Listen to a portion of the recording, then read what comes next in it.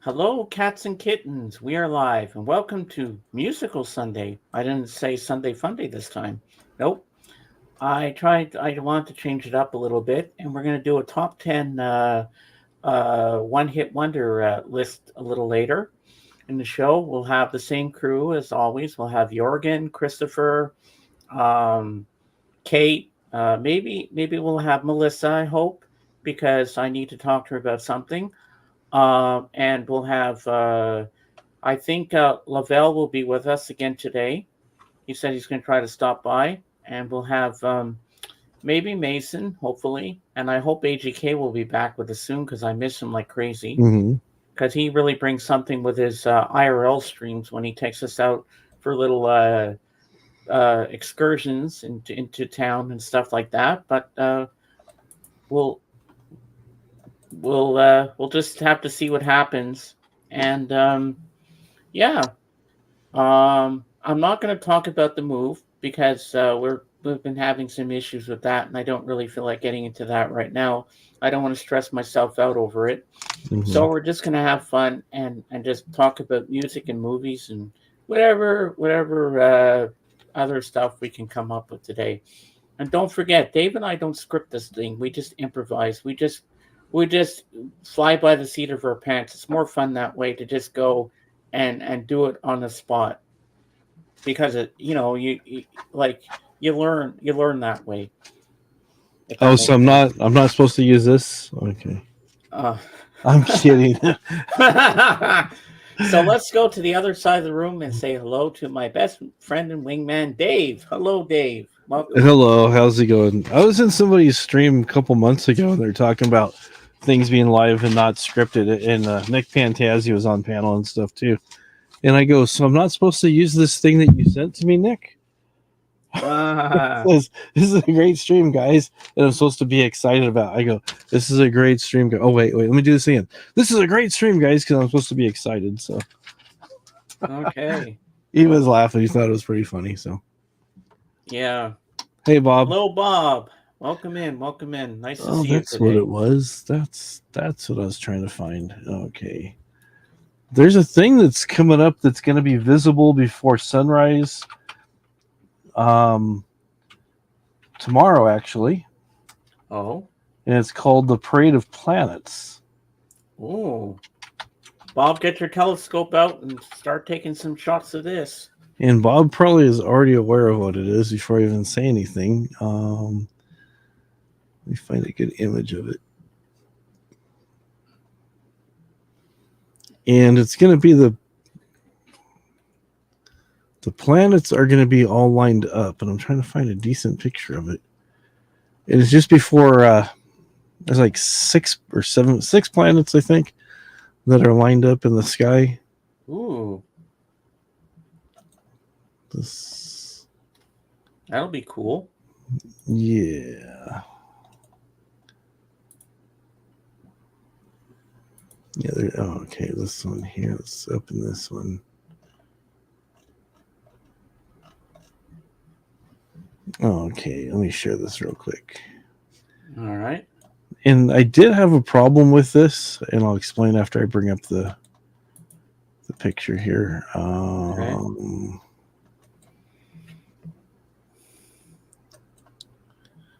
Okay, that's not the one I wanted. All right, let's. Okay, which tab is sharing? That's not the one I want. Okay, let me share this other tab instead.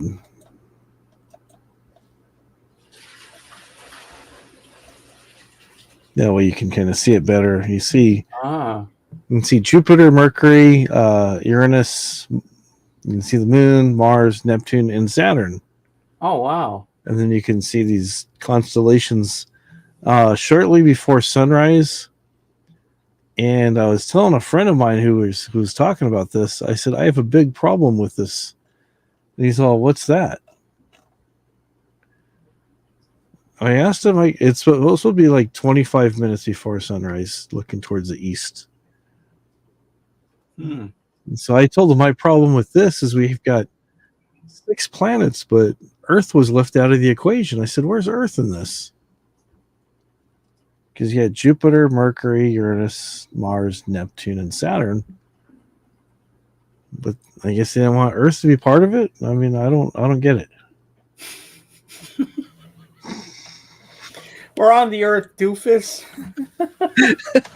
I know. That's Oh my because some God. people you say stuff like that to them, they go, "Huh? I don't know." These guys, there's in the complex room, the place I work is at. There's a bunch of businesses, and one of them was a CrossFit gym, and they're cleaning out because they're moving to another location. And they had a big climbing rope that was about 22 feet, 23 feet up in the air, and it's knotted on this big metal beam. And I asked the guys, I go, how are you going to get it down? You guys, I go, is one of you thinking about climbing up there and then just undoing it when you get down there, and then just ride the rope back down? So the guy's like, that's a really good idea. Yeah, we could climb up there. And there's two guys, and the one guy goes, I'll climb up there and I'll untie it, and then you can catch me. Catching somebody falling like about 20 feet is a good way for both people to get hurt. Bob's already on it. Oh, okay. What time do you have to get up, Bob, for that? That's pretty early. That's probably like 5 a.m. or something. It's pretty early. Oh my God. Yeah, and then you got your guitar lesson tomorrow as well, so that's going to be kind of ugh. Yeah. You'll be like playing doo-doo, doo-doo, and then you'll be like, oh. Yeah, I don't want that. So No, definitely not. You don't want that to happen. no. You know what? I like that you have the ceiling fan on because it makes it look like the leaves are blowing in the wind. Yeah, I was trying to keep it still, but yeah, it does look like the leaves of the trees are moving. So Yeah, that's kind of cool. yeah. Yeah. Mm-hmm. And then I got some PVC pipe this week, some pieces and some fittings and stuff. So I made a stand for my camera, so it's gonna stay put, and not be falling over and coming unplugged and all the other stuff it usually does. That's a smart idea. So, yeah, usually it comes unplugged, and you're just like, oh, come on. Yeah, you don't want that to happen. No. So we get that fixed.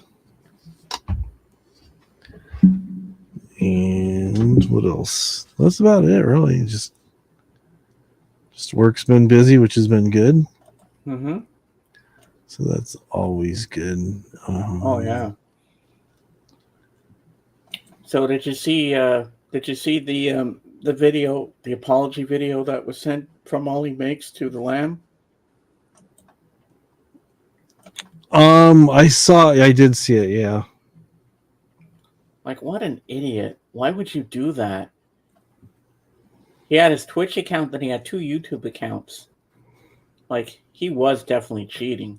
Yeah. You know, because I said to the Lamb, you took a lot of time and effort to put this together for us to make it special, and then you have to go and ruin it. But thank God he was smart enough to do a duck race. And then he was thinking, uh-oh, I wonder if he's going to cheat on this one too. But thank God the right person won. Mm-hmm. I mean, that was ridiculous. Yeah. I mean, Jorgen and I played really poorly, so we didn't get a chance to win it. Mm-hmm. Because by the time it would be getting here, it would be broken. So, you know, and it would cost an arm and a leg to get it here. So we're lucky it didn't go that way. Yeah. And he said, I'm not going to participate in Lammy's balls or any duck race again. I mean, that was just ridiculous. Yeah. It's too bad he did that. So. Bob, did you see that video yet? If not, Dave can show it here for us. Yeah, it's all right. Basically, he was just saying that he was sorry for using multiple accounts and having an unfair advantage in the different things. So, was he that desperate to win the guitar? It's a nice guitar. I don't know. Maybe Bob says he has watched it. So. Oh, okay. And then Lammy thought even Swanjan was in on it, but I don't think Swanjan was. I don't think so. No. I think it was just Ollie. But you know what? Deep down, I think Ollie's a good guy. But you know what? Yeah. When we go back into the Lamb after a month, when he fixes up the whole room and stuff, I think all he makes is going to be the talk of the town after that incident. Because that guy is like, you know, you got to play fair. Mhm.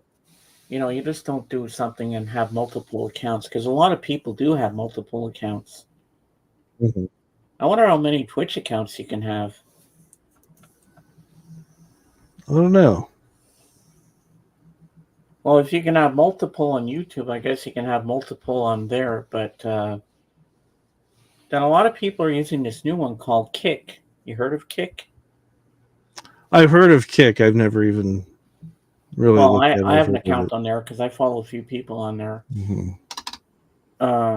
But I'm mostly on YouTube. But because I mod for the Lamb also on Twitch, but I stay mostly on the YouTube side because being a mod on Twitch is complicated. It's more hard because you just don't block people or time them out or stuff like that. Mhm. There's other things to being a mod on there that it's so different from YouTube. And I looked at all the different buttons and stuff. It's confusing. There's a lot of things you can do that you can't do with modding on YouTube. It's just a whole different ball game. Yeah, it's a lot different than YouTube is, but at least I know the basic things, how to block people, time them out, and stuff like that. If I know that much, that's all I need to know. Because otherwise, it's not good. So apparently, what Melissa sent me, and it was in this comments right here in the chat. I don't know why it didn't stay there, and I should have clicked on the damn thing.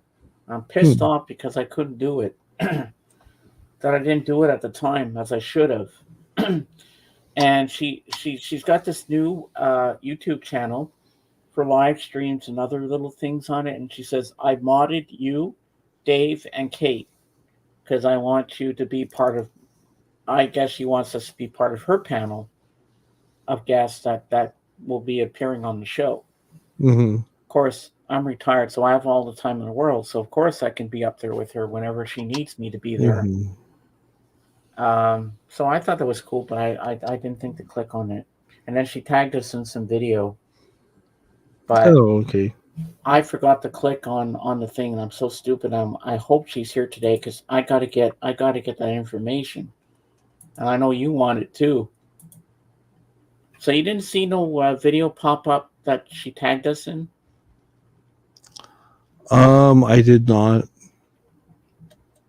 Yeah, I gotta get that information because I want to know what it's all about. Hey, Robin, how you doing? Nice to see you. Robin's son used to own a rooster as a pet, but it had sort of a dented beak. I remember that. Yeah.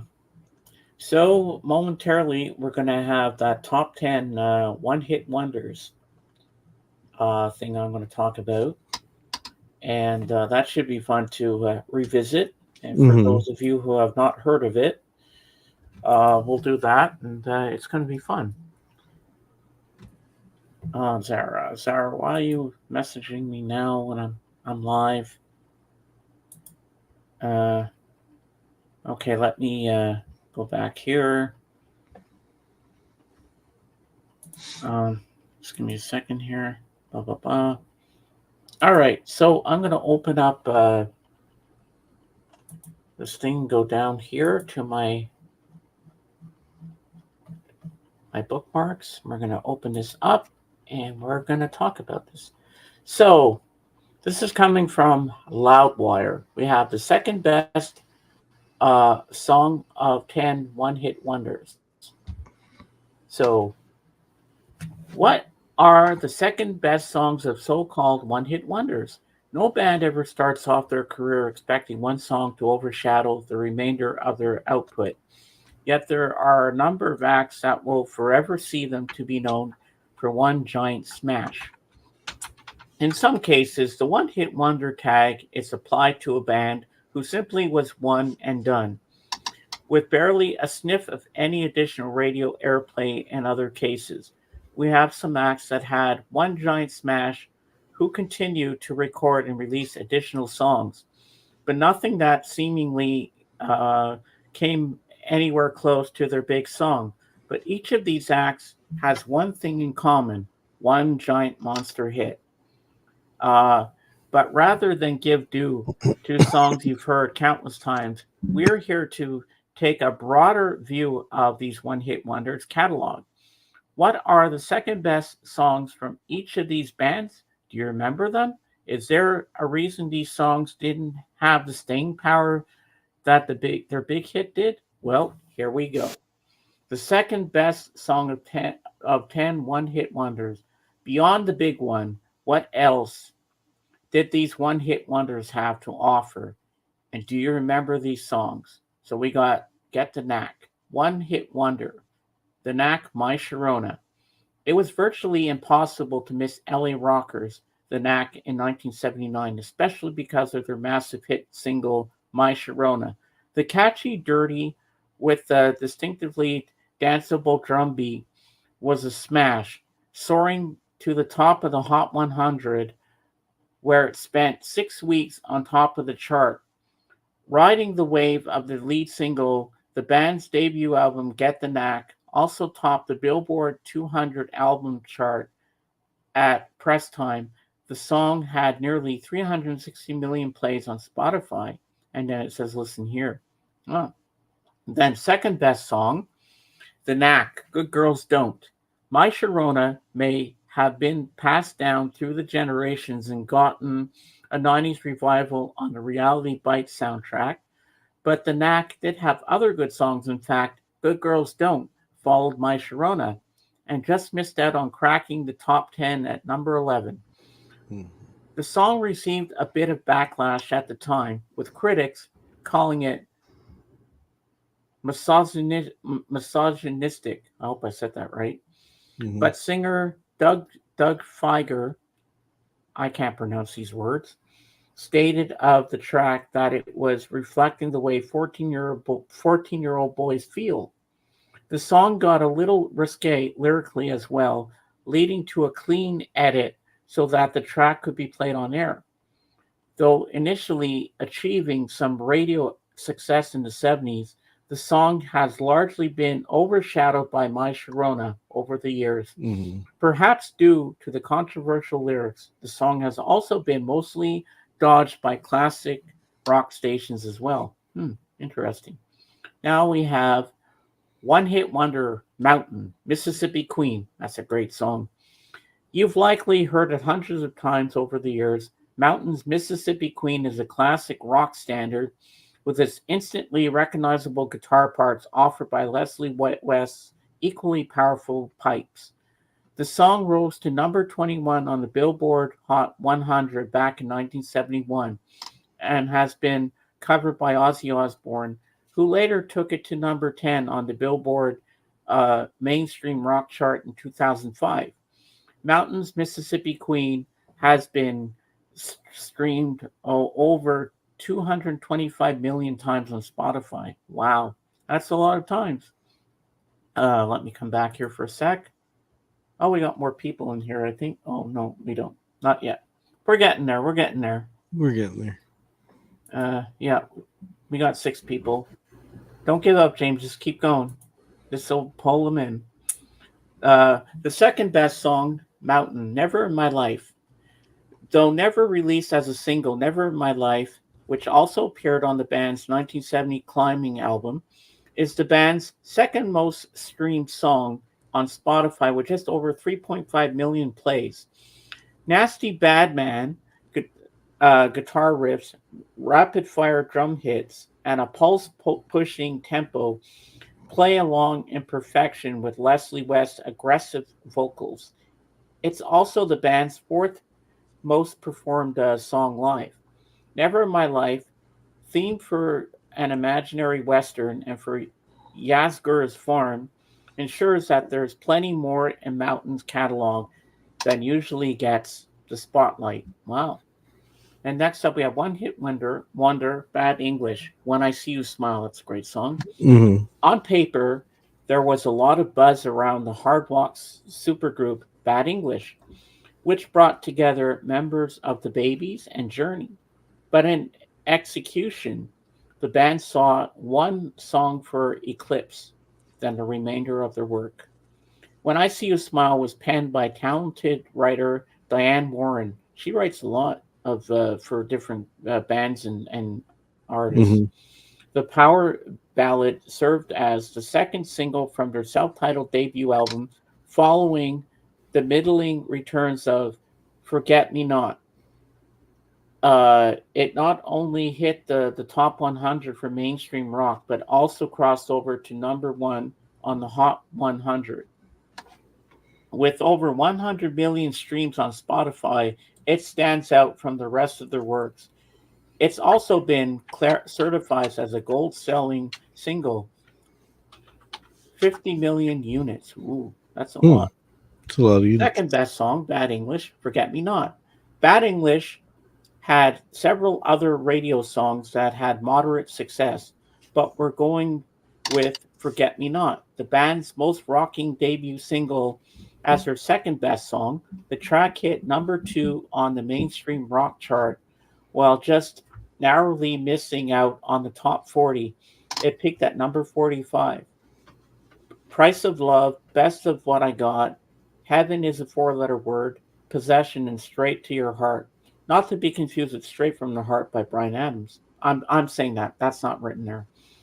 All spent time on the airwaves over their two-album run, but Forget Me Not is a song that should have been unforgettable. Okay. So next up, we have One Hit Wonder, Autograph, Turn Up the Radio. I don't think I've heard that song before.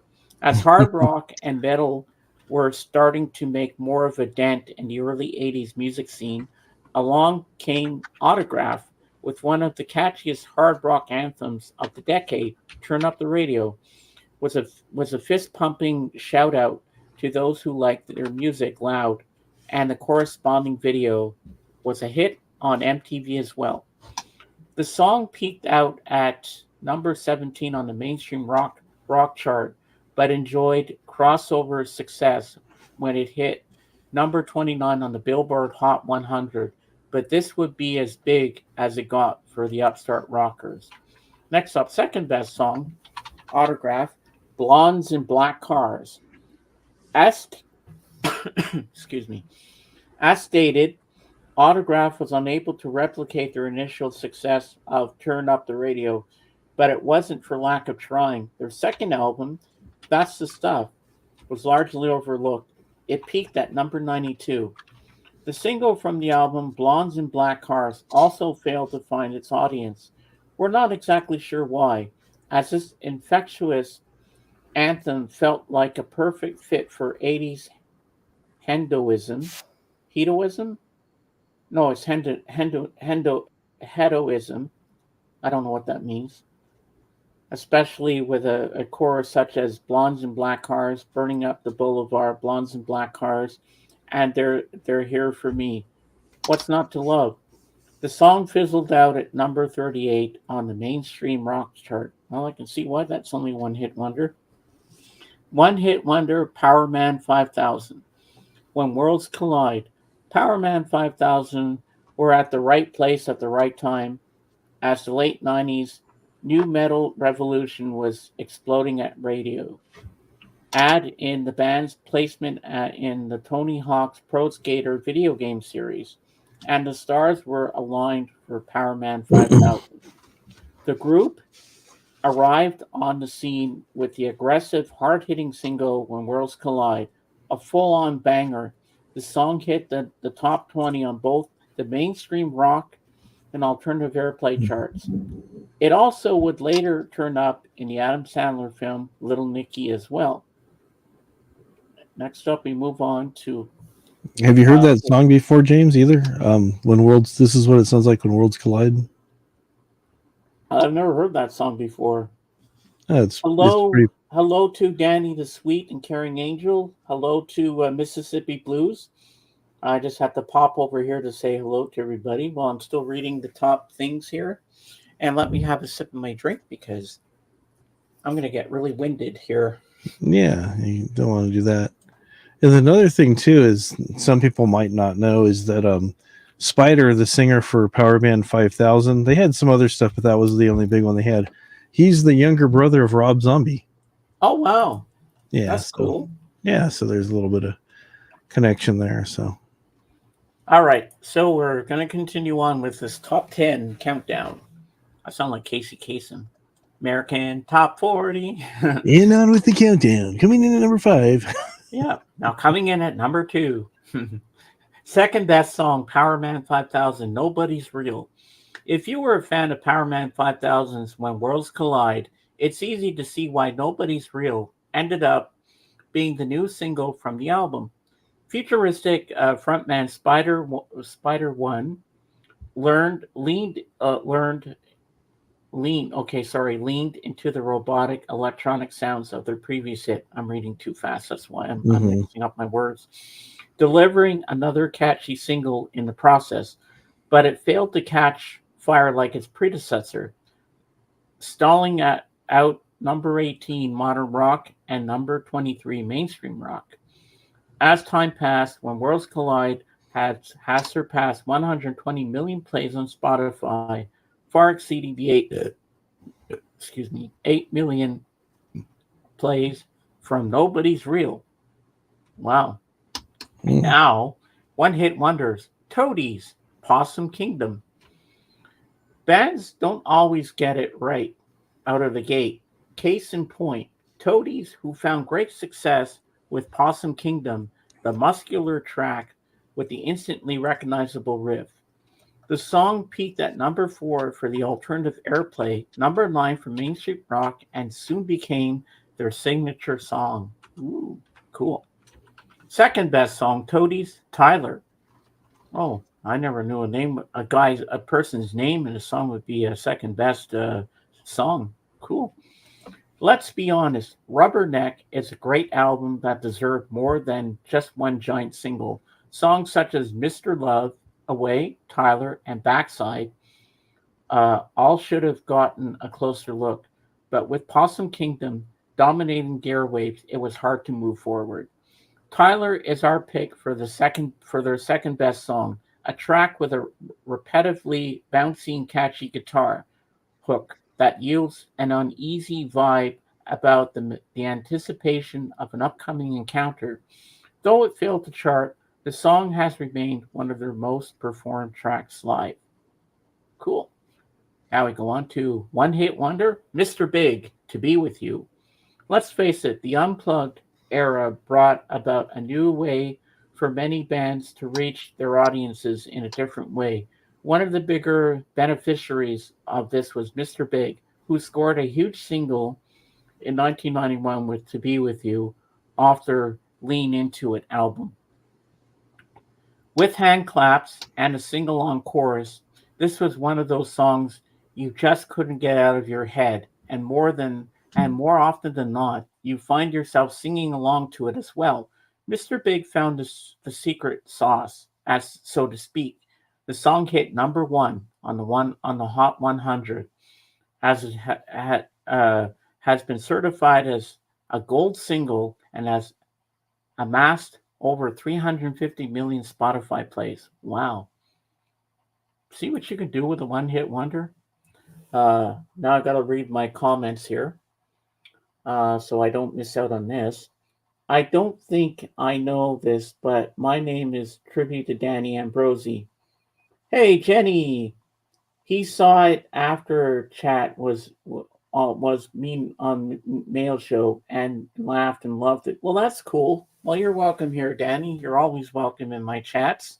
And now I'm going to go back to we're doing the one hit wonders, Jenny. I'm talking about one hit wonders. So, second best song, Mr. Big, Just Take My Heart. We could have gone with Wild World here. It did fairly well at radio and is a well known cover, but we prefer to give credit to one of the band's originals instead. Just Take My Heart was the fourth and final single from Lean Into It. It shows more of the musical talent of the group, starting with Paul Gilbert's soloing, then settling into more melodic interplay with vocalist Eric Martin, before kicking into a heavier chorus. Riding the wave of its predecessor, the song climbed all the way to number 16 on the Billboard Hot 100, but it's not one of those tracks that seems to have had staying power with a new generation of listeners. Okay, good to know. One hit wonder, Alien Ant Farm, Smooth Criminal, a Michael Jackson song as a rock song. Alien Ant Farm managed to find the sweet spot in translating the 80s MJ hit into something primed for the new metal generation, with a video that threw in many nods to the King of Pop. The King of Pop audiences totally embraced the cover, which stood toe to toe with its classic predecessor. With over 450 million Spotify plays and having topped the Billboard Alternative Airplay chart, Smooth Criminal is far and away the band's biggest song. Okay. Second best song, Alien Ant Farm, Movies. Did you realize that Smooth Criminal wasn't Alien Ant Farm's first single after signing to DreamWorks and getting the major label break? The band initially tried to make a go of it with Movies, a chugging rocker about the struggle of moving on from a relationship. But the song's trajectory,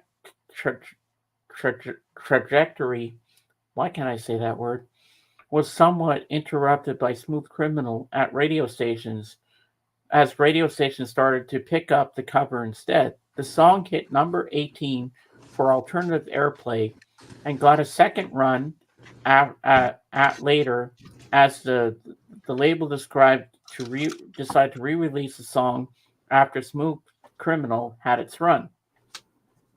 Next up, one hit wonder, Crazy Town, Butterfly. You could not escape the Crazy Town song Butterfly in 2000, with its distinctive sample of the Red Hot Chili Peppers' Pretty Little Dirty Ditty. Crazy Town's shifty and epic Crazy Town's shifty and epic traded incredibly catchy raps back and forth that turned into Butterfly. This song hit number one for alternative airplay, topped the 100 chart as well, and is approaching 405 million streams on Spotify. Ooh. All right, gotta stop for a second, catch my breath. Wow. How am I doing so far? Doing good. Doing good. Hey, Christopher, welcome in. Because I have to come in and say hi to my peanut gallery too once in a while. All right, let's go back. Crazy Town, Alien Ant Farm. What the fuck is this? Listen to some real music, please. I'm just reading from a list here, Christopher. Ooh. Oh yeah, this is their second album, Alien Ant Farm. Oh, nice. All right. But they made it look like one of those school folders. This is on loudwire.com, so this is where I'm reading all this stuff from. All right, let's take a sip of my drink and continue on with the list. Yeah, we'll do, Jenny. We'll do. Yeah, there's a lot of one-hit wonders that release one big song, and then you'd think they're going to do other stuff, and then they don't really do it. Well, before I continue with this, I'm going to come back here and say to everybody, I know a one-hit wonder, and their second best song was Men Without Hats, The Safety Dance, and Pop Rules the World. Mm-hmm. I think those were their two number one hits that they had at the time. They're one-hit wonders. And after that, I don't know if they did anything else that was anything special. But I like those songs, but especially the Safety Dance. Pop Goes the World. That was a good song too. But anyway, all right. Second best song, Crazy Town, Drowning. After Butterfly made Crazy Town the Gift of Game album a hit, the band tried to avoid one hit wonders status with their next album, Dark Horse. Hey, they stole that from George Harrison, featuring the lead single Drowning. The single had modest returns, hitting number 24 on both the alternative airplay and mainstream rock charts. But after its initial run at radio, the song had largely been forgotten. It's a shame, as Drowning feels very much of its era, with driving guitars, the nimble rap interplay that made Crazy Town a hit, and a catchy chorus, but the song never took off. Well, it drowned. What can I say? Sorry, I had to make the joke. One hit wonder, Trapped, Headstrong. At the height of new metal's rise from Trapped, came Trapped, a full-fledged anthem about having the metal fortitude to stand up to naysayers. Headstrong is definitely an inspirational track that likely fueled many a workout back in the early 2000s. The song shot to number one on the alternative airplay and mainstream rock charts, while also crossing over to hit number 16 on the Billboard Hot 100. It's been streamed over 405 million times on Spotify and remains one of the biggest songs of that era. Well, that one did pretty good. Second best song, Trapped, Echo. Though Trapped continued to release singles and put out albums, nothing came close to reaching the massive success of Headstrong. That said, the band continued to receive solid rock radio airplay into the mid uh, 2010s. One of the best songs in their catalog is Echo, which also appeared on their self titled debut album. The track showed a different side of the group, with a more melodic and heartfelt reflection on the stumbling blocks of a relationship. Um, whoops. The third single off the record peaked at number 10 on the alternative airplay chart and number 13 mainstream rock. While 23 million Spotify streams for the song is nothing to sneeze at, it pales in comparison to the massive pull of Headstrong. Hmm.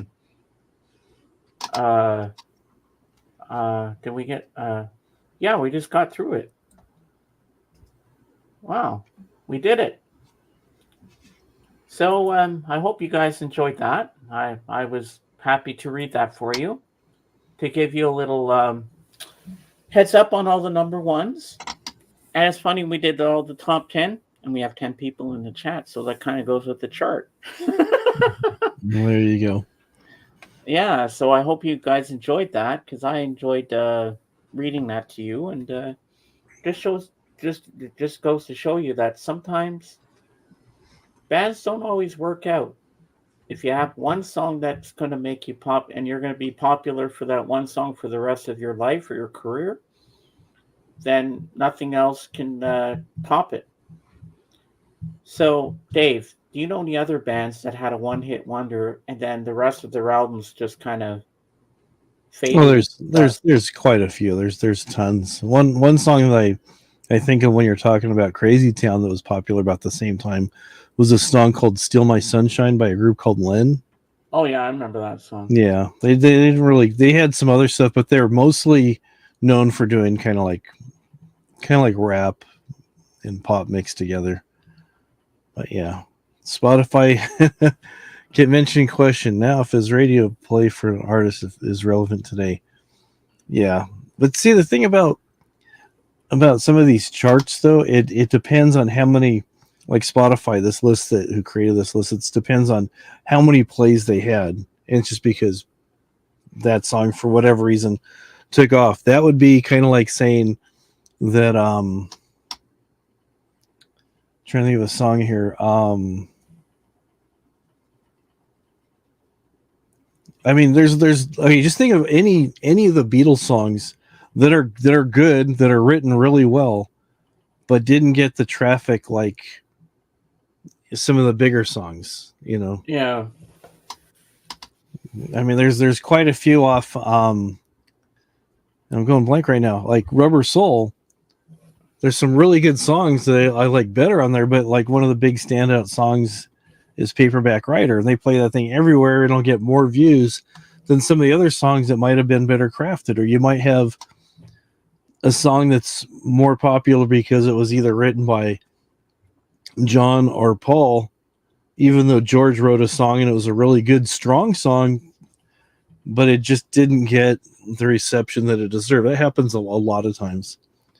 So I don't really like those lists too much. It's like they go, oh, these people are washed up. Don't even bother, because sometimes if you go back and you listen to some of these bands that, I mean, and it goes both ways. I've heard bands that have one really strong song, and I'll buy the CD because that's all that was available at the time, and all the other songs are very, very weak. Mm-hmm. And then other times you'll buy something for just one song, and you'll find there's at least 2 or 3 tracks on then you like better than the one that you originally bought it for. So it just kind of goes, you know, don't let these charts be your only source of information, I guess is what I'm saying. You know? Decide for yourself. Yeah. If an album's good or not, you know, you just might fall in love with it. Yeah, there's some albums. Sometimes it takes 1 or 2 plays to all the way through to listen to and go, okay, this is good. And then there's other ones that I've had quite a few recommended. Oh, you're gonna love this. You're gonna love this, and you just go, no, this is not good at all. I don't like this. Yeah. Every single Lennon and McCartney solo album. Yep. Yeah. Well, Christopher, I have some good news for you. Dave went record shopping, and he's got a video to prove it. You know what I'm talking about.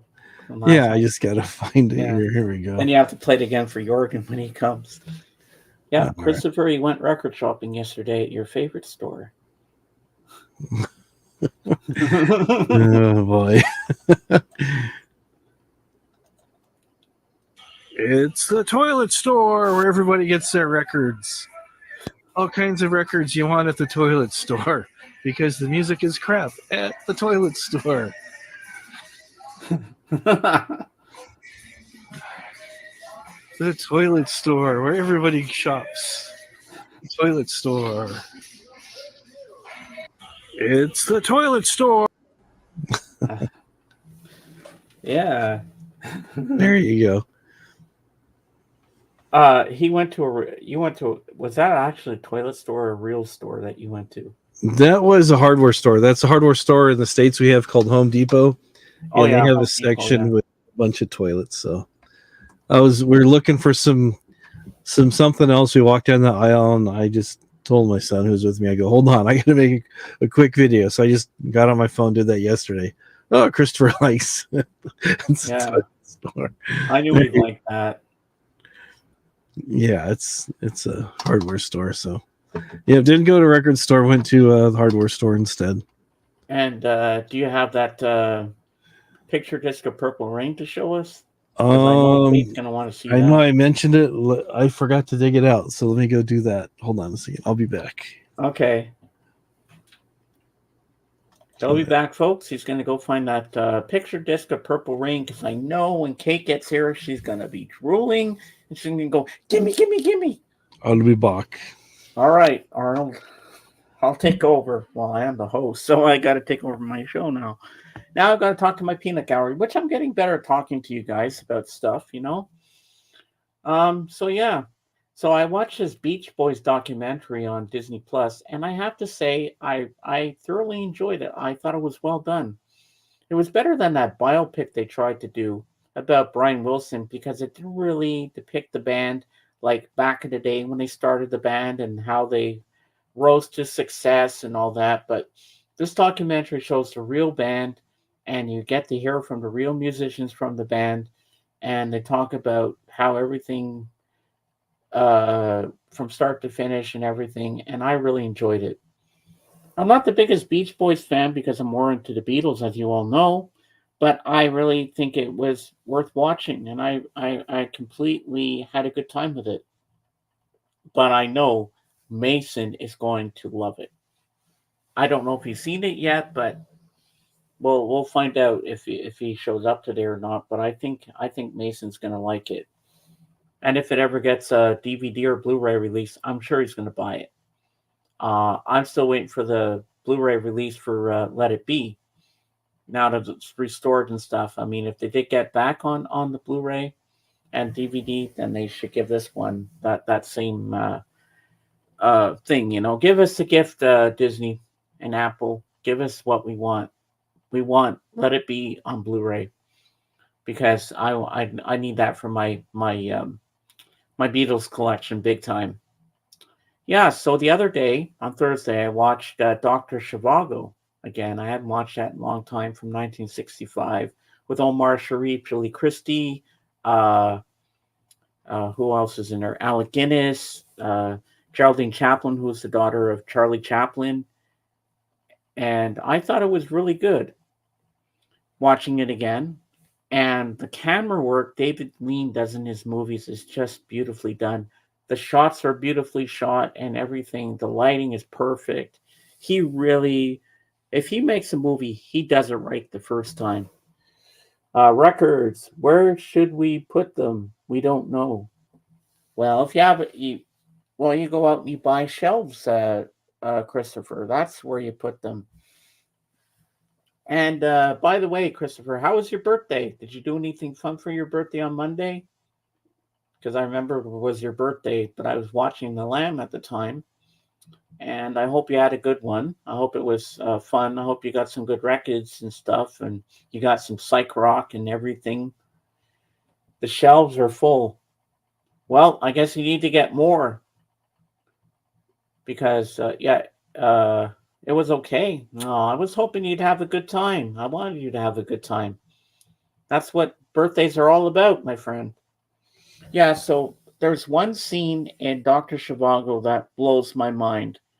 Is when Dr. Zhivago, Yuri Zhivago's walking down the stairs in the library and he sees Lara, played by Julie Christie, and all her face is dark, but it looks like sunlight. How they did, I don't know, but just this light across her eyes was perfect. It was a beautiful shot where you just see her eyes looking into him, looking into his.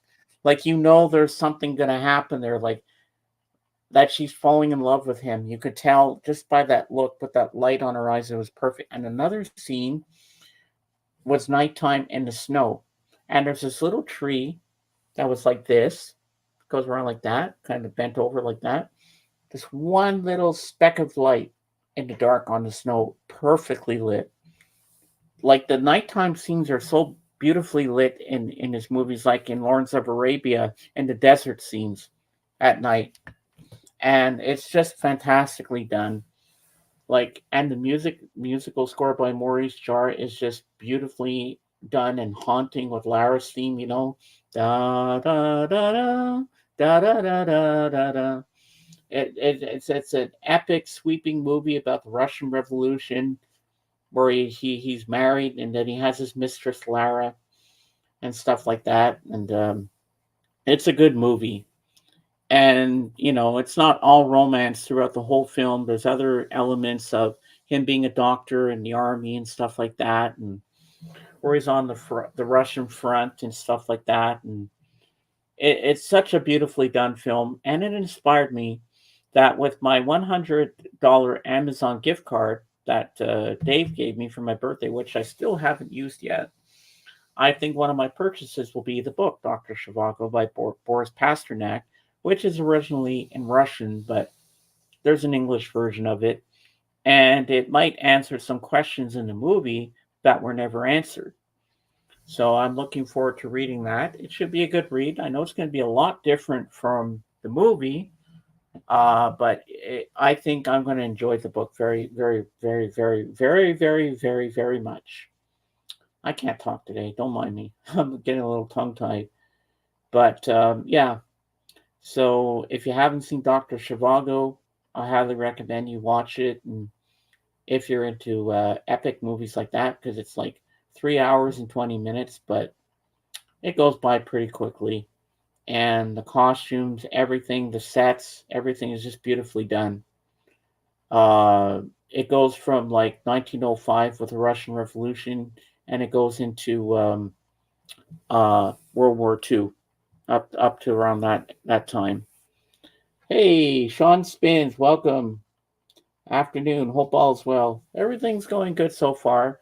Dave will be right back. He's just gone to find his picture disc album of Purple Rain to show us, because I know when Kate gets here, she's going to be drooling when she sees him go, gimme, gimme, gimme, I want that, I want that, I want that. So yeah. So that's what's going on with that. And so now they have a new documentary on Jim Henson that just dropped on Disney Plus on Friday, which I plan to watch at some point. And they have a new series of Doctor Who, and I've been enjoying that. It's pretty funny. And I used to watch Doctor Who in the late 70s, and then I kind of got lost interest in it, but now I'm back into it, and they've upgraded the theme song and stuff like that, but it's a good show. And they had one episode where they met the Beatles and they crossed Abbey Road and that, so I thought that was pretty neat. And all the lines on the road that you see them cross, they're like piano keys, because they're when they were stepping on it, it would light up and play music. I thought that was a really good special effect they did. So that was kind of cool. Yeah. And I've been rewatching a comedy series that I haven't watched in years. I've been watching Cheers, and I love that show. My favorite character was Norm, and I also like Carla, played by Rhea Perlman. And it was such a great show. They don't make stuff like that anymore. And bring back Saturday morning cartoons again. Kids got to learn the good stuff and bring back the old classics again. All right. There you go. I thought I'm getting off my soapbox because Dave is back, and now he's going to show us Purple Rain. Actually, I'm not going to show everybody Purple Rain because I said before I'm missing some records, and that is in part of them. And I was also looking for Joshua Tree. That I have that somewhere around here, and that's gone too. Oh no! So yeah, we still got a bunch of boxes. We still just kind of pushed off to the side. So wow. So hopefully it'll show up. Boy, I've been doing a lot of talking today. Yeah, you have. Oh, there you go. There you go. I need another cough drop. This is my third cough drop. There you go. But I'm doing good today. I'm having fun. I keep talking and entertain the folks. There you go. Get into my garbage can here. Pray I don't fall off my chair, and I'm back up. So did you hear my speech? What I was talking about?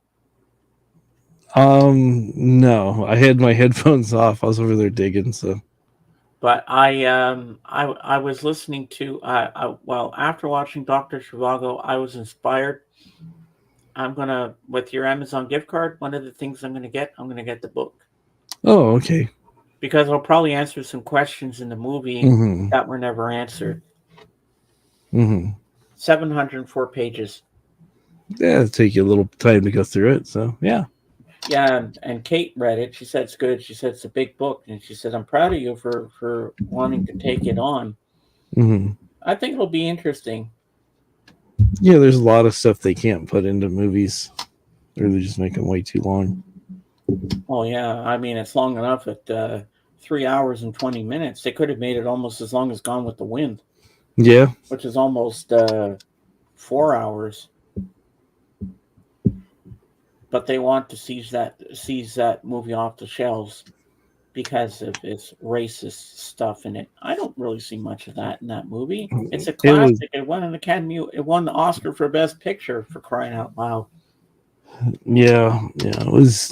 I mean, it was depicting a time when things were very different, and I don't know. My feelings on that. You start erasing some of the stuff that people find offensive. They say it's being glorified. I don't think it's being glorified. It's just showing how times were, and that's wasn't really when a lot of people were at their living their best, and if we don't hang on to stuff, people are gonna be bound to repeat the same mistakes.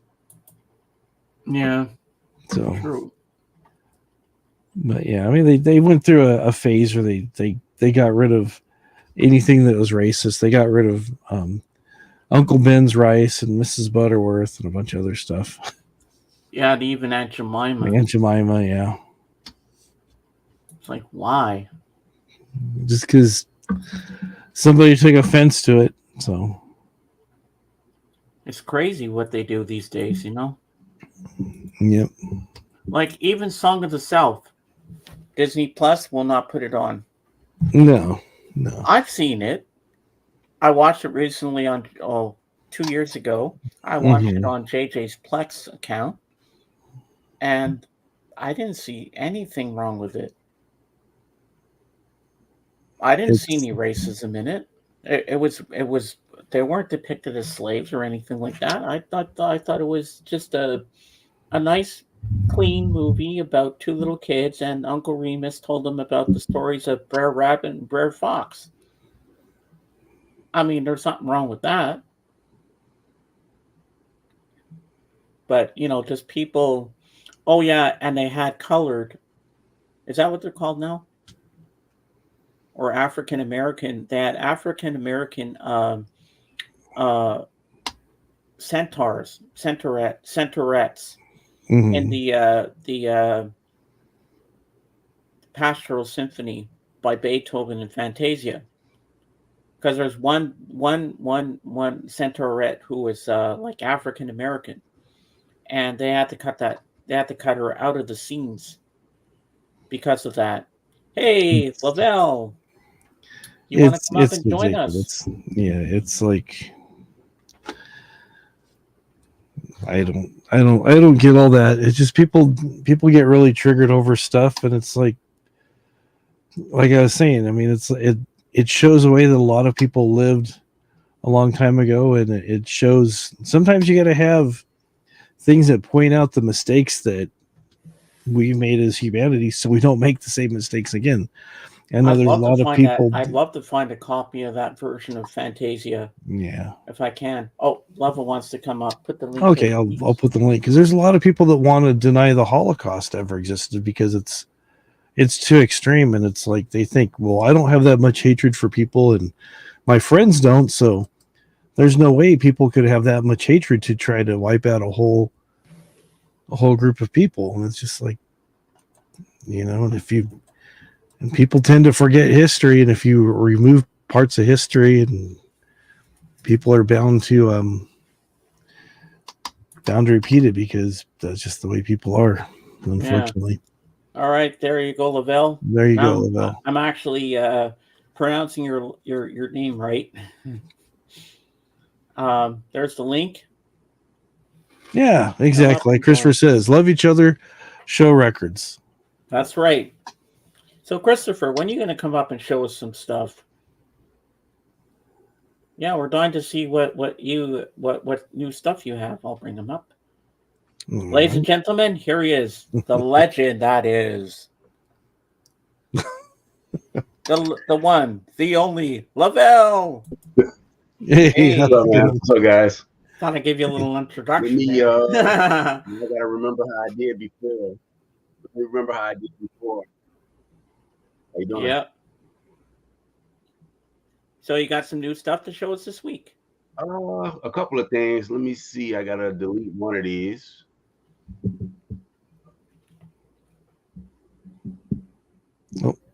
Uh-oh.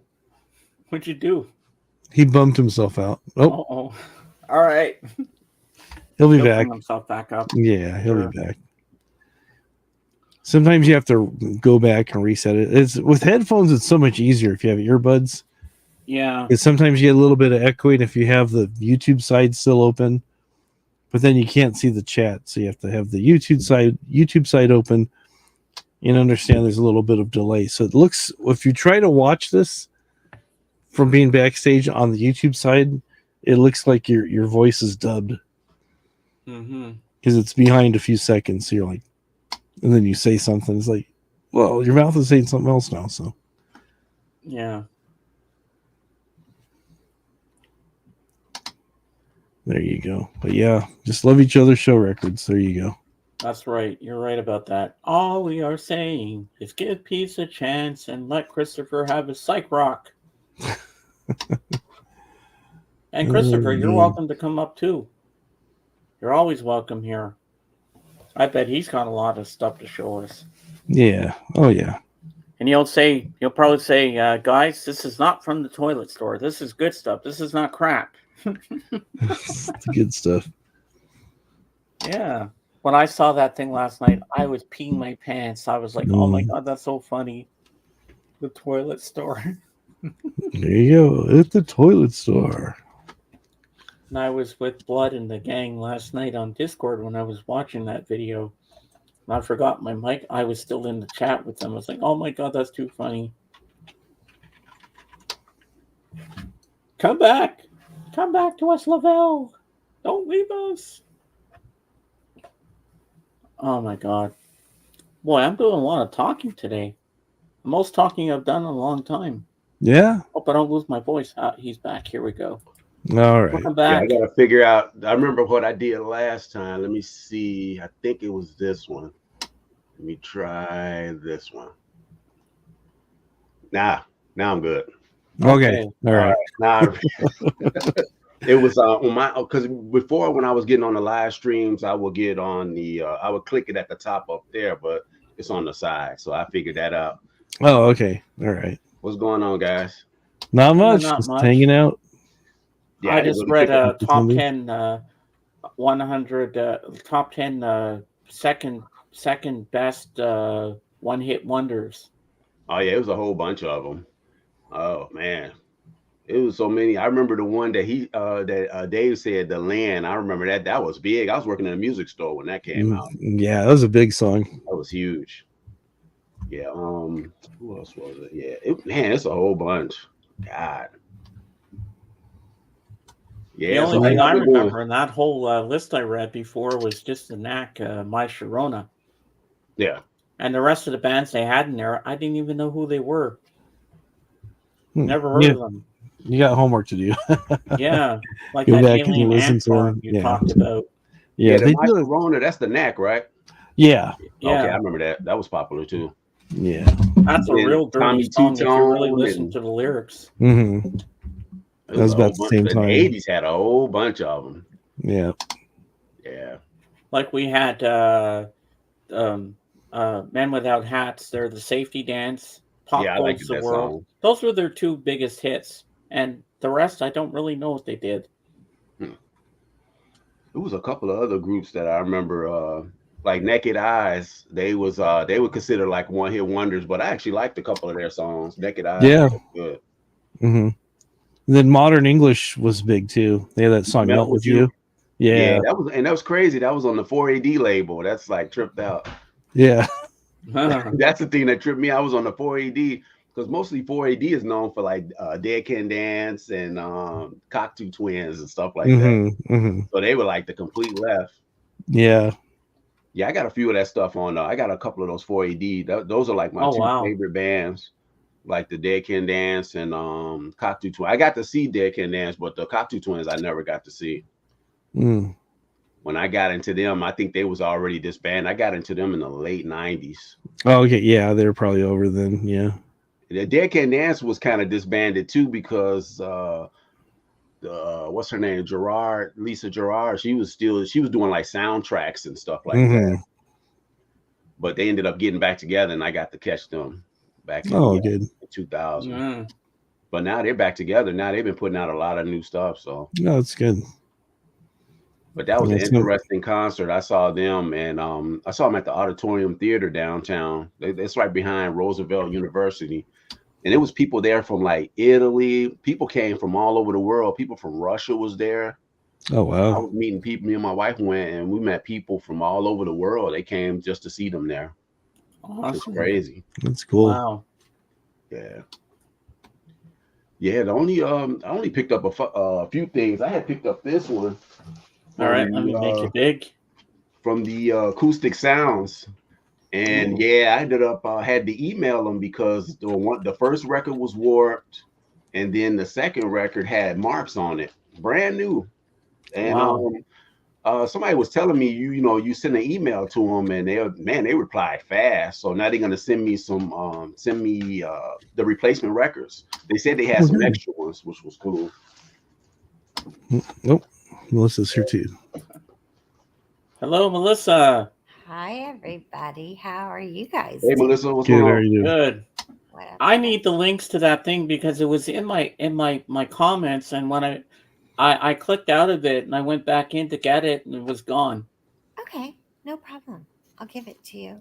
Yeah, because I was telling Dave about it, but he didn't see anything from it either. Okay. I Yeah, can just put in the private chat for us there, and we can. it's on my other computer, so I'll grab it. I'll Yeah. grab it later. I don't know. I don't know how to give you guys links from my Well, other. Lavelle is going to show some albums. Okay, go for it. Yeah. All right, so I'm going to go that back was that to. one. I got one more I grabbed. Let's see. All right. Yeah, and Lavelle, you have a channel, right? Yeah, I haven't did a video in a while. I'm gonna try to do one today. It's been a while since I did a video. Cool. Found this one too Ooh. with the hype sticker. I have the reissue, and I've been looking for one, and then one of my buddy's shops had got this in. It's nice. Nice. It's the original one with the hype sticker. The hype sticker is pretty cool. That's cool. Yeah, I like Nice. finding records with the hype sticker. What songs are on that album, that Rush one? This is the classic one: Spirit of the Radio, Free Will. Yeah. Classic. Awesome, yeah. When they were inducted into the Rock and Roll Hall of Fame, I don't think they were approved to do Spirit of the Radio, and they went Yeah, I right. saw them. Hmm. Yes. Yeah, I saw them in 2011 for the Clockwork Angels. I can show a few of the stuff I got by them. I got a lot of their stuff. I don't have everything, but I can show you what I got. Oh yeah, sure. Hmm.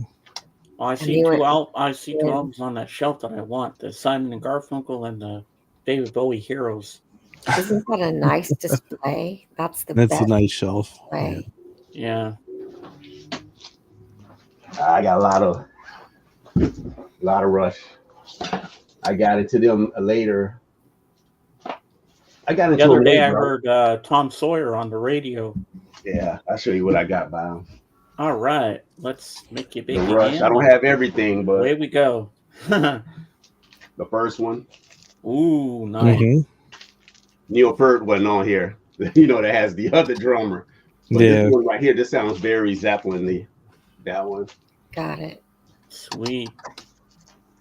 And this one right here, this one has this is like the 3 LP Rush.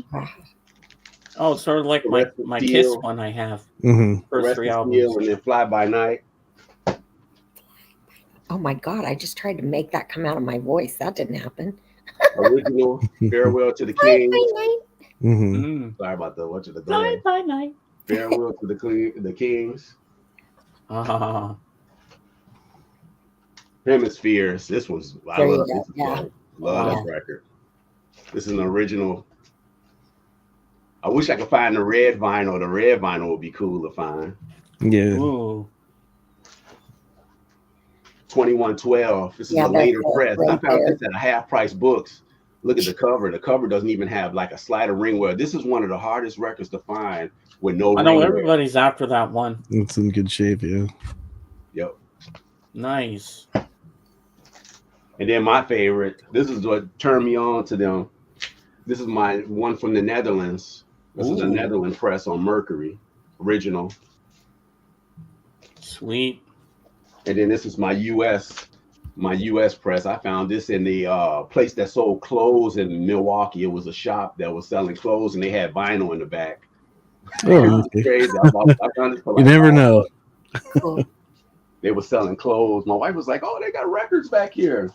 Oh, you do? That's cool, And Christopher. that's the reissue. That's the reissue of that one. I didn't Mhm. buy all of the reissues because I for some reason I like the original sound, but the reissues are pretty good. This is the reissue, and I showed you the one that I had got of the Mm-hmm. original. I ended up tracking down. And then the underrated one. I like this record. Underrated. It's a good record, yeah. A lot of people didn't like it when it came out. They said it was just too different, I like too this much record a keyboard, lot. yeah. Well, I you like have it. their whole catalog. Nah, I'm still missing some. Believe it or not, I'm missing some stuff. Wow. But I got a decent amount. This is like the '80s period. They was a Getty Mhm. Lee said he can't play this stuff live. He said they can't play this stuff. It's like complicated. Mm. Well, they can't do anything now because I'm Yeah, glad they did this is that. the one. I like this one too. This one was really underrated to me. Mhm. I like this record a lot Interesting album cover. too. The Power Windows. I love that. It's who's the artist that did all the I hate my brain anymore, but all the Yeah, I forgot surrealist the artist. Yeah. And then this one, finally Salvador tracked this Dali. one down. Oh, Yeah. I got this. I hate when that glare. that's okay. Don't worry about it. Salvador These are Dali. those are, and all the ones I'm showing, those are all original. I found this one too. This is an original. Ooh. Presto. This is when this is was bringing them into the '90s. This is when it was changing. Atlantic. Look at that label. I love that label. That label is cool Yes. as hell. That Atlantic label. Yeah. And then this is my OG. I missed out on the reissue of that. During the '90s, those reissues were really good. But yeah, this is my original. This is a European press. This is one of my favorite ones too. I like this. I dig this. I dig this period of some of their stuff. That's neat. Roller Bones. And then these are going to be all. Some of these wasn't never released on vinyl. This one right here, Mhm. Test the Echo. Mm. And then, yeah, Test the Echo. And then that was Counterparts. If I'm not mistaken. Yeah. This Test the Echo. I love this. I love the artwork. The artwork is so cool. Yeah, that's pretty neat with the rocks and that. Yeah. And then this one right here is a I'm still looking for an original. This is an unofficial. A lot of the band didn't like this record because this record was cut really loud. It looks like it's a really good copy, the sound wise, but if you look at the picture close up, you can tell it's kind of pixelated. But yeah, I'm looking for an original of this, but this goes for a lot. This one goes for probably like 300 or 400. I remember seeing this. I saw an original of this at this place called Reckless in Broadway in Chicago. They had it for 200 or something, but I never saw it again. I was like, man, $200. I'm like, you know what I mean? But yeah, Yeah. Is that one like a bootleg? yeah, it's a bootleg from overseas, but it sounds good. Surprisingly, it sounds good. I think it's just a copy from the CD. But you know, during that time, the everything was digital anyway. Mhm. Yeah, not analog This anymore. was cut really loud. Wow. And then that's this is the one that they ended up this is the version that the band released. See, it says remix, Vapor Trails remix. Yeah. So they came out with that one. That's neat. Nice. And then this one right here is a covers album. They had reissued this. I don't think I've ever seen the original, but they did do an original of this, but they're pretty much on par. But yeah, this is they do the Seeker and yeah. Was it Heart Full of Soul? I think that's the Yardbirds. Summertime Blues, Crossroads, 7 and 7 Years, Love cover. Pretty cool. That is really cool. Summertime Blues is one of my favorite songs. And this one here is one probably from their later albums, very underrated one, Snakes and Arrows. They did some track. Actually, when I saw them, they did some tracks from this album, man. I really dig. This was the Gatefold. It's a Gatefold. I love the Gatefold. This was one I was tracking down for a long time. And then when they reissued it, I jumped on it. And I have a buddy that has the original of this. And he was like, man, this sounds pretty close. So what are you missing if you have all? I'm not a collector like you guys. What are you missing if you have all of those? I think it was what was the one I missed on? I think I don't have Fly By Night. That was the one I didn't have. Okay. That was the one I didn't have. Yeah, I think it was the Fly By Night. It was one of them I didn't have. I got majority of the studio stuff. There's a lot of live, like Russian Rio I got to get. And this was their last studio album. Clockwork Angels. Very good record. I know, yeah, they were talking about that on the rock and roll. I saw that doc on them. Did you see the doc? Hey, Dark Yeah. Wizard. Yeah. And then this one here, I bought this around the time I saw the show, and this is what they performed live. They did moving pictures live. This is when I saw them around this time, 2011. Okay. So that's pretty much my rush. I do have a 45 New World Man. It's like a white label promo. It's in one of my 45 things. But yeah, that's Did all you my go rush. to the air drum pit? Yeah, that's all my rush. That's I know I'm missing a couple, but You know yeah, how they that's have one. that air drum pit, Lowell? What do you You think? know how they have that air drum pit? They have the pit for all the air drummers. Oh yeah, yeah. Did you go up to that part? Yeah. You know what? When I saw him, old boy had those washing machines on the stage. Geddy Lee, that was pretty cool. He had they sounded really good live with 3 people. They were really good with 3 people. So it's just as a trio. The only other band that was really good as a 3-piece is like my favorite band, The Police. The Police as a trio, they were really good too. Yeah. So Melissa, I put the link in the private chat to my my Facebook for you. Okay. Thank you. Make it easier for you to click on and find it. Fly By Night is the one I'm missing. That's it. Because I was looking back at my early ones. Fly By Night is the one I'm missing. I know I'll eventually I'll find that one. Yeah. And then you know what's funny about this one? The Canadian one, it's a guy that I follow on Instagram. His buddy, he got it from his friend. His friend had like passed away. The original is Canadian on Moon. That's the one that goes for like $1,000. This goes for a lot of money. But yeah, this is the US press. And then Canadian is the same label too. But the first press, the Canadian press, is on Moon. Man, if you could track that down, that's going to be like, yeah, it's a few artists that I collect everything. They like, I try to get everything because I like to hear the different stages. The Cure is another one. I got a lot of, I think I have everything from The Cure. I go through that. It's probably take 15, 20 minutes. I got almost all The Cure, and I got a lot of 12s too. That was one band that blew me away when I saw them live, The Cure live. And then from there, I got into the Susie and the Banshees. I got a lot of her stuff, and I'm on with that band, and I'm missing a couple. The Join by Hand. I think that's the one I'm missing. Join the Hands. And we lost Melissa. Well, she'll probably be back. Yeah, Christopher's down here saying the Fly By Night is on the archives one that you showed. It has 3 heads. Chris has the original one, Crest of Steel, and then Fly By Night. That's the one with the owl on it. Yeah, it is on here. So I do have everything. Yeah, you're right. I remember I was in a high school and a friend of mine was in a band. They did They did a bunch of Rush covers. And sorry about that. They do a bunch of Rush covers, and I asked the girl. They actually had a girl sing for them because none of the guys could hit those high notes, and she was struggling. I said, you guys sound great. I said, are you guys ever going to do Fly By Night? She goes, absolutely not. Absolutely. I go, why not? She goes, there is no way I'm ever going to be able to hit those notes because the guy is just so far up in the rafters. Yeah. I know some people always used to say they get annoyed by his voice. I actually like his voice, but I like his voice too. It fits really well with the music. My wife hates Rush. She just says it's too busy, and Geddy's voice just kills her.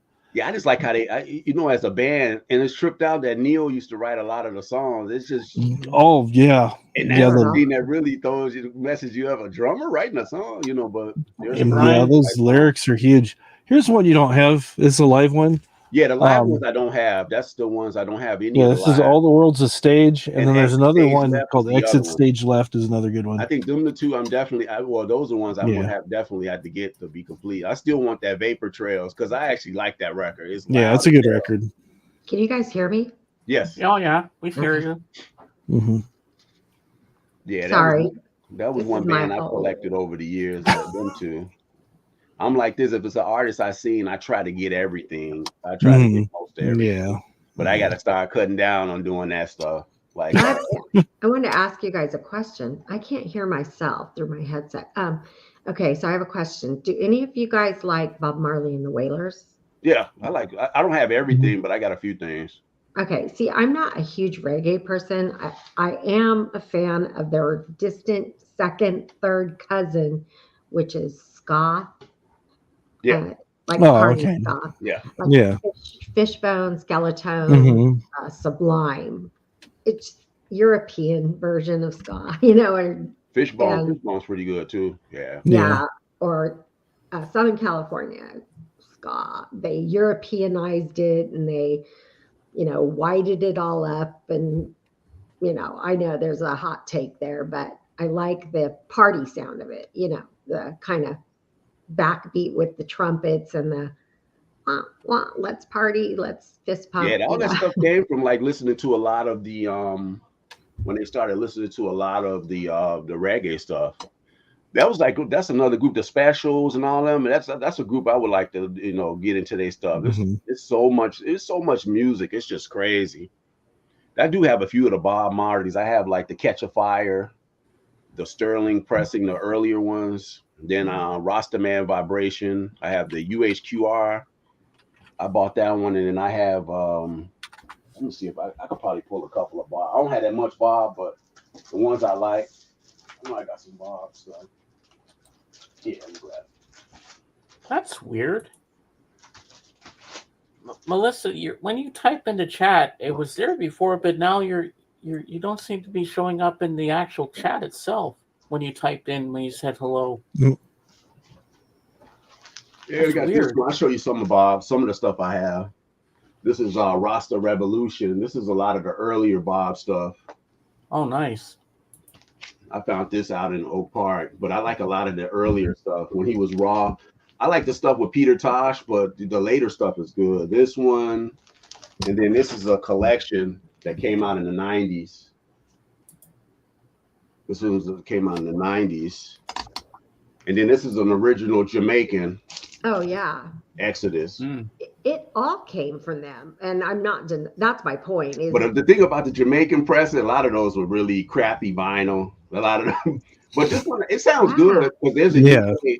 I had a UK that was really bad. I ended up selling it. But I had a UK and a Jamaican. That's really sad, though. That's my point, is that they got very little money. Bob Marley and the Wailers got very little money. The Stones were flying around on this massive jumbo jet. Yeah. Bob Marley and the Wailers went back, and Peter Tosh's entire family gets massacred over the whole thing. Him and Peter Tosh, they ended up, they fell out, and they ended up being on Bad Blood, later on. That's sad. Okay. Yeah, this island. This is the U.S. This is on the Sterling press. This is a good family. I just get bummed out for, all that stuff. I don't know. There was a movie with Alec Baldwin and what was her name? The cute actress that later on she had a breakdown. But there was a movie where they kiss and they switch souls, and they go to Jamaica on their honeymoon, and he goes, "Don't you find the classes stuff weird?" And she goes, "Just enjoy yourself." He goes, "Well, you're the socialist." Yeah, that's crazy. But I get that's kind of a lot, man. Yeah, I got those UHQRs, that Rastaman Vibration. Wow, that thing sounds. I remember a couple of guys was telling me, "So, you got to get it." I got a few of those UHQR. I like originals, but then some of the reissues. We're in a stage right now. A lot of the reissues are really good. A lot of the pressings they've been doing a pretty good job, but they're like hit or miss. Though you got to be careful because like I told you about the Analog Productions. I got that David Crosby, and it was warped. As soon as I put the needle down, the thing was going like this. I'm like, huh? Whoa, that's not good. Oh my goodness. That was the 70s. I called them, and the lady sent me, she did everything, and they called me. They replied fast. So I ended up, they're going to send me like the records next week. So they already gave me a tracking number. Like now, I've been really listening to Sabbath. I've been getting into Sabbath too. A lot of those, I've been starting to dig a lot of the Sabbath stuff. Yeah. So. Oh, yeah. I bought that Rhino High Fidelity. The price is good though. The price was pretty decent. It was what was that, $30 plus the. That's real good, yeah. So I'm gonna get because the originals are expensive. Wait. This is how much albums are now? How much are they? Well, it's like 30, $40 pretty much. But now, like that David Crosby was $60. I paid $60 for it.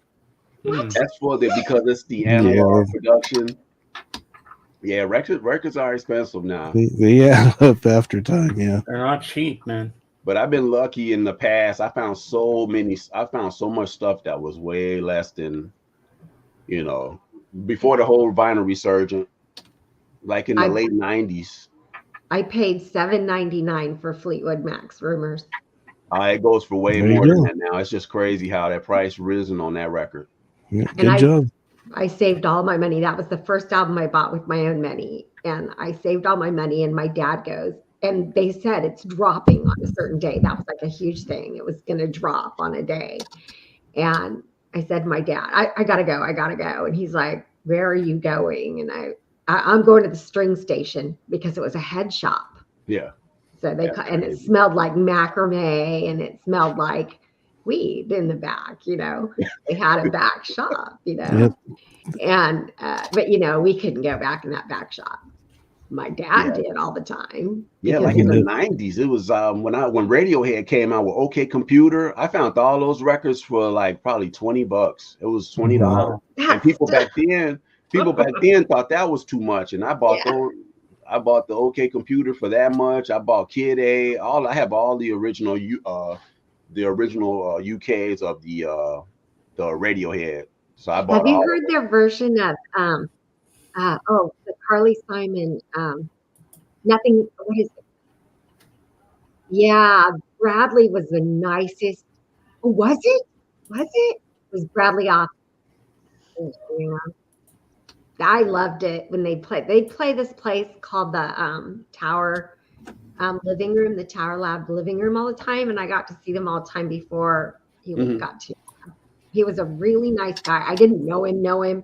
He was a really nice guy. He would restock 40 Ounces to Freedom in our record store. But nobody does it better. The Carly Simon. That's the James Bond. That's the James Bond song. Yeah. But Radiohead. Yeah, and Radiohead did a version of it, and it's so good.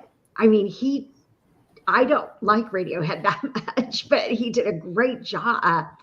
His affectations on it were so good. I was very much impressed. My sister and brother just love Radiohead. They're Radiohead freaks. Yeah, I saw them a couple of years ago. They was really good. I was finally got to see them because back then they were so popular that their tickets were expensive.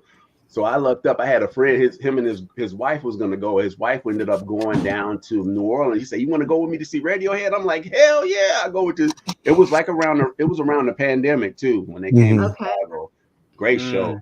So it's really, you can't put any Prince stuff up on YouTube because it will get blocked immediately. But Radiohead, he covered "Creep" at Coachella. I saw they showed the video of that. Yeah. You can put it. Because it's Radiohead and they're artist free. They believe music should be free to everybody. Yeah. You could also put Prince's Super Bowl performance up. Yeah. That was the ill-fated. My hometown's Bears lost that game. I remember that. That was one of the coldest. Bears. That was one of the coldest Super Bowls. But it created one of the best halftime shows. Show. The Purple Rain. You can't get no better than that. Yeah, OK Computer came out, and then it was like tripped out. The next album, they went like completely different, the sound, because they started getting more into the electronics. Yeah. My new setup. They were listening to a lot of the like Japan. They were big into they liked Quiet Life and then the krautrock rock stuff too. That's another genre. I'm glad I jumped onto that. Like in the late 90s, I was able to find almost all, except for the Asherah Temple. I do have like Can. I did a video. I got a video. It's an old video I put up, and it showed all my krautrock stuff. Well, German progressive rock. I know some people in Germany will be saying that's like an insult, but what we call it made that name of Faust. Faust 4 is, that's how they came up with that name. That's what they just use that. They say, "Oh, that's krautrock," but that's like an insult in a way. I mean the insult, but that's the German progressive rock. Yeah, yeah. Oh no, we knew you didn't mean it that way, but yeah. Yeah, I got a lot of that stuff like Can, Amandu, oh man, Tangerine Dream. Oh, Oh Tangerine yeah, Dream. I love that band. Yeah, I got a lot of their stuff. I don't have everything, but I got a lot of their stuff. Yeah. Okay, Yeah, so they did the soundtrack for the movie Lady Hawk and Mhm. for Legend. Firestarter too. Tom They Cruise. did Firestarter too. Oh yeah, that's right. They did. Yeah. Yeah. So Lavelle, you're showing me the Rush albums there, and you Yeah. have the 3 first ones. Well, I got something similar. This is a band that I just recently got into, and I'm going to show you some of the albums I have. So Dave, make me big, please. All right. Now, before I show these things, Melissa, when you came in, I could see you in the chat, but all of a sudden, I can't see you in the chat anymore. In like where you text and stuff, it kind of disappeared. Everything else is showing up in there except for you. it's I don't know because what's happening I'm on a with that. different computer. I'm on a completely different computer right now. Oh, okay. Well, we'll worry about that after. So now I'm going to show you the albums I have here. So I've recently joined the Kiss Army. Yes. So here's the first 3 albums, the originals, the albums that man, touched that's off a rock and roll explosion. Kiss, hotter. The first one, Kiss, Hotter Than Hell, and Dress to Kill. The first 3 albums here. Awesome. With Ace. And next Isn't up Ace we Frehley have- on those? Then? Next up we have. Yeah, this that is was the still album Ace that Frehley. started it all for me. Destroyer. Good Yeah. album.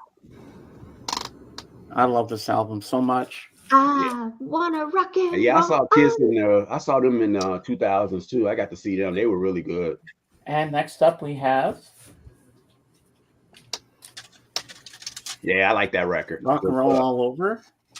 All right. That one got the stickers in there. I know that came with like the stickers and stuff. No, there's no stickers in it. Then we have Love Gun, and the Love Gun's not in here, so that's the other one I got. No Love Gun. Then we have. I also have Lick It Up, but that's on CD. Then we have Kiss Alive, Yeah, it is. Volume 2. Nice. It's got a booklet in there, but it's falling apart, so I don't want to pull that out. Nice. I want to keep it in pristine shape. And then Good last job, but not man. least, we have Dynasty. Dynasty. Yeah. Yeah. There you go. Nice. That's nice. All right, you Yeah. make me small. Yeah, I got a few Kiss stuff. I don't have all that. I have a few. I got Destroyer and a couple of other ones. I like Creatures of the Night. That's my favorite one, though. Destroyer was my favorite until I heard Creatures of the Night. Creatures of the Night messed me up. That's cold as hell. And it doesn't Now here I have another question for you guys. Do you remember that IRS? Now IRS used to be a cool label because it had all the alternative bands from the. like REM and stuff like He's that. back. Yeah. Mhm. Do you guys remember that they would issue these early, and it came out in both Betamax and VHS? And I think my new camera is picking up all this 4K stuff. But anyway, Yeah. IRS would put out these VHS and Betamax tapes that were called the Beast of IRS, and they had early promotional, like what they were videos, but before MTV got them. And you'd have this whole compilation. They were called the Beast of IRS, Volume 1, Volume 2, Volume 3. Man, you don't even see that stuff anymore. I bet that stuff is expensive too now. And they stopped reissuing them. And so I have somewhere in the house, I have Volume 1 and Volume 2, which had like, they had bands that only made one album and stuff like that. And so, but were really good. Big Country, remember Big Country? Yeah. I've heard of them, yeah. Yeah. And there was a Christian rock band that never made it, but IRS had signed them. I don't know. But they had really a great sound.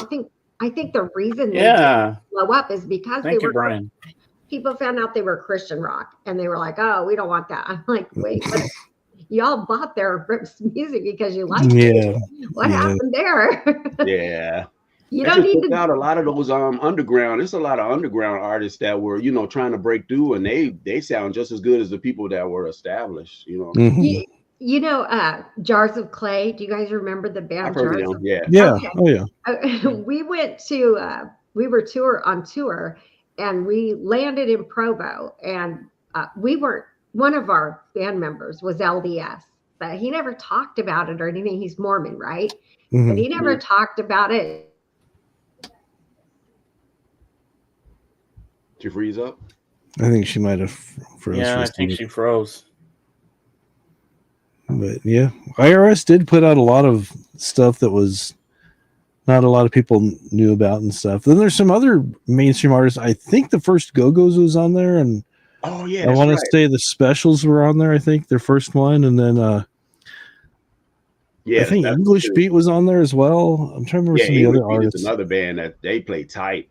Yeah, Love the way they play. Yeah. yeah. I'm trying to remember who else is on there now.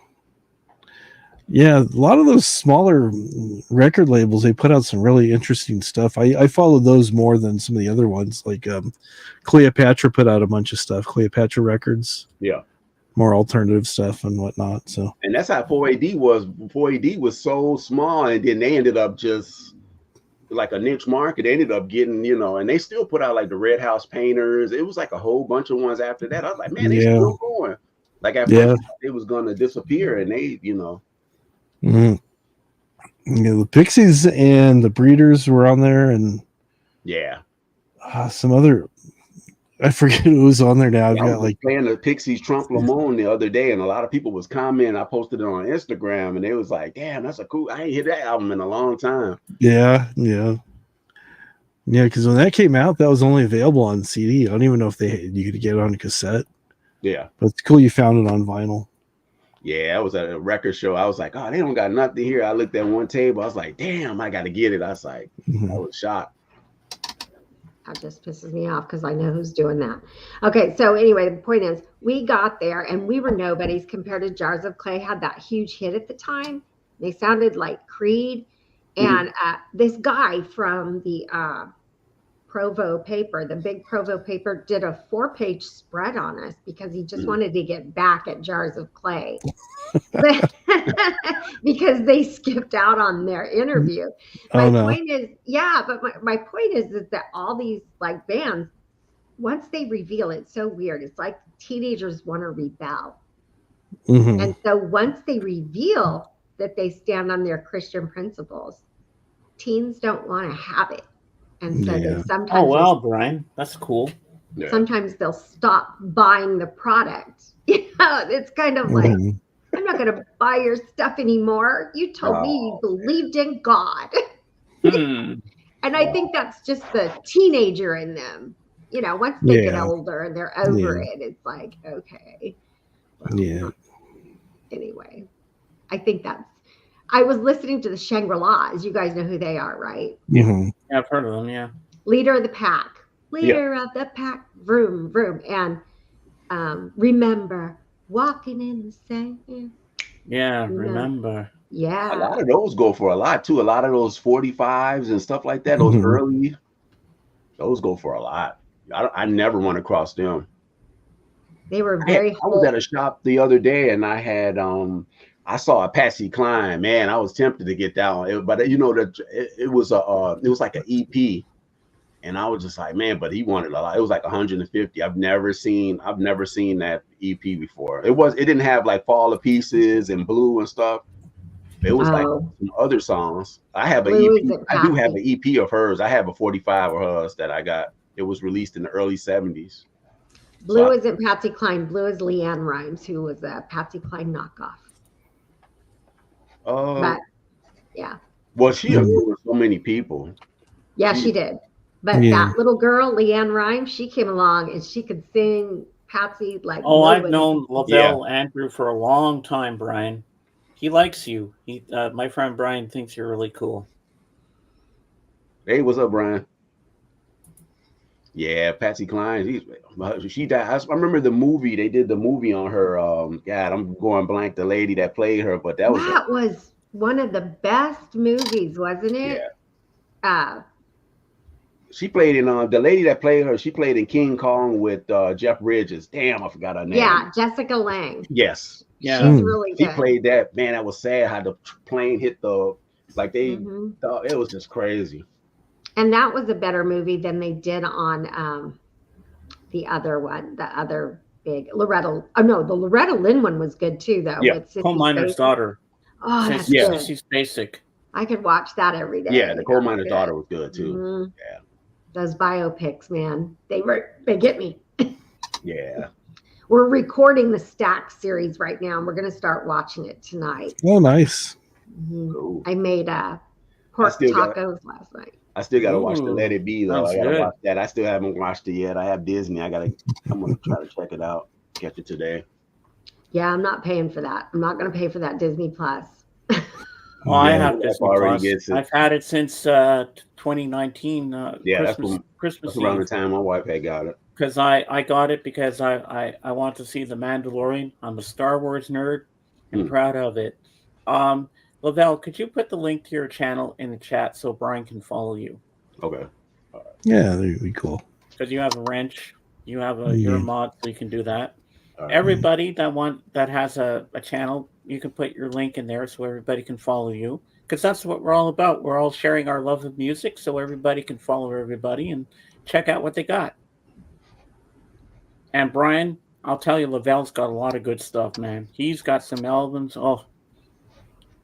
Now, Lavelle, I'm going to show you something else. This is an Apple artist. I only have the CDs. I'd love to get these on vinyl, but they're too bloody expensive. Let me go get them over here by my boombox. All right. I'll get it. Wait for you to get back before we make you big. So,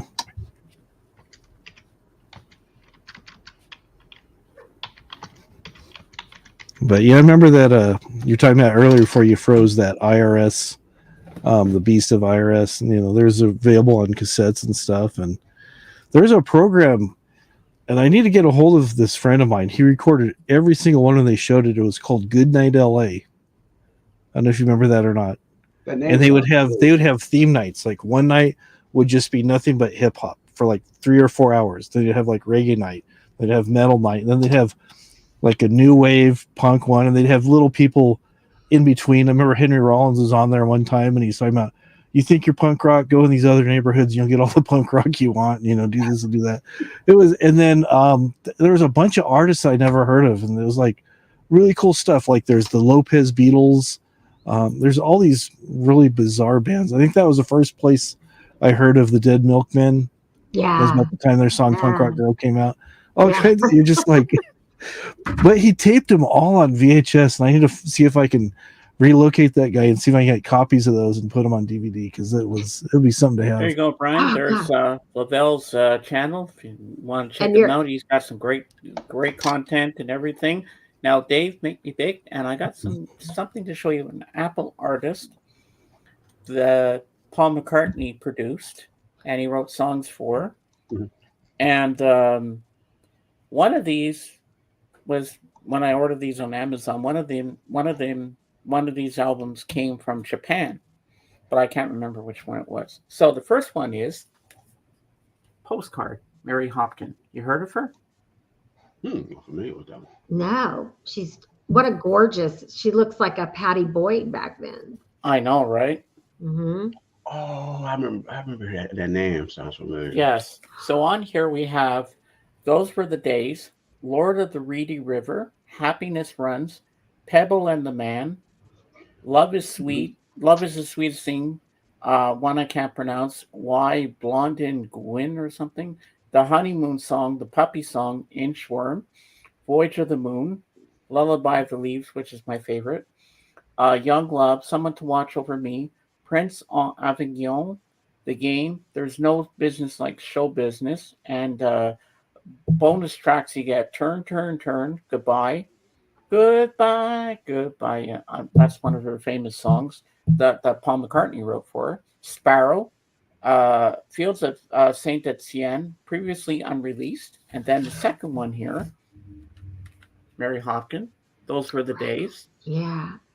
Those were the Days, my friend, we thought they'd never end. Yep. So on this one, we got Those Were the Days, Goodbye, Kemah Harbor, think about your children. Knock knock. Who's there? I love that song. Que sera sera. Whatever will be will be. Long Tango Delchi Ochi. Sparrow, Heritage, The Fields of Saint Etienne, Jefferson. I love this song. It's melancholy, but it's such a haunting tune. I love this song called Let My Name Be Sorrow. Kew Gardens, When I Am Old One Day, Silver Birch and Weeping Willow, Streets of London, which is another great song I love. And last but not least, Water, Paper, and Clay. So I highly recommend, if you can find these two, get these albums. Yeah, you know who she was married to, right? Who? Tony Visconti. That's the guy that produced, like David Bowie and wow. she was married to him in the early, just like 70s to like 1980 or something. Yeah, she was married. I remember the name. I was like, oh, she was, there's some connection with Bowie, and it was her husband used to produce Bowie, and he produced T-Rex too, the Electric Warrior. Oh, too. wow. Yeah. I subbed to your new thing there, Melissa. And she's frozen again. Uh-oh. Yeah, she was married to Tony Visconti. That's crazy. Oh, wow. But I think it was only about 10 years. Yeah, well, a little later, Lavelle, I'm going to send you three songs that I really think are beautiful of Mary Hopkin on Facebook to you. Cool. And I think you're going to love her voice. She was on Apple? She's on Apple, yeah. But do you know Wasaga George? What's her name again? Wasaga George. Oh, he's from Ontario. Wasaga George. Oh, I know what you're talking about. Well, you've probably seen him in the chats. He goes down. He was in the thrift store one time. I think he do videos though too. Am I right? He does some, yeah. Okay, he was buying me some albums. He was like, because I was feeling down one day. He was cheering me up. He said, "Pick some albums. I'm going to get you some stuff." And this one was totally scratched up, but he found us on vinyl. I was like, "Oh, oh man." I heard this one's hard to find on vinyl. Yeah, I've never seen that one on vinyl. And I really want that on vinyl. And I've seen some stuff over the years. I've seen some really stuff, some serious stuff. And then now it's like you don't see a lot of that stuff. Well, Wings Wildlife, because I have every Wings album there is. I'm not going to take them all out because it would be a pain in the butt to put them back in my case I have here. But Wildlife was hard to find. Yeah. But Dave managed to get it for my birthday. He found you an original one? No, not my birthday. It was for Christmas, and he got me a copy. Yeah, I think the OG is really hard to find. I know they reissued that one. They did a half speed. Most of the McCartneys I have the reissues. It was a reissue that I found. It was cut at 45. Oh man, that's in 45. That's cool. That might sound really cool. Yeah, he said it sounded really good. So yeah, some of those records they do in 45, they do a really good job. The only thing he's got to get up and flip it up. Yeah. Okay, I think I got it. All right, here we go. Make me big, please. Yeah. Here we go. This is the one that Dave got me. It's got an Obi strip on the side here. Yeah, I like those Obies. Those Half Speed Master. And it's on 180 gram vinyl. Yeah, I bought Ram. I bought Ram like that. I got the Ram and a couple of other ones. Mm-hmm. But this, I was so happy. When I opened this, I was bawling my eyes out. Okay, I'm a Beatle fan. Yes, I get very sensitive. I cry. And then George, when he was in a thrift store, he found the same album, but this is a 1971 OG Canadian pressing of the same album. Yeah, the OGs I don't see. So I got 2 copies of that now. All right, make me small. Went from having 0 and wanting it to now having 2. What's your take on? Do you like it? Do you have like multiple albums, you two, Dave, and you got multiple albums in your collection? Do you have more? I have multiple albums of a couple things, and it's usually because either somebody gave it to me right after I bought it, or I forgot that I had it and I repurchased it. So Yeah, because I'm like that. It's certain if certain albums that I like a lot, I will have multiple copies. I know some Yeah. people like I only have one. I don't need all it, for the Yeah. face thing. But I'm like that. I got a couple of copies. Yeah, and I'm not really much of a completist. I'll find something that I like and then I'll buy it. And then it's like, I've heard some other albums by the artist, and it's like, yeah, I don't really need that. So, Yeah. Where did Yeah. you find my copy of Wildlife? I scoured Google and went to a bunch of online record stores, and it was somewhere in the Midwest that had it. Yeah, Wow. sometimes people talk about the online. Some of the online, you'd be surprised. You find like I found that one record I showed last week. It was like $30. That's a $300 record. Yeah, yeah. You'd be surprised what you find online. And this place was selling figurines. Let's trip out. What the hell, a figurine store carrying records, and that's how you make your. Yeah, you never know. You never know. Yeah, I found the jazz record, a rare jazz record for $14 at a record show, and they were selling nothing but heavy metal. I flipped through the heavy metal, and there it was in the back, and I would never thought. I said, You got it. Yeah, you gotta do you're looking around or you're crate digging and find some good stuff. Yep. Dave, was you able to unpack everything, Dave? You unpacked already? For the most part, we had a lot of stuff still kind of stored away in closets and stuff. We're like, yeah, just been busy working, and my wife's health hasn't been the best for a while. So between work and taking care of her, that takes up a lot of time. Hope she feels better, man. Yeah, just ongoing chronic things. So it's. Now, Lavelle, do you have this album? All right, Bob. We'll see you later. This is See you later, Bob. album. All right, see you later, Bob. Say hi to your mom. No, I don't have the number ones. Yeah, do you have this one? Though. Love to get that one. I have this on CD. The lady that looks after me and my mom and comes to clean for us, she bought me this for my birthday 2 years ago. Oh, very good. And it had pictures inside it, but they're hanging on my bedroom wall. Yeah. These pictures here inside that you see here. It was originally released in 99 or 2000 on CD, but then later on it was on vinyl. And when she got me this, I was like, oh my God, that must have been expensive for you to get me this. She goes, I saw it and I knew it had your name on it. And it's on 180 gram vinyl. It sounds amazing.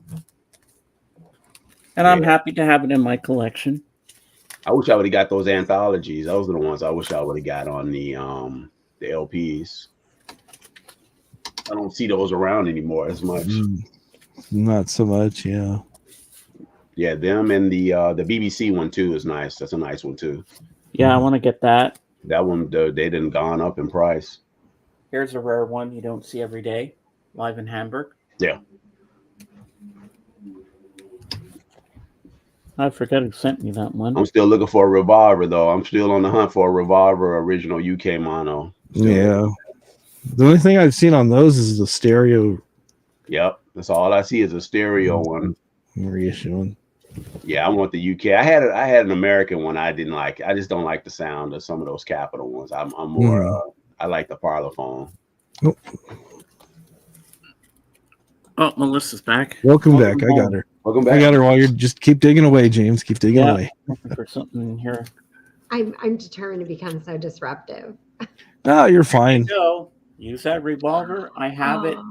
This is the UK pressing remastered. It's stereo the way I wanted it. Because I just love hearing Eleanor Rigby in stereo. Yeah, Eleanor Rigby in stereo is good. Parlophone. See, you have an obsession with Rush. I have an obsession with the Beatles. Oh yeah. Sure, I probably have a session with a whole bunch of artists. That's Rush one. I got a lot of. I told you, Dead Can Dance, Cocteau, Bowie. Got a nice assortment. Cocteau Twins? Yeah, I got a lot of Cocteau Twins. Yeah. Now, who here remembers this album from back in the day? Make Me Big, Dave. You're gonna love this one. My friend JJ O'Farrell sent me this one a couple of years back, and I used to have this as a kid, but now I got it back. It's one of those K-Tel special ones that you saw the advertisements on TVs. Dumb Ditties. Remember this one? Oh yeah. Yeah, we Man, got on that here. at ages. That's on KTEL. KTEL, man. Yeah. My That's Ding-a-Ling, cool. Monster Mash, Alvin's Harmonica on top of spaghetti, beans in my ears, I'm a nut. All I want for Christmas is my 2 front teeth. I taught Putty Tat, Teddy Bear's Picnic, Ding Dong, the Witch is Dead. 7 little girls sitting in the back seat, the Jolly Green Giant. If you want to be happy, who put the bump in the bump a bump a bump? Pink Shoelaces, Mr. Bassman, Bridget the Midget, the Queen of the Blues, the Ballad of Irving, Martian Hop, Here Comes the Judge, Nothing for Christmas, Short Shorts, Little Arrows, and Happy Go Lucky Me. It's like This is a great album. Dr. Demento. Yeah.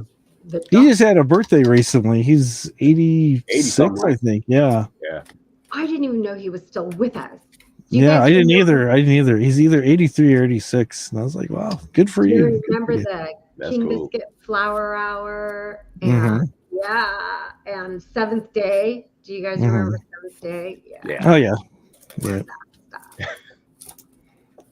Hey, Yeah, Jim Ladd's no longer with us, sadly. So Oh, yeah. Yeah. Well, I was talking about Jim Gordon, the drummer, and I know he did what he did, but drummer Jim Gordon, and he passed last year, and I was talking like, oh, well, maybe I could.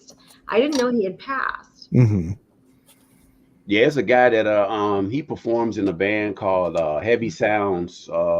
He lives over in Oak Park for me, but he got to meet Jim Gordon and stuff. That was like years ago, years. But that was like one of his favorite drummers. He's a drummer, so this guy, he collects drums and stuff, and he got to oh, that's cool. He got to meet all the great drummers. That was one of the ones he met. Him and Elvin Jones, and man, he met a lot of drummers. Yeah, that's just crazy. Did Melissa freeze again? She froze again, unfortunately. It's Well, probably the network. The network might be because I don't know. Sometimes my network is does that sometimes. Yeah, every once in a while. Yeah. So This is an album that Sega George got me, and I picked it yeah, out there you are. You're back. Yay. back, and this album blew my mind. And I'd never heard anything like it. And I've always heard of this album, and I did a review on one of my streams one day, and while I was doing the review, I started to cry because it meant so much to me. So, Dave, make me big again. All right. I'll show you guys what it is. That's Moody, right? Moody Blues. Yeah. Yep. Wow. Days of Future Past. This is a fantastic album. I've never I heard gotta get anything into them. I'm familiar with them, but because I know Nights and White Sad, and that's the one track I know. And Tuesday Afternoon is on there too. Is the Tuesday question? Afternoon. Oh yeah, that's right. I forgot they Is made the that. I question? like that bass part and the piano where it goes dum dum dum da, dum dum bum bum ba, dum. Such a psychedelic thing. It's amazing what you can find out there. Is the And there's question another- on there? There's another That's Moody Blues album I'm looking for called "In Search of the Lost Chord" because another favorite song is on there. Oh yeah, that's the album that Right, looks like it's song. like clouds or something on the cover. It looks like it's the way it's painted. Right, my song. Take a trip. Right. It's for free. Dun, dun, dun, dun, dun, dun, dun, dun, dun. I love that song.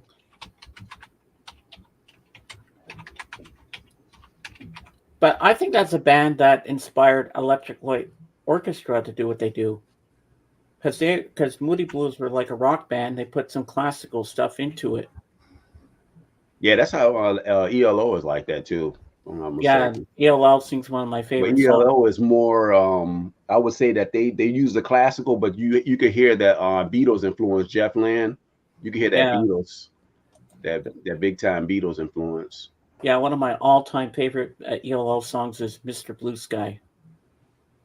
I like Evil Woman. I Evil used to love that song when I was a kid. Hearing it.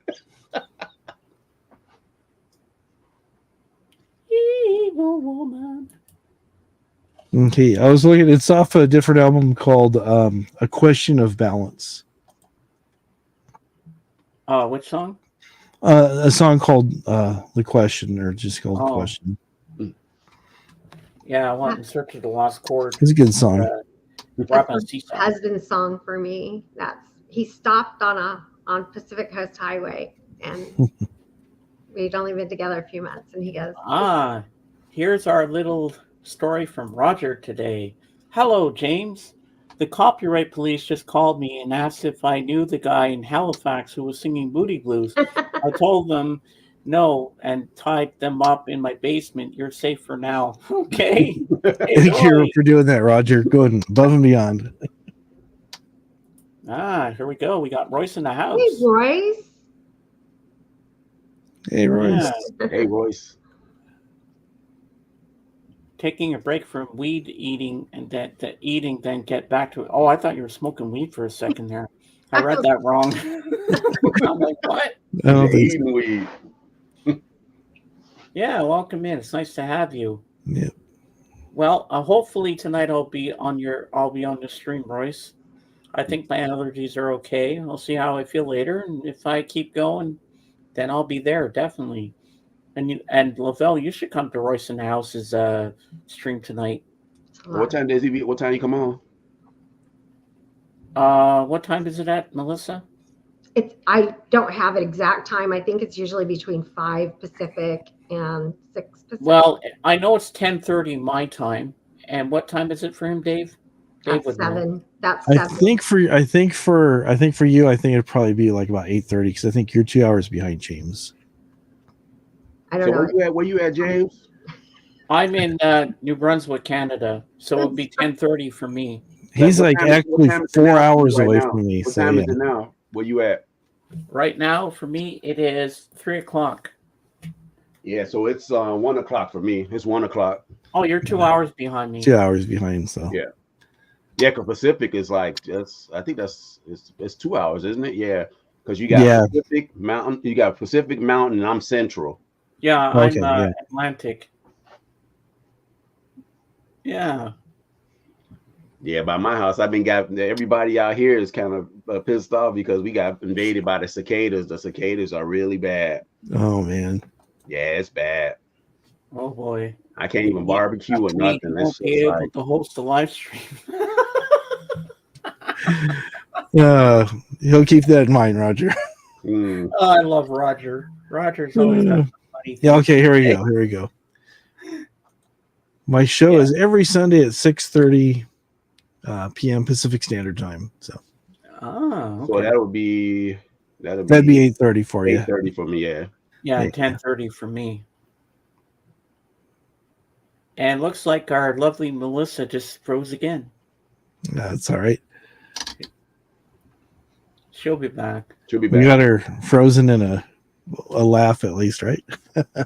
Well, yeah. She'll be back. It's so frustrating when you have troubles with your internet and you keep freezing up and stuff, and just Yeah. it happens. It happens sometimes. But then now it's because there's so many people on the bandwidth too. If you got a lot of people on the bandwidth, it kind of, because even at work, when I be at work on the computer, sometimes our system freezes. We can't get any work done because there's so many people. We be sharing bandwidth with a lot of different other locations. Yeah. It's not bad internet. Oh, okay. Oh, okay. No worries. No worries, Mike. We got your back. I mean, you could have the best internet, but just sometimes there's the Wi-Fi gets kind of wonky, other stuff going on, or just. And then sometimes you have like a power outage or a network right. outage too. Don't work too hard, Royce. Yeah, take it easy with the weed eating. That's one thing that I hate. I'd rather pull them by hand than use one of those weed whackers, because if you use one of those things for more than a couple hours, I don't know about you guys, but my forearms just go numb from the vibration. It's just like next door to my boss, he's got about 5 acres, and next door to him, there's a lady who had 7 acres, and her daughter was in her early 40s. She's out there. She put on a motorcycle helmet and heavy leathers because she just knew she was going to kick up a rock and it was going to hurt her. So she was wearing all this heavy clothing in August.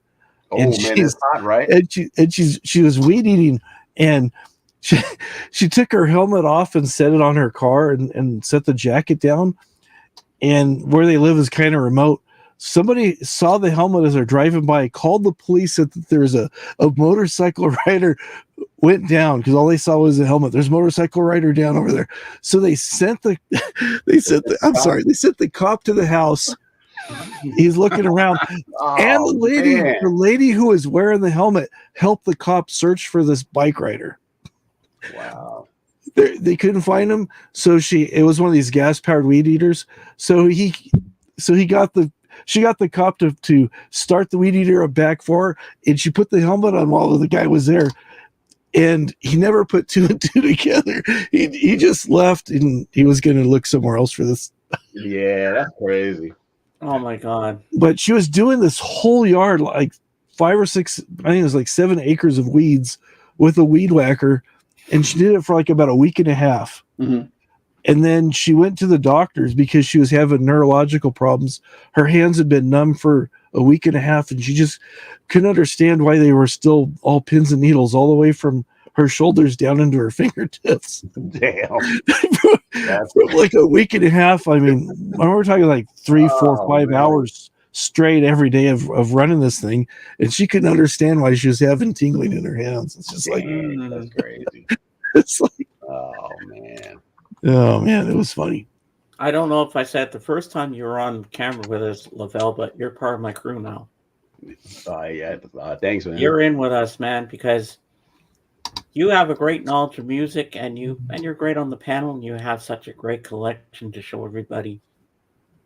And everybody's liking you. They all want your links and everything. That's a good thing, That means I just got to do more videos. I'm definitely gonna do one today. I'm just gonna show all the new releases stuff that I just picked up, and then I'm gonna go from that'll there. be cool. Okay. These kids came to my house and did the same. I paid them $50 for it, but their mom insisted at the last minute I pay her on Cash App. Guess where the money went? Oh God. Ooh, I guess the kids never saw the money. I can relate to that. Hold on, I had guys. I'll be right back. covered Take a yard washroom break. All right. And I had a check couple my mom. neighbors. I'll be right back. All right. Hopefully she's doing fine. I had a couple neighbors I do yard work for, but since I didn't have a bank account, my dad goes, "Oh, you can just write them a check and we'll get you the money later next time we go to the bank." Blah blah. Yeah. Money never showed up. Oh man. Like, so, anyways. Oh yeah. Some people do, they kind of do their kids wrong. So yeah, I feel bad for those kids because that's They not did good. all the work, and yeah, that's horrible, man. Yeah, that's the stuff you got to worry about now. And then you got to worry about the computer stuff too. It's just so much. I've heard a few people that got burned from ordering online. Oh yeah. Well, I play guitar a little bit, and about 3 years ago, I was going to get a drum set, and I didn't really have a big place to put it. So I saw on Facebook Marketplace they had this electronic drum set. It was unbranded, coming out of China, and it had a video with the guy plugging it in, demonstrating it. I go, oh, that's pretty cool. It was like $99 plus a little bit for shipping. So I go, okay, I'll throw the dice and see what happens. So I'm waiting and waiting. Drum set never shows up. And then one day I get this box that's about the size of a shoebox. And I open it up and there's drums like you'd set up for like a doll to play. Wow. Oh, so I tried to fight it, and they go, "Oh, well, you got your drum set." I said, "This is not what I ordered." I sent them a bunch of pictures, and I was supposed to send the thing that I had back to the original shipper in China, and then they're going to decide whether or not I was owed a refund. So I'm not going to send that back. Yeah. It's gonna be about another $60 to be out. So I got burned that time. And then another time they had an electric beach cruiser that was really, really cool. But the same thing. It was about a year and a half later. I should have known the first time. And the same thing. It was like $150. Yeah. It didn't seem too like, it wasn't really, really that cheap, but it was pretty affordable, looked pretty cool and stuff. So I went ahead and bought it. Never showed up. And I tried fighting. They go, "Oh no, here's a tracking number." It showed up. So I was on pretty good terms with my mail carrier, and I asked her to research it. And basically what they did is they took my shipping information and said that this other house is where they deliver the thing to, but end up being some little trinket of some kind of another they sent to somebody else's house, and it's like they're considered a delivery because of they got me I'm like done. that. I'm done. They got me like that. I was trying to go. It was a thing for the Santana Abraxas, the one step, and it was like $150. I had paid it, and they showed the tracking. I had the tracking. I had paid with PayPal. So, and it had the tracking. It was showing that it was shipped, and then it went to another address, and then it said it was supposed to be my address. And I tried to fight them on it, and they said the thing was closed. I couldn't even get the money back. So I got burned on that one. I was just pissed off, but it is what it is. But that was the only time. Other than that, I had another buddy. He got burned really bad. He bought it was like a rare. He's one of those guys that has the expendable cash. He thought he was buying like a classic jazz record for $1,000. Oh wow! He got burned. Man, I was like, man, that's like I'm only like I had $1 compared to what you paid. Yeah. Oh yeah. $1,000, man. He thought he was getting a record. That's right. And it was somebody got that money. Yeah, and then at the height of COVID, I bought this handheld thermometer that they're showing at Wish, and I'd seen something like it at the doctor's offices and stuff. So I sent it, and then when I got it back, when I actually received it, it was a meat thermometer. It is a digital meat thermometer. Oh, the one you stick into the meat and check the what you call it. Yeah, I know what you're talking I'm like, about. no, I ordered a handheld thermometer. So I went back to the listing they had on Wish, and when I clicked on the listing, it was the handheld thermometer. And as I'm looking at it, like 2 seconds later, it switched to the picture of the meat thermometer. I'm like, no. That ain't what I ordered. Yeah. But yeah, that's what I said. That's the only thing about online. That's why I can see why some people be like, oh, I don't mess with online. I only buy. Yeah, sometimes you get good stuff online, and I've only had those couple occasions and stuff like I that. just had that one with the Santana thing, but other than that, Remember the time AGK was on here, and he was opening a record from Amazon, and it was Lemon Boy. It was the wrong. Yeah, they sent him the wrong record. And he got an album called Lemon Boy. Oh man, he did a live opening. Yeah. Oof. He's like, what? What the hell? It's like, what the fuck is this? I saw somebody video. They did a live opening of a rare record they ordered from overseas. They opened it up and the record was broken. That was crazy. They pulled the record out and it was just half of the record came out of the. I can't remember that live. I think the guy. Oh man, that's bad. Crazy. I forget what chat I was on. I don't know if it was mine or somebody else's. And I was live on the camera with them, and they were telling me about a postman who was delivering a record, and it said "Do not bend" on the front. The guy bent it and put it in the mailbox. Broke the record. What a fucking asshole! Yeah, you want to kill that damn postage delivery. They be throwing it. They be showing it on. I see it on like Instagram and TikTok. Out of the delivery guys, they just throw the stuff. Yeah. It's like they're going for distance. Yep. Trying to shot put a TV over the fence. I'm like, no, that's not gonna go well. They know how to pack really good. I had orders the one Bill Evans record I was after for years, and they packaged that thing was really nice. They packaged that thing. I swear a car could have ran it over. It wouldn't even smash the record. Oh my God. They packed it real tight. I like when people take care and they pack everything good. And that's the thing with records. They're real fragile. You got to be careful. I know, right? Yeah, I've ordered stuff from overseas because it's tripped out overseas. A lot of the stuff overseas, they see that stuff normal, like we don't even see here. Yeah.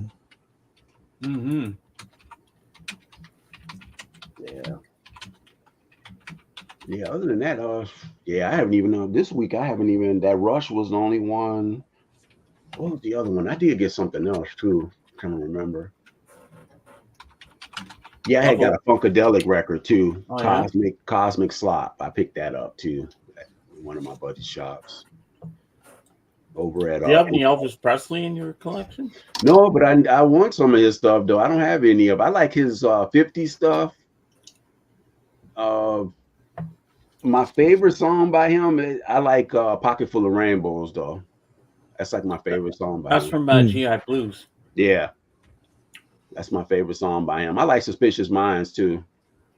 Yeah. But his early stuff from the '50s stuff is really good too. Mm. Yeah, he's one I'd like to ask some stuff.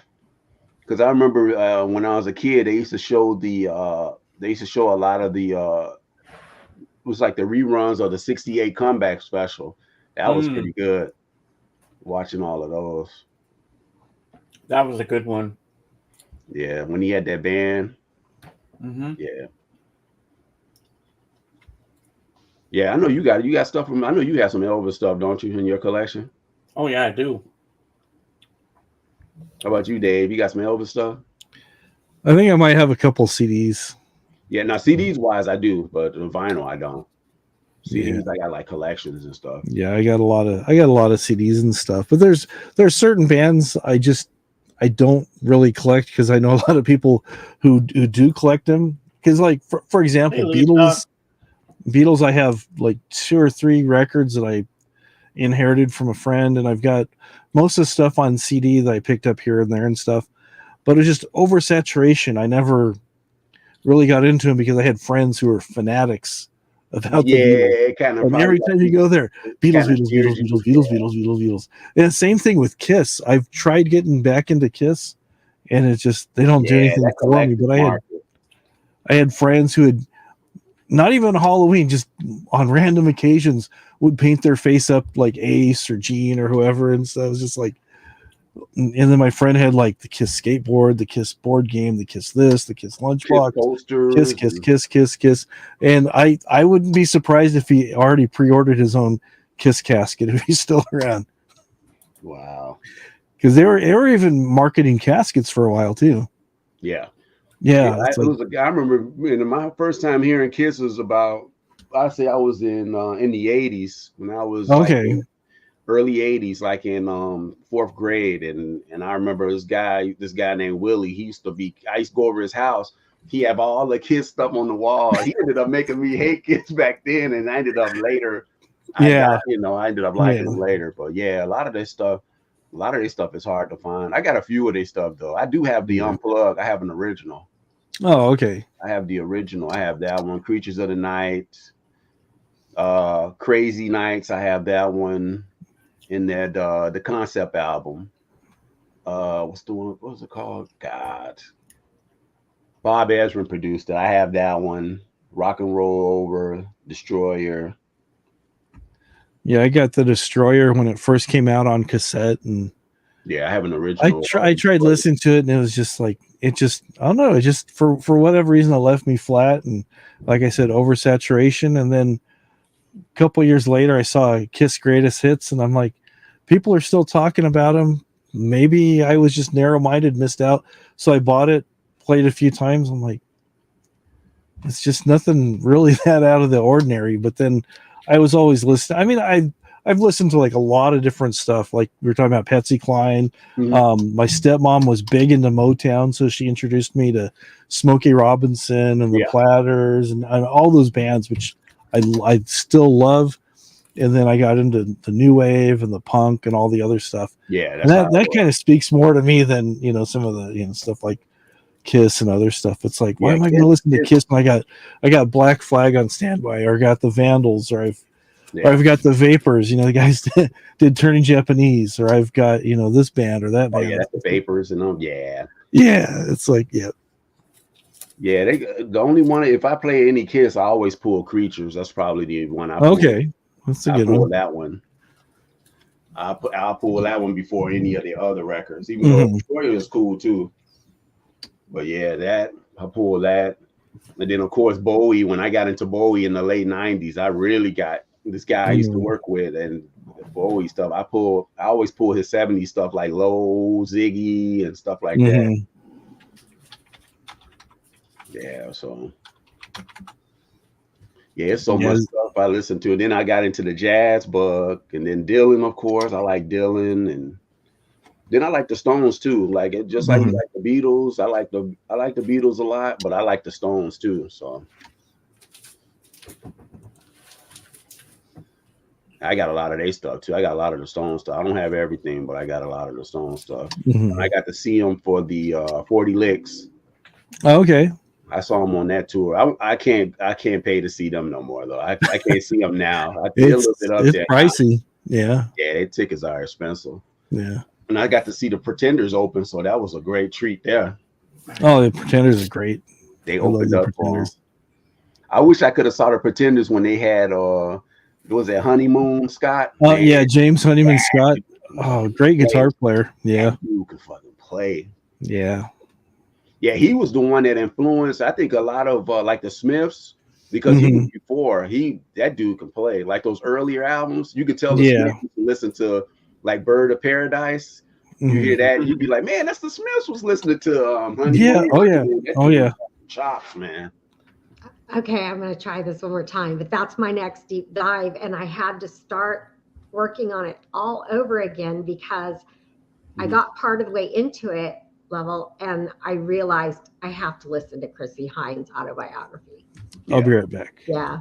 All So I got the Audible and I'm 6 chapters in. Rosanna Arquette is the one reading it. And I'm transfixed. I know a little bit. I haven't read her thing, but I know a little bit about her. A little bit. Her early childhood. Are you at when she's at the college too, or no? No, but I know about the Kent State Massacre. Yeah. I know how involved she was with that. It was her childhood, and I'm going to make you watch it. I'm not going to give it up. I'm gonna check that out. It Yeah, was because I her know she went to actual school. child. I know she went to school with the guy from Devo too. Yeah. You know, he's from there too. All 4 of the Devo guys, well, the original Devo guys were at Kent State. And the reason so many of them were, it's one of those, I was there when Kennedy was shot things. But the reason so many of them were actually there is because the massacre occurred in front of the Fine Arts Building. Yeah. And the students were gathered to protest. So that's why so many of them were said, I saw the kids that happened. And there were a lot of. And I think that's why she was frustrated and she decided to leave and went to the UK. She moved overseas. She already had one foot out the door. She had already been telling her parents for a couple of years. But there is a lot more to it. And I'm going to make y'all watch it. But her child, all the way from the time she was 3, her childhood shaped her life. And it is wild. She's a talented figure though. I even like the song she did in the 80s, the State of Independence. I like that stuff too. Like her stuff, she's like, and then she did that soundtrack too. I love the stuff on the James Bond soundtrack. I do have that soundtrack because of that. She was really good on there too. I think I'm going to have a hot take that a lot of people, there you go. Go. That is in my top 10 of greatest albums ever. Yeah. I think I had it. I know I had that one. Yeah, that's James right there. Yep. And Pete Farndon, she actually had an affair with, even though she was. Yeah. Oh, yeah. You got it. Yeah, there you go. And then this one's pretty good too. You know what song is cold as hell? When I heard Honeymoon Scott, that Mystery Achievement, the guitar, man, is sick. Oh, yeah. Yeah. Yeah. I was like, the Smiths was listening to this. This was the Smiths. This album and the other album too. The second album. Yeah. There are a lot of things I'm not going to let go. I will tell you guys this. Pete Farndon wasn't that great of a bassist, but she just dug his style and his zhuzh, and he was like Eddie Cochran. He was like, really Eddie Cochran. That's who I could say. Oh yeah, that's the guy that he influenced a lot of them, man. He was already a bad guy. He was a bad guy that taught Elvis how to be a bad guy. Yeah. Oh yeah. And he was. Ladies and gentlemen, I have a surprise for you all. Yeah. The king of rock and roll is right here. You want Elvis? You're getting Elvis. Thank you very much. So we got Elvis' greatest hits. We have Hound Dog, All Shook Up, Can't Help Falling in Love, Jailhouse Rock, You're the Devil in Disguise, View of Las Vegas, Blue Suede Shoes, Heartbreak Hotel, Don't Be Cruel, Love Me Tender, It's Now or Never, Big Hunk of Love, Let Me Be Your Teddy Bear, and Return to Sender. Address unknown. No such number. I'm No not really such a home. big fan, but I do love the song Suspicious Minds. And I And love we it. have Moody Blue. Oh, Moody Blue. Yep, this is a good one. And then we have this one here. Elvis, A Legendary Performer, Volume 1. Nice. And on this, we have That's All Right, I Love You Because, Heartbreak Hotel, Don't Be Cruel, Love Me, Trying to Get to You, Love Me Tender, There'll Be Peace in the Valley for Me, Now and Then, There's a Fool Such as I. Tonight's All Right for Love, Are You Lonesome Tonight, Can't Help Falling in Love. So that's a good one. And then we have, this was the very first Elvis record I ever had when I was 8 years old. This is not the original, mind you. But my friend Wasega George got it for me, so I'm happy to have this back in my collection. And the 50,000. first song I heard when I put the needle on the record, when I heard I Need Your Love Tonight, I was hooked. I was like, wow. I thought this was the best album I've ever heard. And then next up we have Elvis in Concert. So I have a question for you, James. Yes. What do you think it was when all of those screaming girl and lady fans thought when they heard the lyrics to Jailhouse Rock? Do you think it was like a Liberace thing where they just didn't want to hear it, or? I don't really know. Hey, Kate, put the link up for Kate. Oh, I got to put the link out for Kate. Kitty I forgot. Kate, kitty cat Kate. Kate is here. Kate is here. Invite. Kitty All right, cat let's get Kate up here. Doop-de-doo.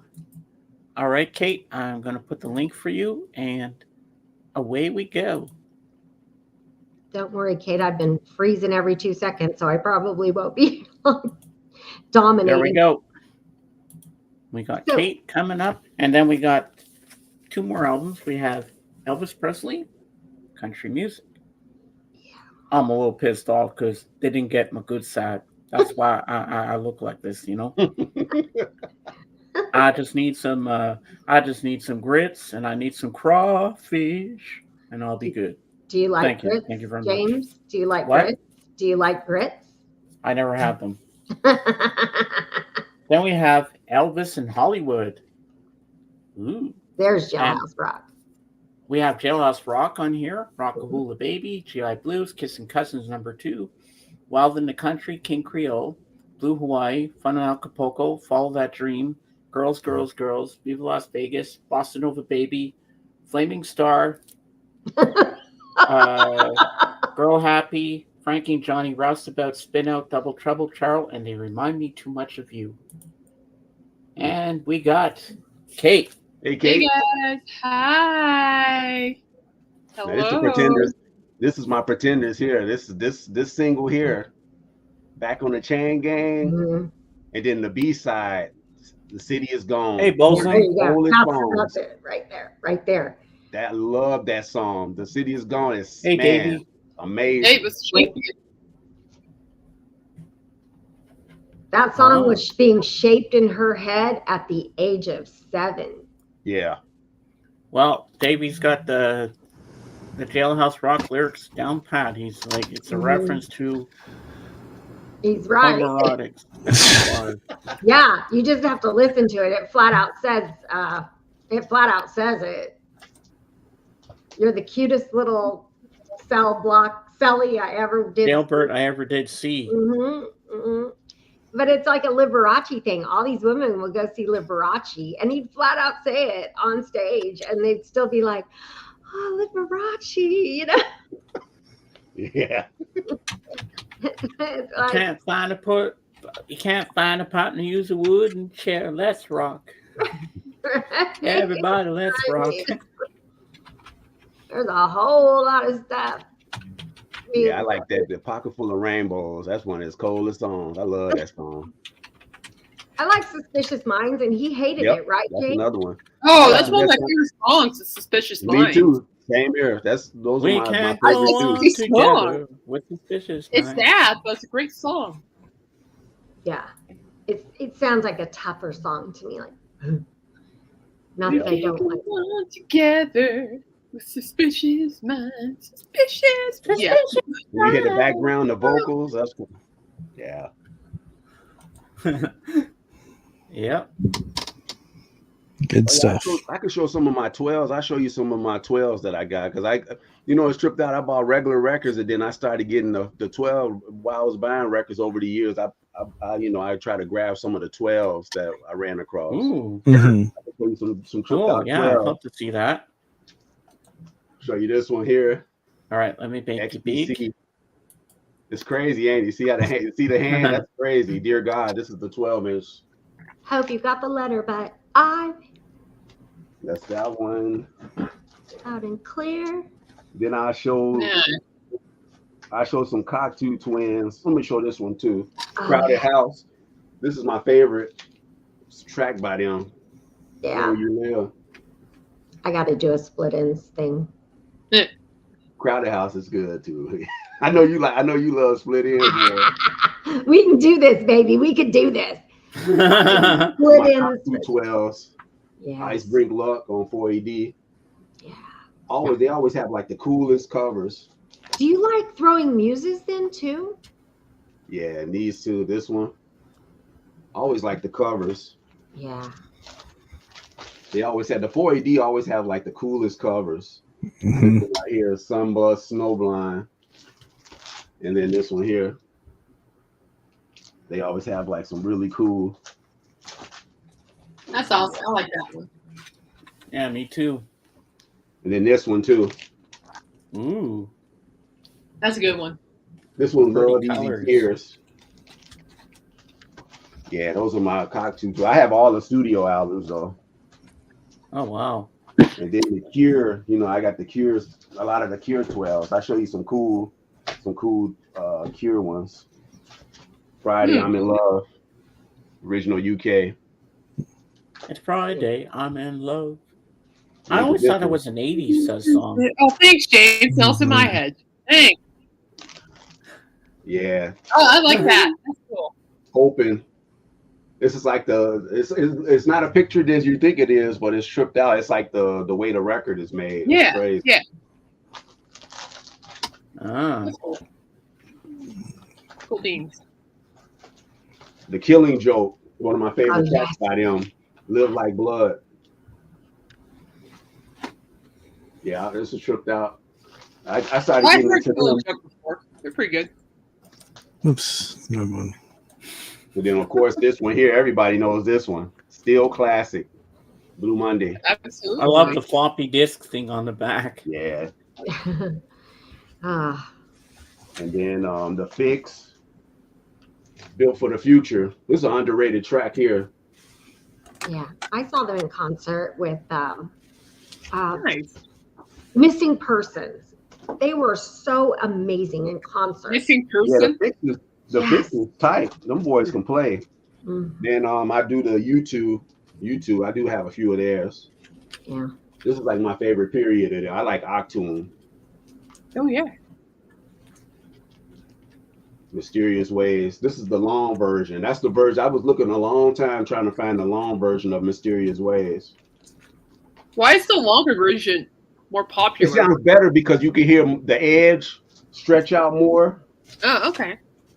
You could, as far as the guitar, you hear more of the rhythm of the band. You hear the band before this guy comes in. Gotcha.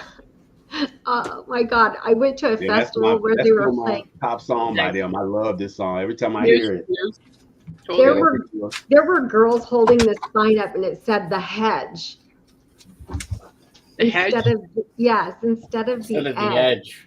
edge. The hedge. The Hedge. Welcome to the hedge. Ooh, REM. Yes. Everybody hurts. That's a good Oh, I one. love Yeah. that song. Saw them. It's sad, but it's really good. Yeah, it's a good song.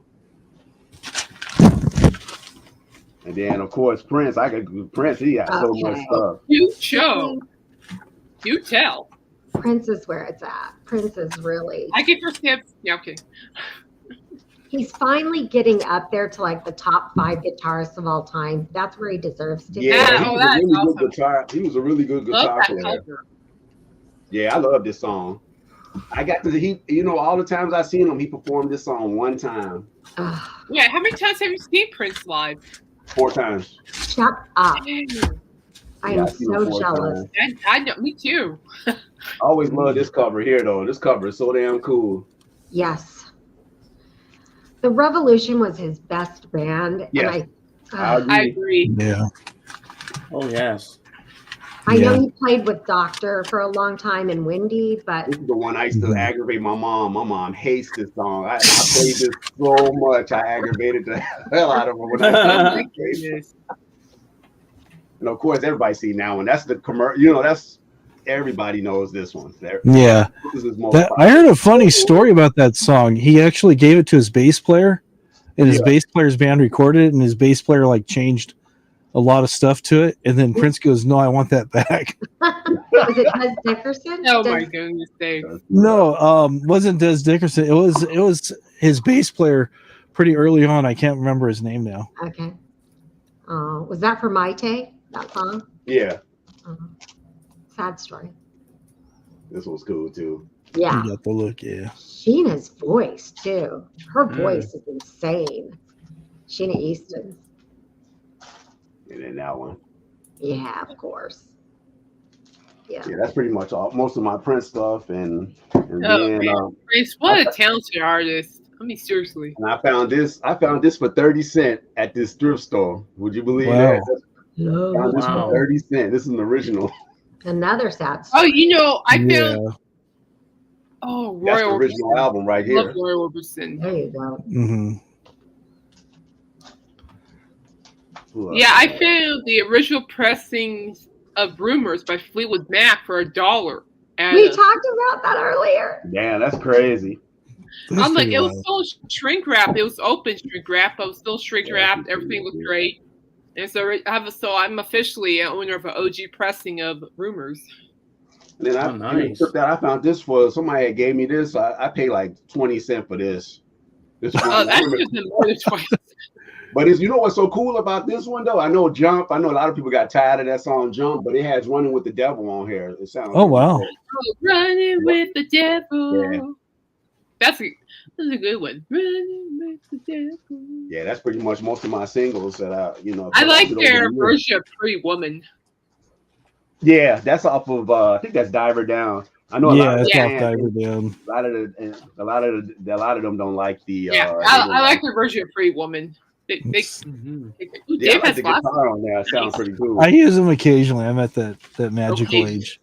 Oh, Oh, you look good with the glasses, man. I was trying to find a couple things I couldn't find. Like I still got some records I have at least one box record still packed away that the Prince Purple Rain soundtrack picture disc was in. So I was going to show that, but I didn't. So Yeah, I I have, want a, to I have a Purple lot Rain of the Prince stuff. vinyl. It's gonna yeah, I have think a lot of my 12-inch singles are packed away. But I have you remember Hazy Fantasy, Shiny Shiny? Yeah. Got that on a 12-inch. Oh, And then man, I did nice. find this. This is Rio by Duran Duran on a 12-inch. Oh. Has Rio Part 1 and Rio Great. Part 2, which is pretty cool. Yeah, I don't have. You know, the only one I got by them, I got like Skin Trade is the one I have. Okay. But I want Okay. the one, the European one. The European one is different. hmm But the Skin Trade, because I like the mixes. Because Skin Trade, when they put it out as that regular red. Oh, The okay. one there's a different cover. Yeah. I do have a few of they. I dig Duran Duran. I have the Wedding album too. I do have that record. Do you? I have an original. And then you're talking about Killing Joke earlier. There's a song that they have called 80s, Yes. which Nirvana kind of lifted a little bit as Come As You Are. But before that, Yeah. this band called The Damned Yeah. Oh, yeah. Damn, it's good. I would love to had get a like some of song, these They're stuff. Go On, or Life Goes On. So Melissa, you RC okay? Yeah, well, RCA Ooh, put out nice. RCA put out a compilation tribute to the Damn called the Damn Damn Oh, Damn that's Damn World, and my Okay. band did I Just Can't Be Happy Today. That's my damned. Like that record. That's cool. Yeah, it's nice. I like that. That's Color. cool. That's pretty cool. Little pigment. Mm. And we got like last choice on songs, so I can't sing. I can't be happy today, so it's terrible. Hmm. Yeah. But it was a fun thing. This is a cool one too. Lemon. Ooh. That's from Zooropa. The cool thing about this one, it's on yellow vinyl. Oh, nice. I like that. That's cool. Yeah. Yeah, I give you two though. After a while, but I gave you two a break. And then I, of course, I listen to the Sports, the Smiths. I got a lot of the Smith stuff. I don't have everything, but I got a decent amount of the Smiths, and then I have the Morrissey stuff too. I like Lords of the New Church. I like all the Dark Echo and the Bunnymen, like that kind of stuff. That was a group. Now that was a group I wanted to get into their stuff too. Echo and the Bunnymen. That was another group that I wish I got more. I want to get some of their stuff. Because I think that's when I got more of the Cure and stuff, because that was doing that in the Susie. Yeah. That's what I need. I don't have any Foo Fighters in my vinyl collection. I need to work on that. And don't say Vegas, so that's not applicable, James. No. I want those first two records. I like the one with the gun and the other one. I like those early Foo Fighters. I want the best of the Foo Fighters. I like the original Adam and the Ants, like Kings of the Wild Frontier, that kind of stuff. Stuff. Yeah. Ladies and gentlemen, all the way from Sweden, and his debut concert tonight, here he is, Jorgen! Jorgen! What up, Jorgen? Who? What's going on, man? Hi, Jorgen. Thank you very much. Thank you very much. Talking about the King of the House. You talking about? I like that song by Adam and the Ants. What's the one? Car Trouble. I love Car Trouble. Car Trouble. I really liked Kings of the Wild Frontier though. When they would show up in the dandy outfits. Yeah, Adam and the Ants was pretty cool. That's you're talking about. Like some of his stuff. It's like Tripped Out. You just can't have everything. There's so much stuff out there. Yeah. Yes. Well, I don't collect, so I just listen to it on YouTube whenever I want. Yeah, but it brings back a lot of memories and stuff. Mm-hmm. Oh yeah, I live in the past. Trust me. The Big Chill is my life. Yeah, he was influenced by Roxy Music. That was the band that he was influenced with. He couldn't believe that he ended up selling more records than Roxy Music. It's just crazy. That's another band I like. Get into. I like Roxy. I got Roxy Music. I got a lot of their stuff. I like them too. I got to see them. I saw them, and then 2 years later, I saw Brian Ferry by itself. What's the song? The house song, Roxy Music, Dream. Oh my gosh, what's the song? Every dream home is a heartache. That's the one you're talking about. Yeah. That's. But you mentioned Lords of the New Church. There you go, Stiv Bartos. Hey. I bought this for Methods to My Madness, but it had the A side is like a virgin, not a very appropriate cover. Sorry about that. Okay. This was actually Stiv Bators from the Dead Boys. He left the Dead Boys and started his own band. Is it the cover of Madonna's? What's that? Is it the cover of Madonna's Like a Virgin? No, it's a little bit different song. Okay. He's wearing it would have been very interesting otherwise. It's funny. I was at a and shop. then the other one is this is a cover of Live for Today. I like that one. That's cool. Yeah, that's cool. Yeah, okay. Thank you for correcting me on the pronunciation. Oh, do I need to get ready? Oh, boy. Yeah. I don't buy anything from the toilet store. You obviously have. You buy things from quality stores, Christopher. Funny you should say that, Jorgen. Funny you should say that. Dave's going to show a video. Oh, no. You're going to love this, Kate. He sent me this last night. This is funny. Oh, no. Oh, dear. I didn't forward it to you because I want to save it for today. Because this is great. You're going to love this. You're good. You're good. All right. We're good? Yeah. Just as long as there ain't clowns, we're fine. It's the toilet store where everybody gets their records.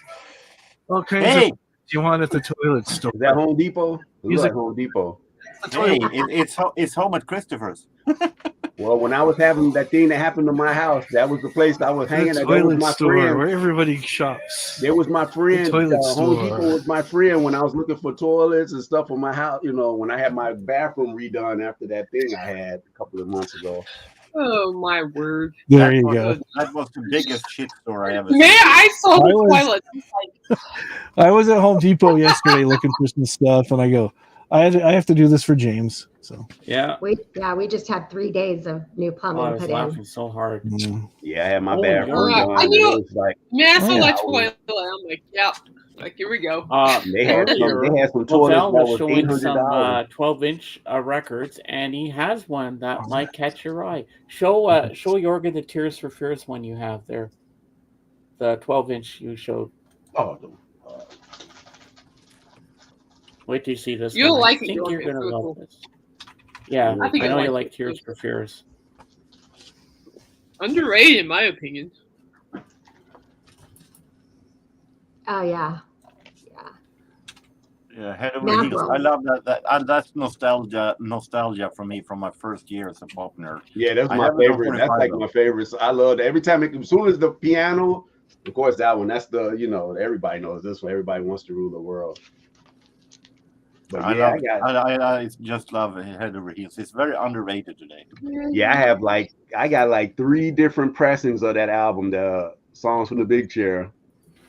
I have the Mo-Fi, the original, and the Steven Wilson mix. The Steven Wilson mix is the hardest one to track down. It took me years to find that one. Well, You know I have what we should do? one version anyway. One vinyl album anyway. Yeah. I don't think I plan on really making a split ends thing, so we should do a live and discuss the split ends versus. Crowded. Yeah. Not. It'd be fun. I just have all I have is their debut though. I would love to have more of their stuff. They have more albums. They put out a whole bunch of albums though. Oh yeah, they did. Do you Tears for know Fears? that? I don't even know that. That's my point. Yeah, Crowded House at least has like, just me guessing, I would say like 4 records that I know of. I didn't even know that. Tears for Fears? Tears for Fears, I got a decent amount of Tears for Fears. Okay, I thought you talked about Tears for Fears. Well, earlier No, the thing is no, because she saw me when I showed the what you call it, Crowded House. Crowded House. Crowded House. I showed the Earlier, 12 inch. Yeah, I like the band Split Ends, but the Finn brothers. Yeah. Fired. Anyway, I think that would be a fun discussion to have. I want to talk to Michael Nolan about certain things, but I think the big panel, it gets convoluted like this. So I think some one-on-one discussions would be great. Yeah. Yeah. And it would help boost. I've seen some of these bigger creators, and I don't mean massive, like Professor Rock, although he's been nicking all of us. He nicked Michael, he nicked Royce, he nicked me, he nicked the guy with the big coffee cup. I think that his views are down. I love Professor Rock, but he has been nicking the content. Yeah. All you have to do is look at his daily content, and what he does is he doesn't have to make it. He re-uploads years old stuff, and he's like, "Oh yeah, you guys are making this? Okay, I have an old one." What you call it does a good. You know who's really good, and which I know. Damn, what's his name? Rock and Roll Stories. No, oh God, Steven Speed, whatever his name. Oh yeah, That Steven guy- Schnee. Yeah. That guy knows. Like I talked to him for a while. That dude can get really into detail. My only problem is getting down to the editing. I get so Yeah, that's how I get am. I wish I could edit stuff. I can, but it takes me so long to get everything in the layers of the editing. Yeah, Because like I of my- want to do. Hopefully, I want to. When I get, I'm trying to make sure I do all my research. Like, I want to do a David Sylvian in Japan. I don't have everything from Japan because I came in at Quiet Life. I like that stuff. I don't like the earlier stuff when it was more like glammy. I like the Quiet Life and Ten Drum like later, and then into Sylvian. I'm a Sylvian fan, but I want to do the research to make sure it's right. You know, I don't like doing the video, and if it ain't, you know what I mean. See, and that's how I get. Tin Drum and Gentleman Takes Polaroids are great. Yeah, those are the 2 records I like a lot too. So yeah. And when it comes to Crowded House, I can recommend there's a lot of great songs on the album Woodface, Weather Yes. with You, and Four See, I don't Seasons in have that One Day. record. Okay. That's the one with the face with the wood. It's tripped out. Yeah. I thought everybody had the 80s one with the Crowded House first album. Yeah. I'll tell you what. I have that one. I have the first album. That's, that was considered commercial. That's the commercial, the breakthrough. You know what I mean? Level what started to frustrate me, and I'm not saying you're the same way, but when I would get into my really detailed, I've got a huge backlog of stuff that's not up, and I would make these really detailed videos, and people would write in the comments, and they weren't trolls, these were normal people, and they'd say, yeah, but this happened, and I would write back, that's it, that's later on in the video, you didn't even watch it, Yeah. You got you got people out there, and then some people always feel like they know this, and you just going by your take. That's the thing. That's what I liked about a lot of like the Mazzy's videos. He said, this is just my take. Oh yeah, this album out. This is what I like. You know what I mean? I always said that's that. the thing people don't understand. That's why you do a video. Your video is for your your experiences. Oh yeah, and I made this real controversy one about punk rock. I knew it would upset everybody, and I said, "This is my." Like, you left off this, you left off the Buzzcocks and all that, but you television. I love television, and that's the thing. Is I always said, "This is my opinion. My opinion. You guys can give it to me in the comments. I love it." Yeah. But when they said I left stuff out, and they were only watched 2 minutes of a 45-minute video, that's something that would bug me. Yeah. Jorgen, what's your day like today?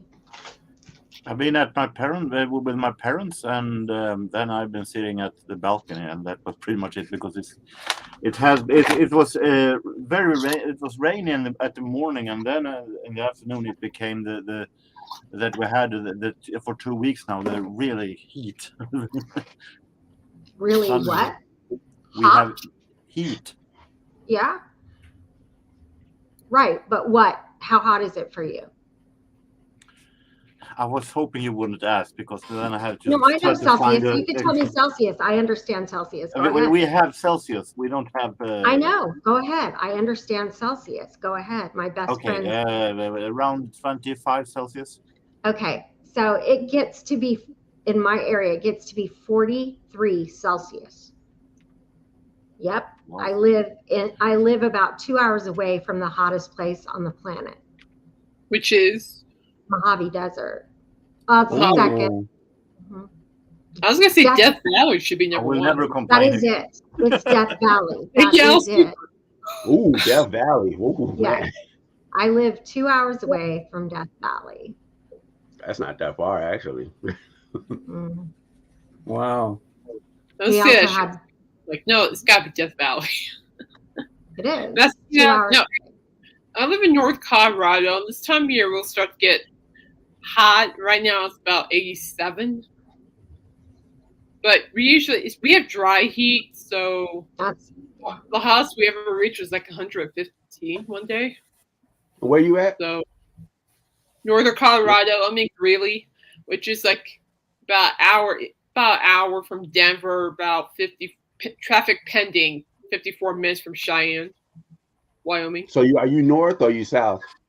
I'm south of Denver, north. Okay. Northern Colorado. Well, I know your winter times are pretty intense. Right? Yeah.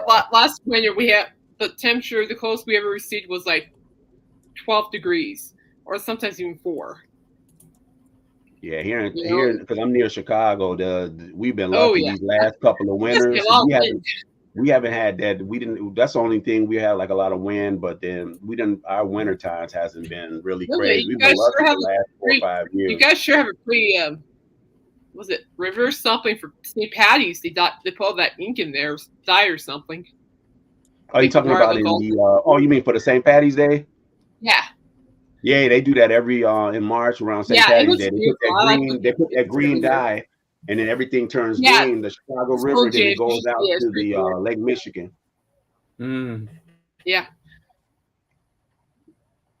Yeah. Don't mind me. I'm just working on my grip. So don't mind me. No problem. It's So, for my Jorgen, physical did you therapy. get anything yesterday? I have free stuff. Here you go. Here's your favorite part of the show, Christopher. Jorgen's got stuff. Not all that much, but I found a CD single with U2, Walk On. Yeah, I was just showing a few the U2 12s. I was showing some of that stuff. It is from 2001. That's what you call it. That's off of All That We Can Leave Behind. That one.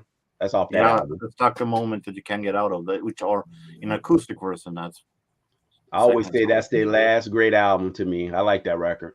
I actually think that the song I love that record. I got for my birthday. They released a new song last year in 2023 that was called Atomic City, and that one is a really killer. That's a good one too. Yeah. Oh, that's I a good agree. Song. Yeah. But I was talking about album wise. Yeah. Tori Amos on the. Oh, I have that album too on CD. This is my very first Tori Amos album, so it's gonna be interesting to discover. I love Tori Amos. She's awesome. I like what you call it. I want to get that. I want to get her album from the Choir Girl Hotel. I like that record. Yeah, Under the Pink is great too, though. And this was very interesting because I bought a jazz album yesterday with clarinetist Johnny Dodds. Oh, awesome!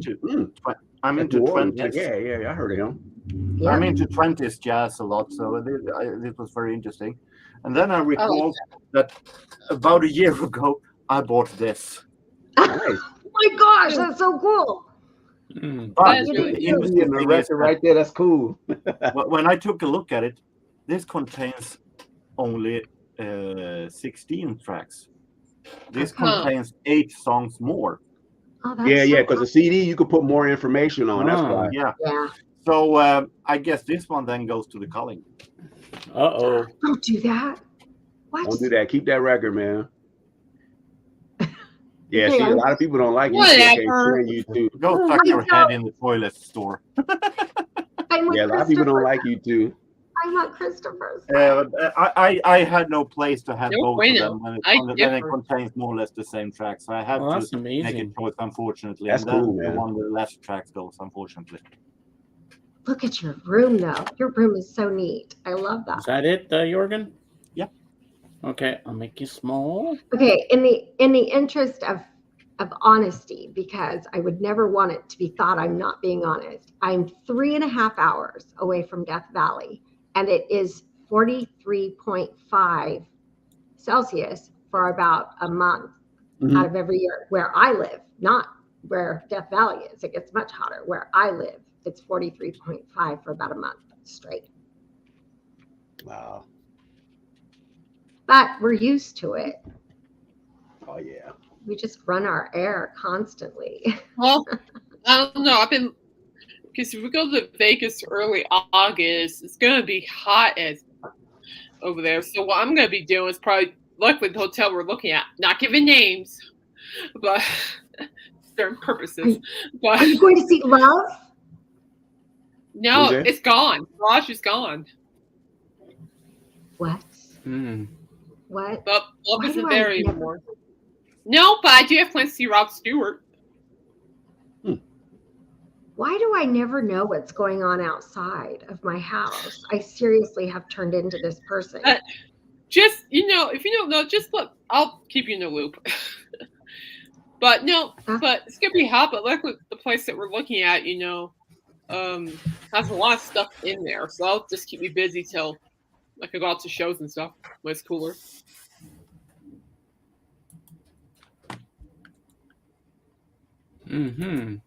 Yeah, the Mirage isn't there anymore.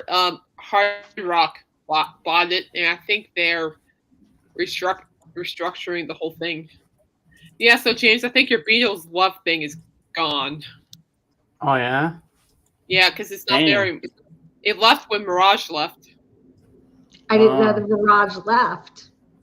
Yeah, that used to be my favorite place. Yeah, it's because there used to be a Hard Rock Hotel, and now Hard Rock bought, I think, the rights to it, so they're restructuring the whole thing.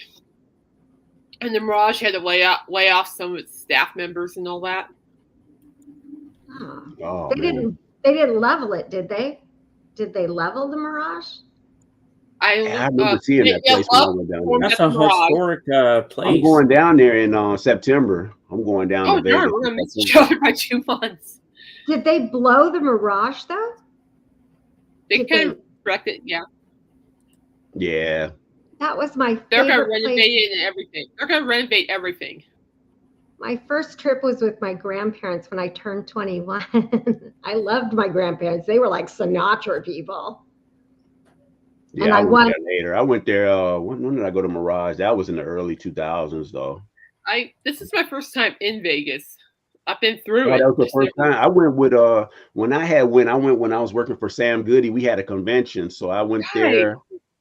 I went to the convention. It was like all of the Suncoast, because Suncoast was our immediate store.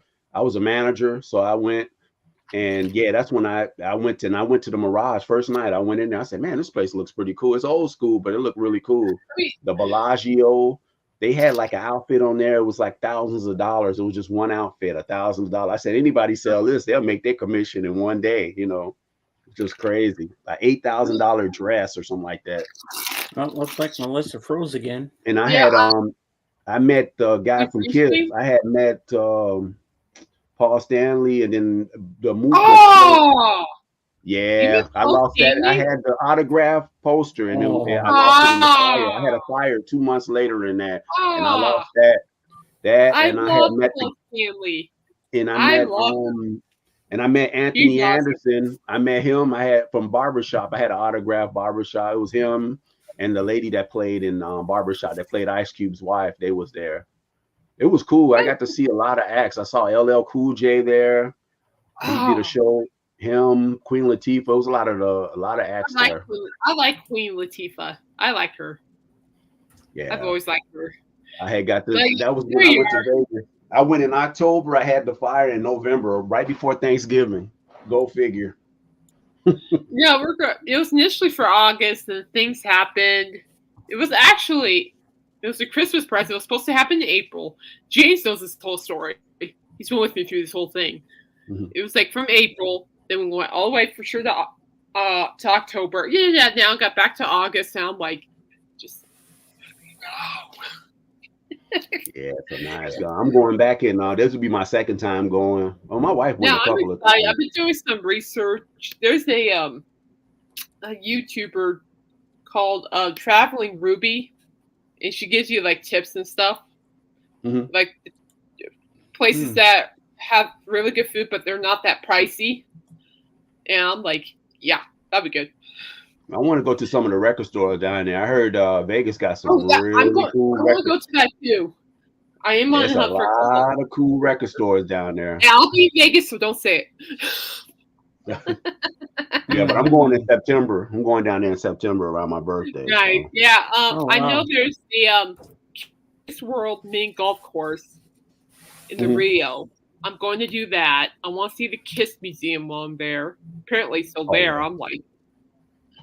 I want to see what they call it perform. Hopefully they had their residency. I think they still had their residency there. I never see New Edition. New Edition is down there. I want to see them. Oh, really?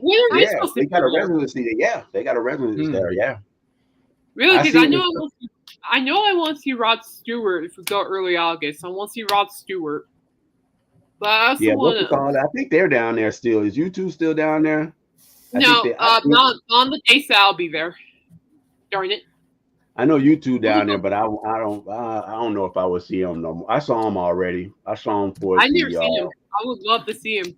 I saw him on the No Line on the Horizon. I saw him on that tour. Nice, but New Edition really like. Yeah, New Edition. I want to see because I never seen. It's tripped out. I saw Belle Biv DeVoe. I've seen Johnny Gill by themselves. I saw Bobby Brown by themselves, but I never saw New Edition.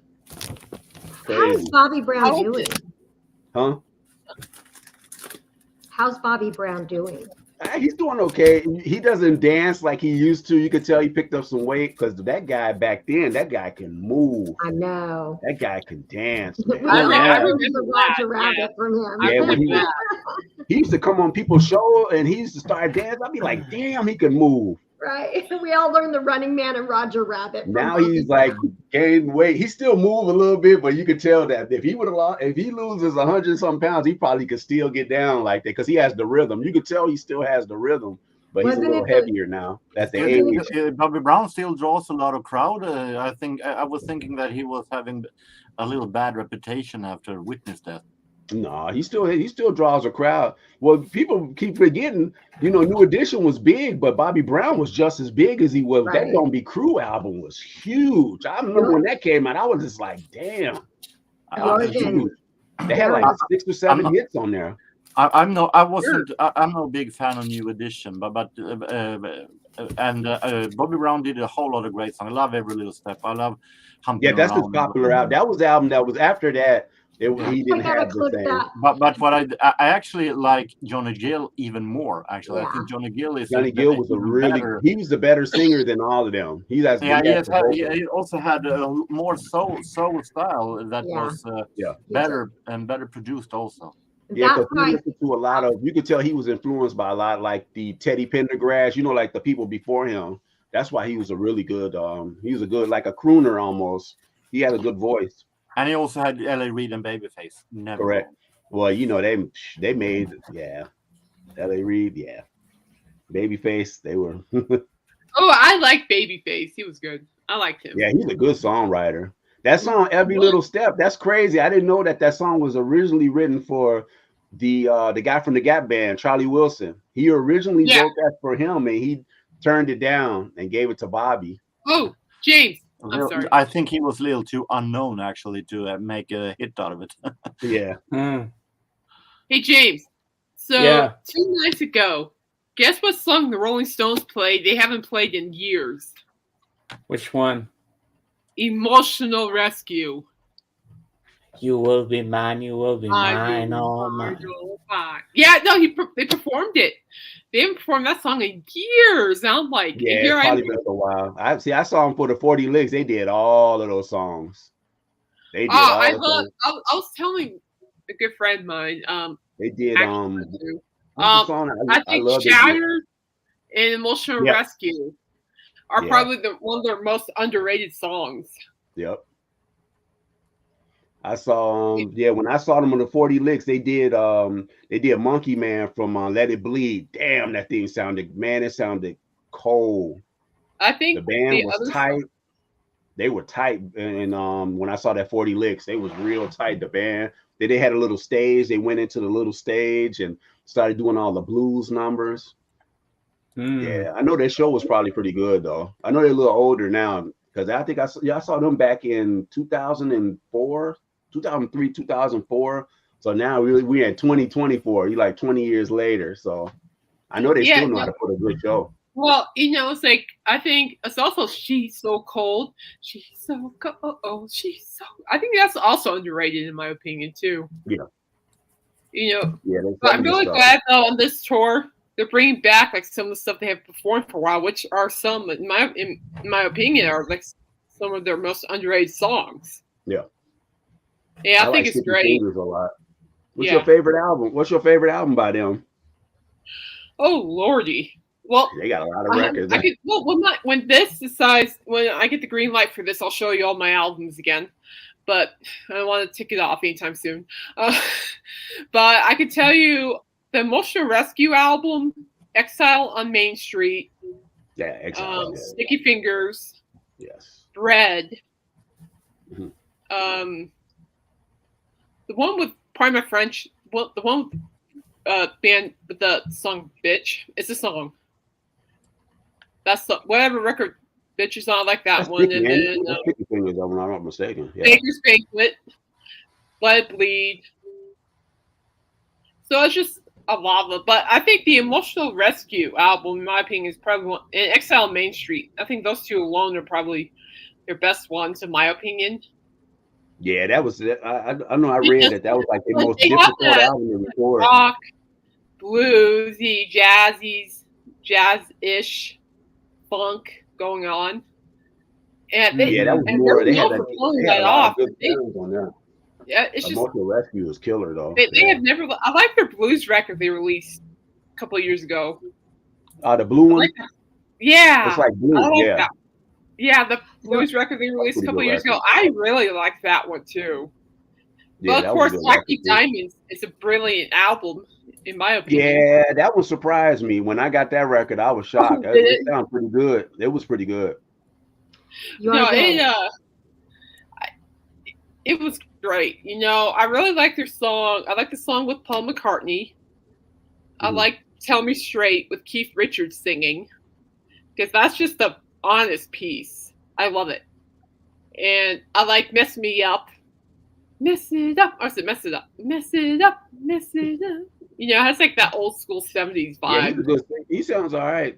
He sounds really good as a No, they all do, you know, and I think it's a blessing that they're still out there. People are still able to witness yeah, that the they still Rolling going. Stones. I Yeah. think that's equally important, Yeah, I especially like that today. song he made, Always Hear You Sigh. I like that song. Yeah, you know, Happy Diamonds is just so beautiful. It's a beautiful record inside out. And Yeah. It was well produced and well. It looked like they took their it's time to do it. my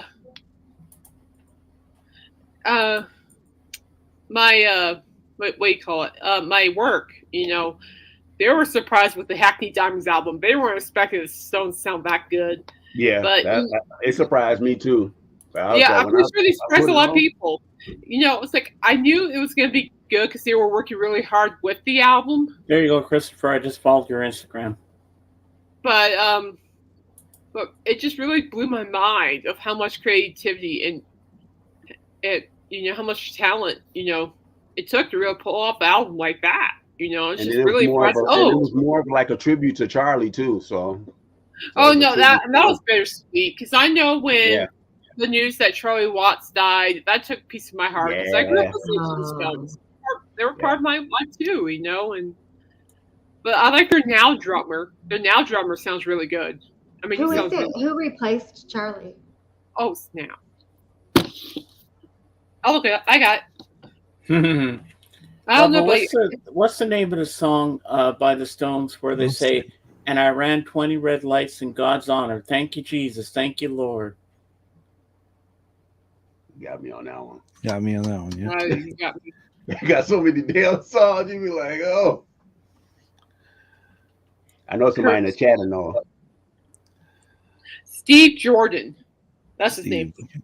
Steve Jordan is the current member for the Rolling Stones, replacing the late Oh yeah, Charlie that guy played with John Mayer. You know, he was John Mayer drummer. I know who John He Mayer played is. with John Mayer. He's Yeah, a good, he's he's right a here. good drummer.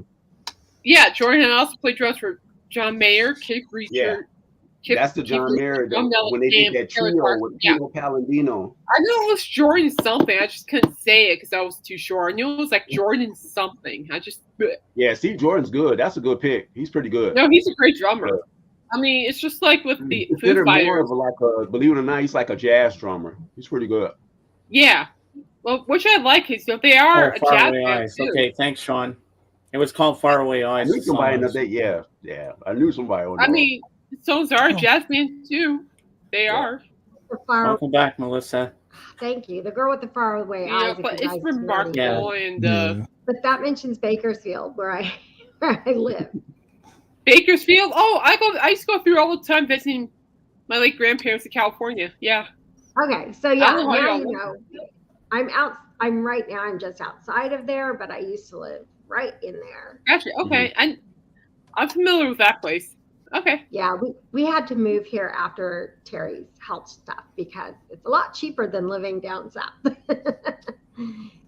I wanted to get that Stones box set though. My hometown's San Diego, so I wanted to get that Stones box set, but that I was like, the price. I was like, I couldn't. No, it's not cheap up here in Greeley. It's like for apartments. I was looking this up. It's like $3,000, depending on what size you're looking at. One bedroom's like $2,000 to $1,000, and it's $3,000 if you go upper. I'm like, shit. Wow.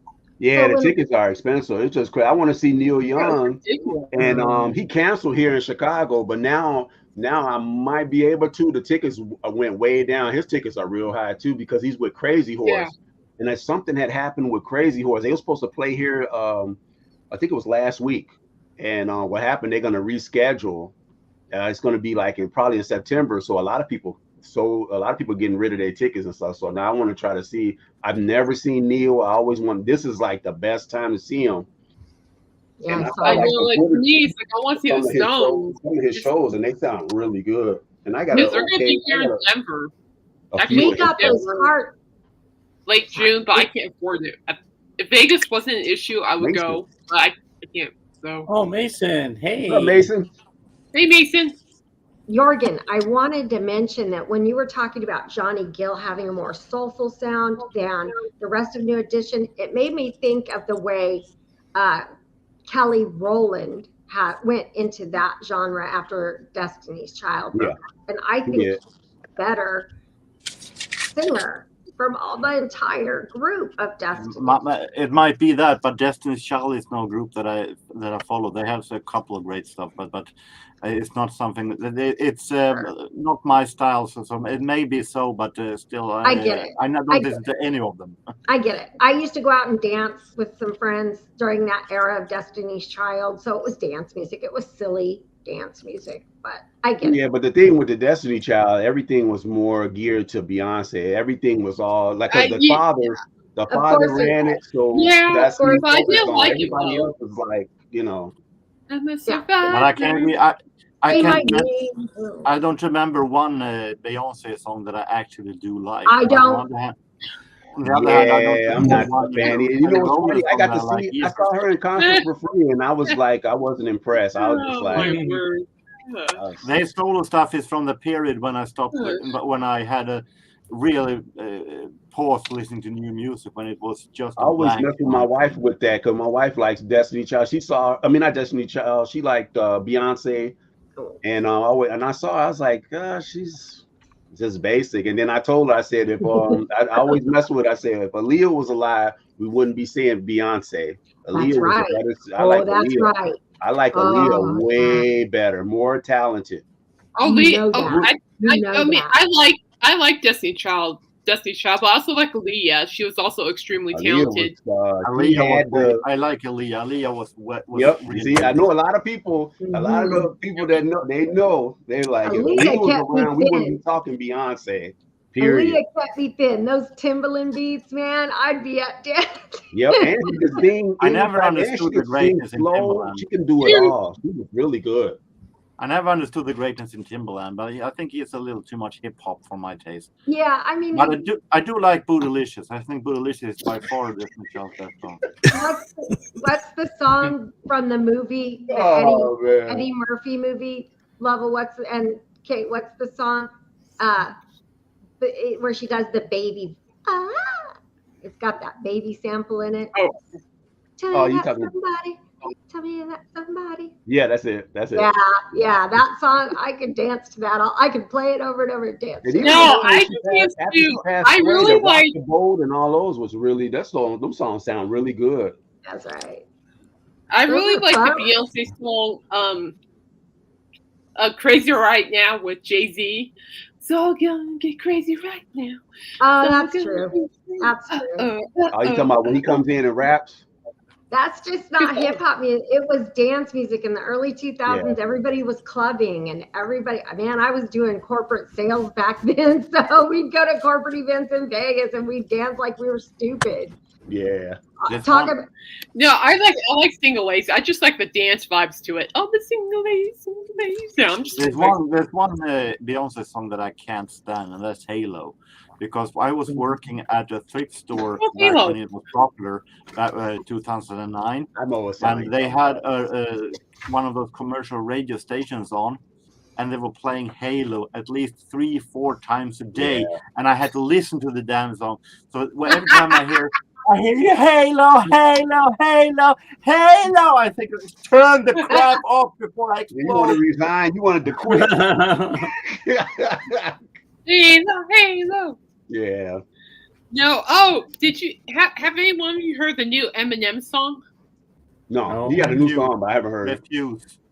I heard it's That's called Houdini. It is fabulous. And James, Slim Shady's back. I thought of you when I saw the music video. Slim Shady is back. Yeah. Oh no! What a disappointment! He was doing so well without that stupid character. Yeah, I heard he been talking about his daughter and stuff too. So It's Yeah. called if you can't get any more if you No, can't it's great get any because act popular his new today, song standards, Houdini, go back in they time. actually have some music from Steve Miller Band in there. yeah, They sampled him. Yeah, Abracadabra. Mason, did you see the Beach Boys documentary on Disney Plus? It was fantastic. Oh, you watched it, James? I watched it last Sunday. Oh my God, it was amazing. That's the way. No, That but this is what they should have done, not the American Summer or whatever, American Family, whatever movie that was, or the I other read one that about they it. did. This was the best. It had all the group. They all talked about how the band started and the situations, ups and downs, and everything. It was fantastic. really You good. have to see it, Mason. Those are some really good aspects about that documentary, James. But as a hardcore Beach Boys fan, I feel like they relied too heavily on telling the story of the early stuff and didn't really give enough focus to the later period. yeah. I like what you call it. I like Dennis. covered Dennis Wilson. World Pacific Depth. Ocean is What my the favorite. I fuck? like that record a lot. It's different. But I like how they started with the early stuff and how they started the band and went through all the different years. Yeah, no, they pretty much it's I would have actually preferred it, as lengthy as they were with the early period and Pet Sounds and all that. I would have actually preferred it in the format of kind of like what the Get Back documentary was, like a mini series. That way you could that way they had more time to keep going instead of, because it actually stopped right about the time that Endless Summer came out. I believe that's when they cut it. Oh, okay. Yeah, I got a couple of Beach Boys. I got Pet Sounds, and I have Surf's Up. I like Surf's Up a lot too. I like that period. Yeah, they didn't even cover that shit. For real? Which that post Pet Sounds up through probably Holland, 67 to 73 is I would say is my favorite era. Yeah, this is dope. This is the Beach Boys. I like this stuff here. The Surf's Up. And I like Dennis too. Actually, no, Did they talk about Dennis record, man? Pacific Ocean? Did they talk about what? Pacific Ocean? I think they might have. They did talk about surf, all that stuff. They did talk about that, but it was briefly touched upon. And Brian Wilson was pissed off at his dad when he sold their whole catalog. Yeah, I heard about that.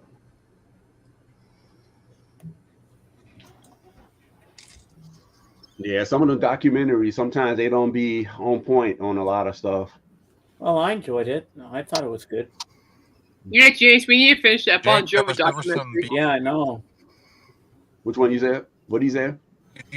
Thank you. Good night. The documentary on Bon Jovi. No, actually, they should have one. They've been around a long time. They put out a lot. No, there is one. It's on Hulu right now. Okay. And it's on Disney Plus for me. Yeah, for him. And so it's really good. We just need to finish it. But on Friday, we don't have to finish it right away. What we do is just talk about Bon Jovi on Friday because their new album's going to be released on Friday. Yeah. So I'm looking forward I to bet that. you can't wait to hear it. Are you going to have it on Spotify? Yep. They're going to drop it on Spotify. I'm going to listen to it a couple times, so I'm going to write about it on my blog. Nice. I wonder if they had a documentary on Aerosmith. Aerosmith been around a while. I'm sure there were a couple. Aerosmith. I know VH1 did a documentary on Aerosmith. It was a really good one, too. Yeah, because they've been around. They got at least 50 years under their belt. They got 50 years under their belt. Well, they're going. So they're going to be in Denver in November. I don't know if I'm going to make it, but we'll see. Yeah, I was thinking, are they touring with it? Are they still touring with the Black Crowes? They were supposed to be with the Black Crowes. They must have scrapped that. The Black Crowes are awesome. I love them. I think they're still talented. Their latest record's really good. Yeah, there was a guy that did a review on the producer Brendan O'Brien I was watching that the other day. It was because he worked with the Black Crowes. Yeah. He worked with it was Rick Beto. He does like reviews. He was interviewing. He did an interview on Brendan O'Brien. I've never seen. I'm familiar with all the records he did. He did the Black Crowes, Rage Against the Machine, Stone Temple Pilots, STPs. debut, and he did Pearl Jam too. He worked with Pearl Jam. Man, that was so interesting. It was like a 3 hour it was a 3 hour. He made, and you know what's funny? Brendan O'Brien played the solo on Too Hot to Handle on Black Crowes. He was that solo. I thought it was Rich, but it was Brendan O'Brien played the solo. I was just like, huh? Yeah. Now it's so stuck in my head. Thanks. I'm like, oh yeah, there is a solo. I'm like, oh, here it goes. Yeah, I got a couple of the Crows. I got the first Crows. I got the first 3 albums by them. I saw them some years back. The vocalist is amazing. I really like the vocalist. Yeah. Now, the Crows are opening for Aerosmith too, so that should be pretty good. Oh yeah, so that's what I was thinking about going, but I heard those tickets are expensive too. They are. But I saw Aerosmith twice though. I saw them with Monster Magnet opened up the first time I saw him, and I saw him with Cheap Trick. That was a pretty good show. Yeah, I'm gonna see Cheap Trick on 4th of July at our Stampede. And my very first time I saw Aerosmith, I only saw him once, which was a blessing. I saw him up in Cheyenne, Wyoming in 2015, and Living Color opened for him. That was phenomenal. That was the one concert. Living Color was the first group I saw. I've been to so many concerts. I went to that concert by myself. My wife was going to college, so I was picking her up from college, and I went to see the Living Color. I saw them. I went to a show by myself. I like Living Color. Living Color is really good. I had class listening to them. I have their first 3 albums. They were really good. Oh yeah, yeah, but they did great. Aerosmith, it was amazing. I enjoyed it. Oh yeah. If I can't make it in November, I'll just say I was blessed enough to catch them in 2015. So, James. Yeah. They also, Disney also released the soundtrack for that documentary. Oh yeah. Yeah, it's on all streaming services right now, but I'm not sure if they'll put it out like on vinyl or anything. They should. Are you going to get it? They probably will though. If they want to, make a few more, make some more money, they will definitely do it. I think they will. But it's the soundtrack to the documentary, but it's nothing exclusive that can't be heard on their other formats. Yeah. Well, on their other stuff, because it's all just their regular songs, but the ones that were used in the documentary. Mm-hmm.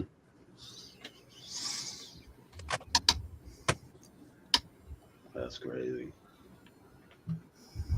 I'm going to show you guys something, and I want you to guess how much it was at the time when I got it on Amazon. I'll have to grab it. It's not a record. It's a Blu-ray, a video. Here we go. I missed the Amazon. I used to buy a lot of used records on Amazon. I used to get some steal of a deals on there. Oh yeah. I found the Noi record on there. They were selling for $30 in the original UK Noi 75. Oh wow.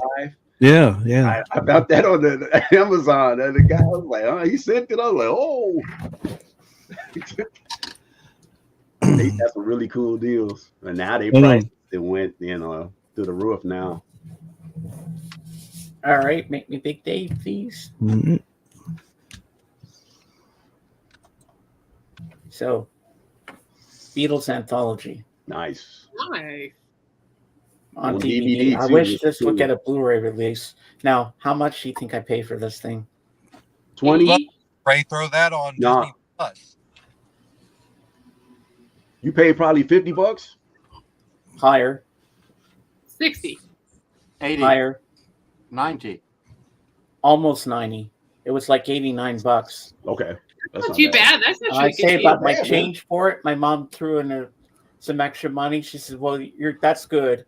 you saved up for it, but I'll throw in a bit more if it's a little bit more because I know you wanted. Yeah, that because for I so think that long. one runs like one something, if I'm not mistaken. It's over 100, if I'm not mistaken. And now I'll show you. Whoa, wait, whoops! I'll make myself big again. I didn't finish showing you the actual box set. So we have the first one, part 1 and 2, and this is what it looks like inside. The apple. I like that. Cool. Then we have the next disc, which is part 3 and 4, and we have the same thing.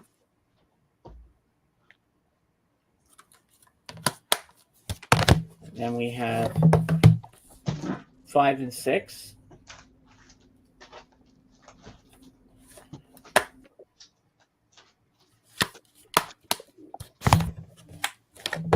Then 7 and 8.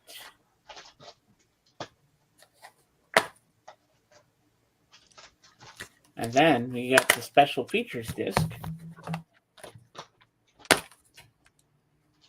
Then the apple opens. And on this one, you get, what's on this one? Should say in here in the booklet.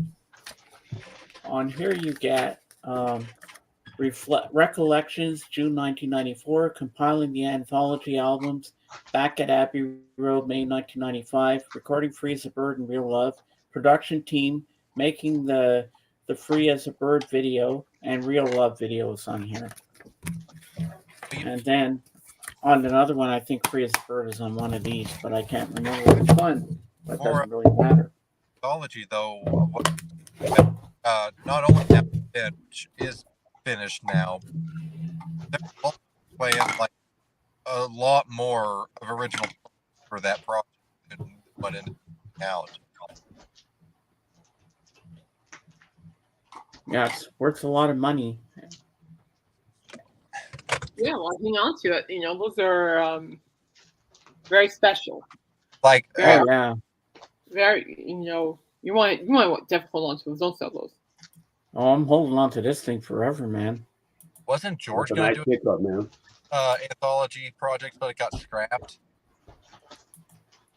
What? I feel like George was going to do a song for that anthology project, and it got scrapped. Yeah, it was Now and Then. No, not listening, James.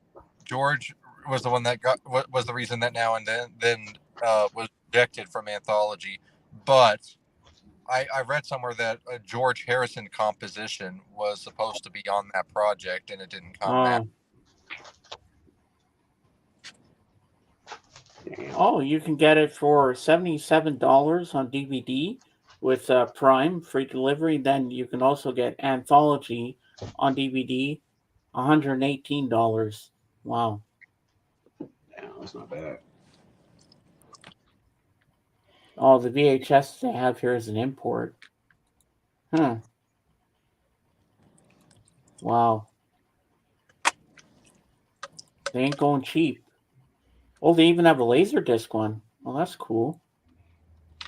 I was tripping. I used to trip on those laser discs. I got a buddy that still collects those. I went over his house and I was like, man, they show really good. They still show pretty good. Those laser discs show pretty good. It just looks like a big old record though, but they show really good. Yeah, that was I think that was their new version when they made it smaller for DVD. Right. I heard that. What was that? No, nobody, nothing. Oh, okay. Hey, No, Marissa, it was just Alice eating weed today. Social media making me think. That's what I'm thinking over here, guys. So if I'm looking like this, it's because I'm thinking. I'm like, oh man, he just challenged me to think. I'm like I can't touch you in my final because I haven't got the green light yet. So I'm like, You haven't got the green light yet? Not yet. I'm halfway there. I got Tuesday. I have another PT session. Then I don't have to be back for 4 weeks. And I'm like, so yeah, I I'm was a still month. doing I was a all my month work. away from mine. Almost 2 months away from mine. Man, that was horrible. This is I just have Anyway, to get this over. So. But I got to go back to work. Also, take care, everybody. Take care, All right, Mason, see you, man. Mason. Take care. Dark Wizard Room. I What's got- shaking? See you later, Mason. Of the 3 CD sets anthology back Nice. when they came out, and the TV show showing on of. Oh wow, that's cool. Those are cool. Man, I wish I could have got. I remember seeing those on vinyl, and now it's like, man, I don't even see those around anymore. Well, I'll tell you one thing. JJ, my friend JJ Lavelle, he's got all 3 anthologies on vinyl. Oh, I know JJ. You talking about from Milwaukee, JJ? Yeah, Milwaukee, Yeah. JJ, yeah. Yeah, I always go up to his neck of the woods up there. I go up there. That's why I used to find a lot of stuff. I still go up there all the time. I like digging in Milwaukee. Milwaukee got some really cool stores. Well, you should hit him up, and maybe you could go record shopping with him. Yeah. You should. You guys would have fun. Yeah, I wish he'd come down this way too to see me. I Of definitely. course, he'd have to pick me up because I don't drive. Yeah, I just rent a car, or we can Uber. Like everybody Yeah, else we could do, Uber and go. Oh, I Both use places. Uber all the time. Oh yeah, Ubers. That's when I went to LA. That was what I Ubered around. I just Ubered around from Hollywood downtown all the way around. I was Ubering to Santa Monica Beach. That was pretty cool. Because LA was a tripped out place. The way it's so spread out. I was like on the other. It was just crazy. I checked out Amoeba. I went to the old Amoeba. Now it's because I went in 2019. Now it's the new Amoeba. I haven't been to the new one. Amoeba was pretty cool. That place was like a giant warehouse. CDs, everything you want, they have there. They had CDs, DVDs, a VHS, you name it. Oh That place wow! was huge. You still have your original ones that you taped from the TV? I lost mine when I taped it Really? off the TV. I don't know what happened to it. Yeah, But yeah, that's certain, nice to like, still have that albums- was Dark Wizard. Mm.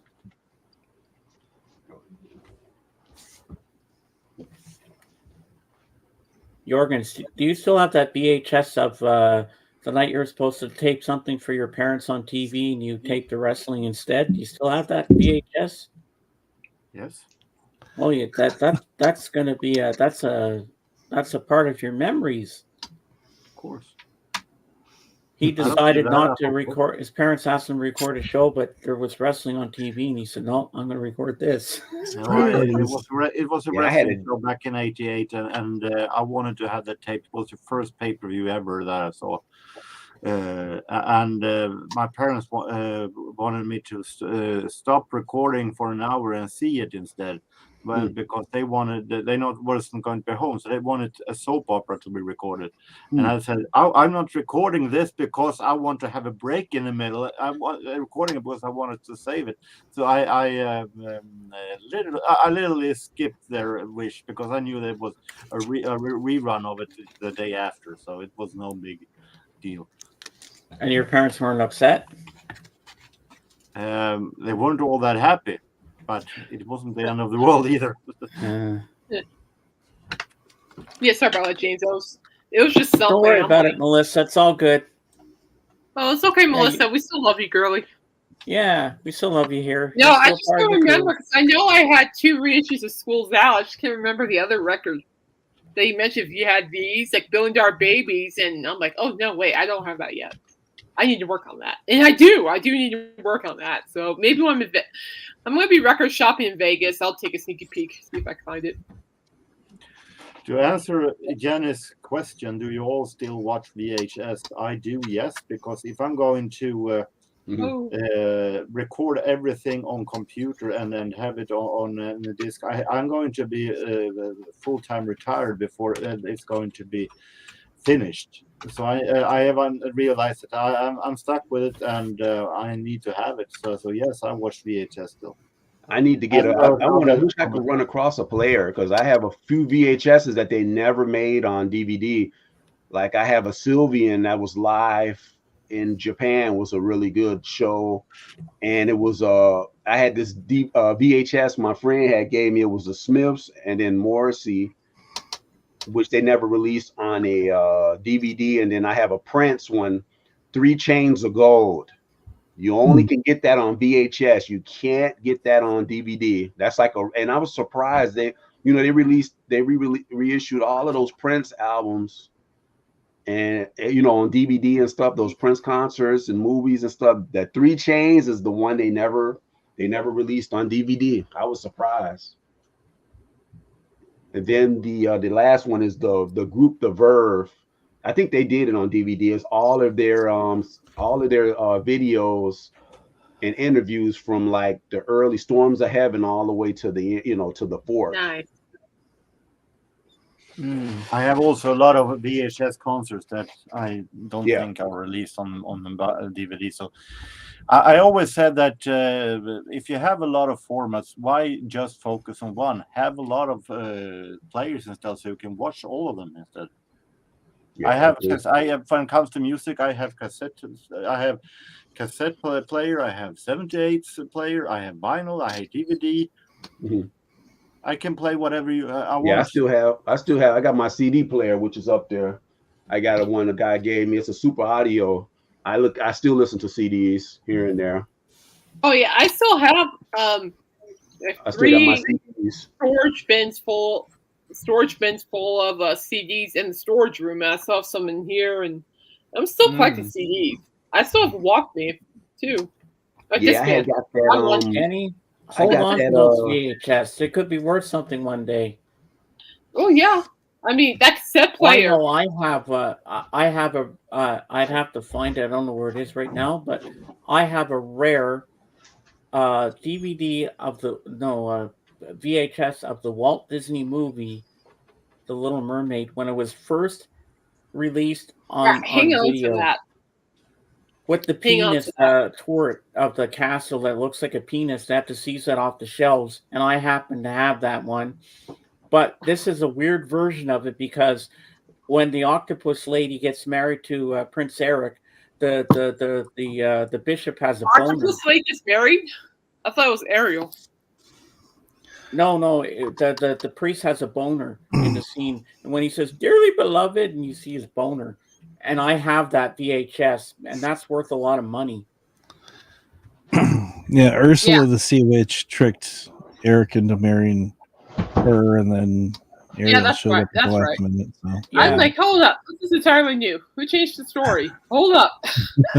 Yeah, like this CD here. I'm like, what? I had bought this. This one has the rare and unreleased tracks from Wish. This one has the Lost Wishes on it.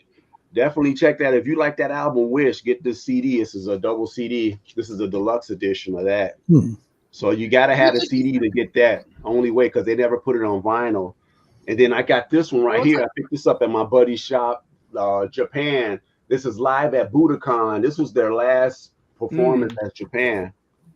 This has a lot. It's that's pretty cool. I like that. Well, check this out. I found this at the thrift store for like $5, and it works perfectly. Oh yeah, nice. This is I looked it up. It's a 1988 or 89 Japanese mono cassette player.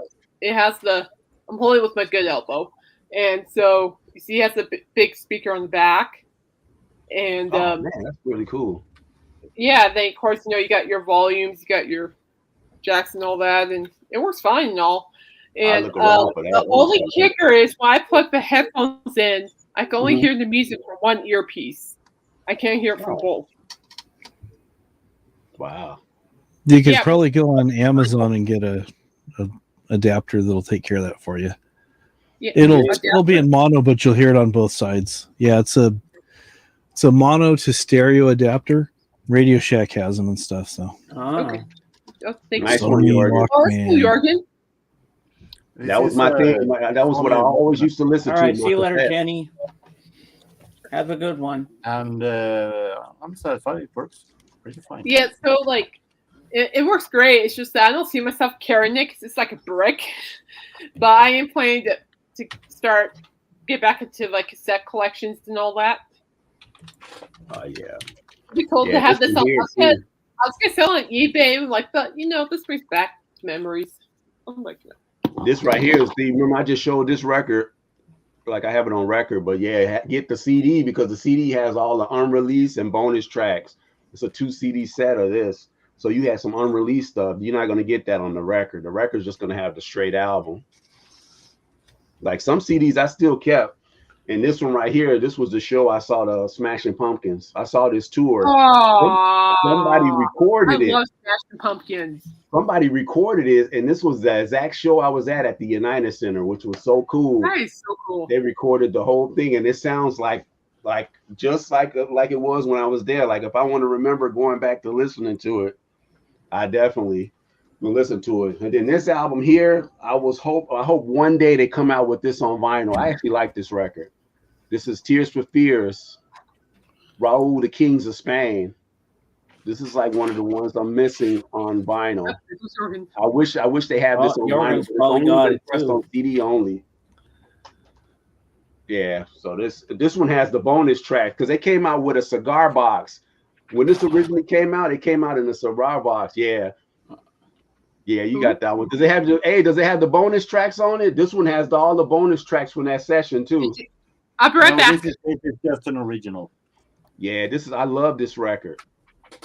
It is very underrated because very I'm not underrated. Say that it's most logical lyric. I think the lyrics in the single "The Roland Sings Kings of Spain" are very weird, but the song itself is really great, and the album is very underrated. It is very underrated.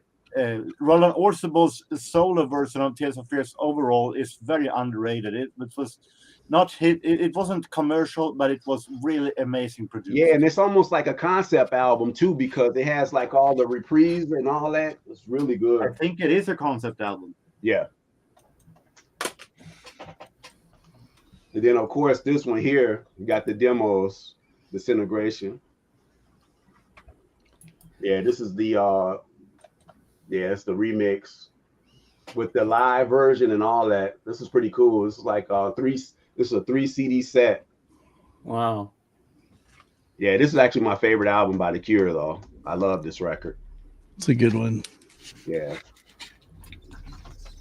Hmm. Yeah, so some formats I still kept, like those CDs, I definitely still kept. Yeah, that Tears for Fears, I would love for that to come out on record. But I'm pretty much. I actually also have a solo album from Roland Orzabal. Yep, he did. And I have to say that the song "Bullet for Brains" is definitely an amazing song. I don't have that record. I don't have that album. That's the one I need to get. That one. I remember that album. I don't have it, but someone recorded it. I have it. Like somebody recorded it for me. I had a buddy that has. He had it.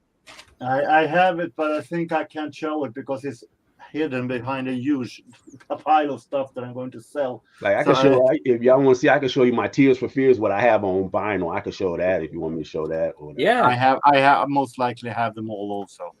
I have songs on the Hurting. I have the songs on the Big Chair. I have Seeds of Love. I have the one I'm lacking is the latest ones.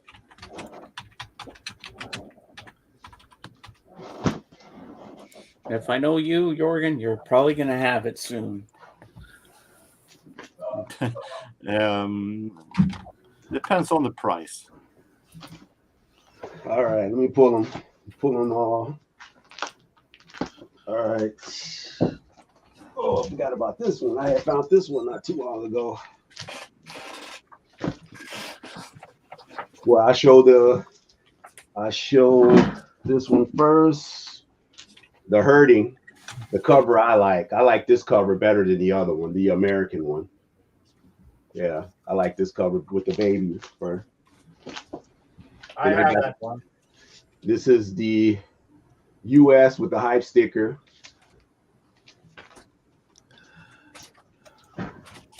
The Mobile Fidelity.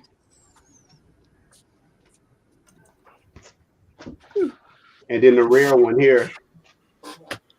The Steven Wilson mix. Very underrated. It's a rare one here.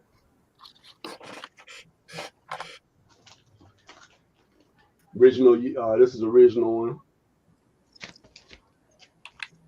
Thanks, Dave. And this one here. Gotcha. Thank you. The MoFi. And the one I found this year, whoo, I was so glad to find this one. This is a Brazilian press, but it sounds amazing. Elemental. Tough one to find. The latest. And I'm missing, there was a record store day. There was a record store day one that was live. I did get this one though. My buddy got tracked this one down for me. I reckon it was. Yeah. Yeah. Wow, So nice. those are all the ones I have. That's it. Hey, that's cool. Yeah, I was floored when I saw this in the shop in the western suburb. I was floored. I saw it as soon as I went in the, like that blue, Wow. just like, I'm like, damn, this is it. This is the one I want to get. How much for it? Ended up trading some records for it. I didn't pay that much for it. Yeah.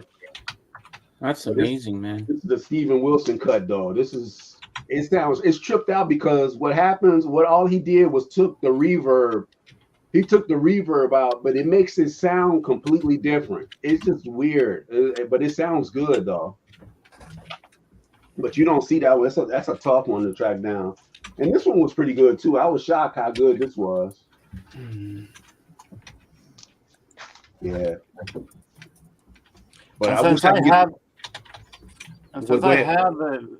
The ones I have, you already have. I can conquer with showing the 45. The 45s are nice. Go ahead, show them 45s, man. All right, go for it, man. Change. I like that. Look how young they was, man. It's cool. Yeah. Yeah, they were And young. interesting is, Yeah. look at Roland Orsable right now. He looks like something from The Lord of the Rings. Yep. The way you are from the early. Nice. I can see that. Sure. One of my personal favorites, Pale Shelter.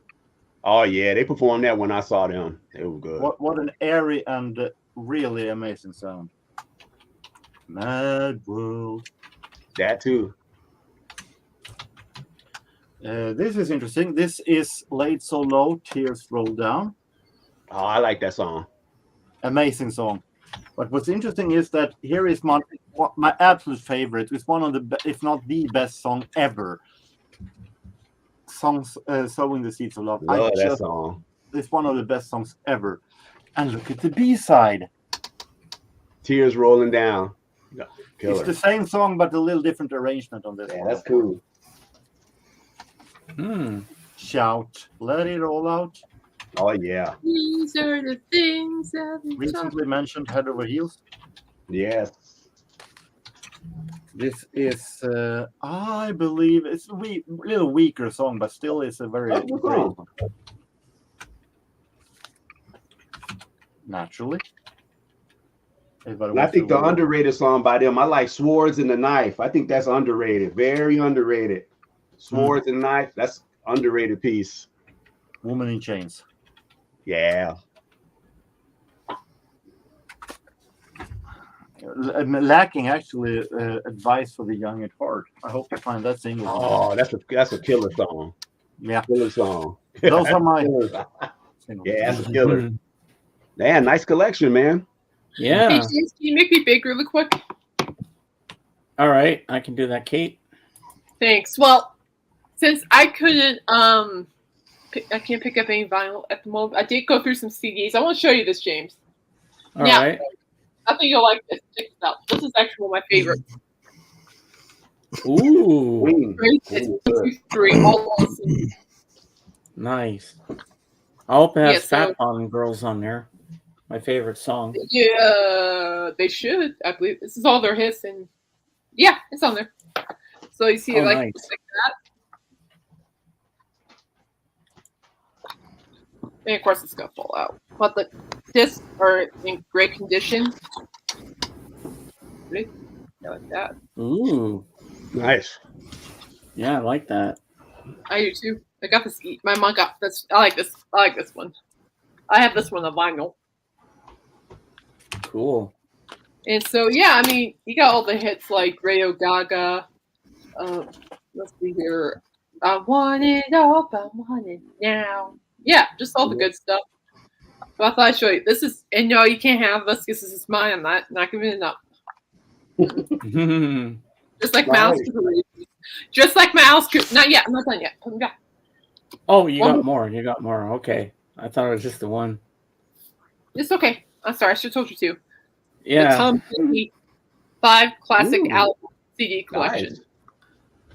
So you have, it shows you on the back, like, this is old, so, but you can see all of them. So I'll just take them. I'll show you real quick. Yeah. So you got this one. Oh, I love that song. I mean, I love that album. I mean, That's a I have killer that. album. Actually, I have 2 copies of that. That one is amazing. Into the Great Wide Open. It love is. that. I agree. This one's Great record. By I far had- the best album that Jeff Lynne produced. Yep. That one. This one's probably my personal favorite. One of my personal favorites. Is that Dan the Torpedoes? No, the Yeah. Torpedoes. You know, it has like Refugee on there. Yeah, Refugee is killer. And this one too. This is a good one. So now you can make me small. I just wanted to show you. And we were talking about thrift stores earlier. You can make me small, James. You're good. Mm-hmm. Okay. You're good.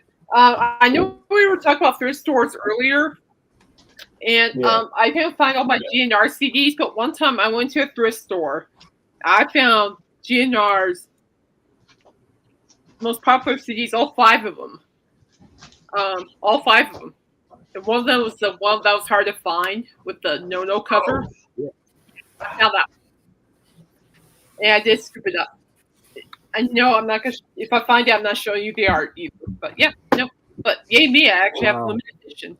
So, but I was like, somebody gave me all these Guns N' Roses CDs. I'm like, why would you do that? This is a good album. This is a great album. And no, I think I'm just gonna scoop up all of them.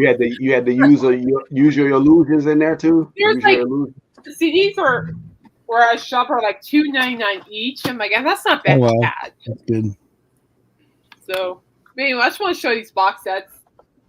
Yeah, do that's not pretty kill- cool. These do not kill my elbow. So, but I love both of these very much. These are just awesome to have. Now, Lovell, I got a question for you. Mhm. Do you have a lot of Simon and Garfunkel?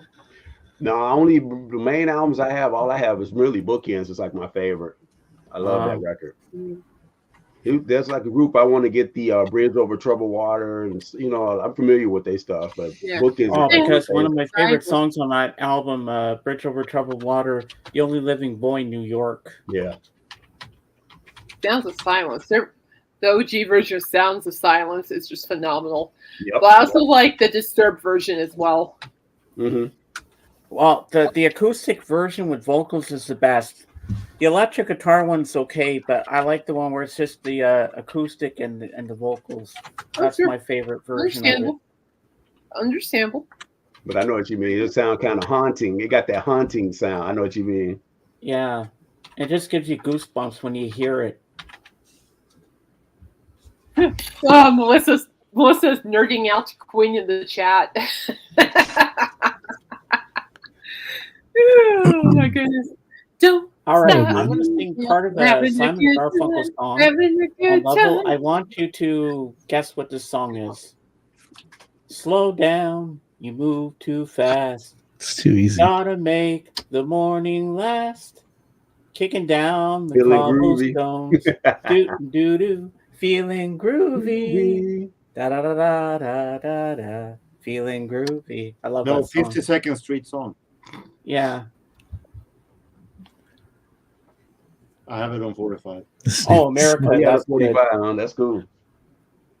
The Snoopy song. And then I can show you what I have by Neil Young. A few things. I only have a few Nice. things.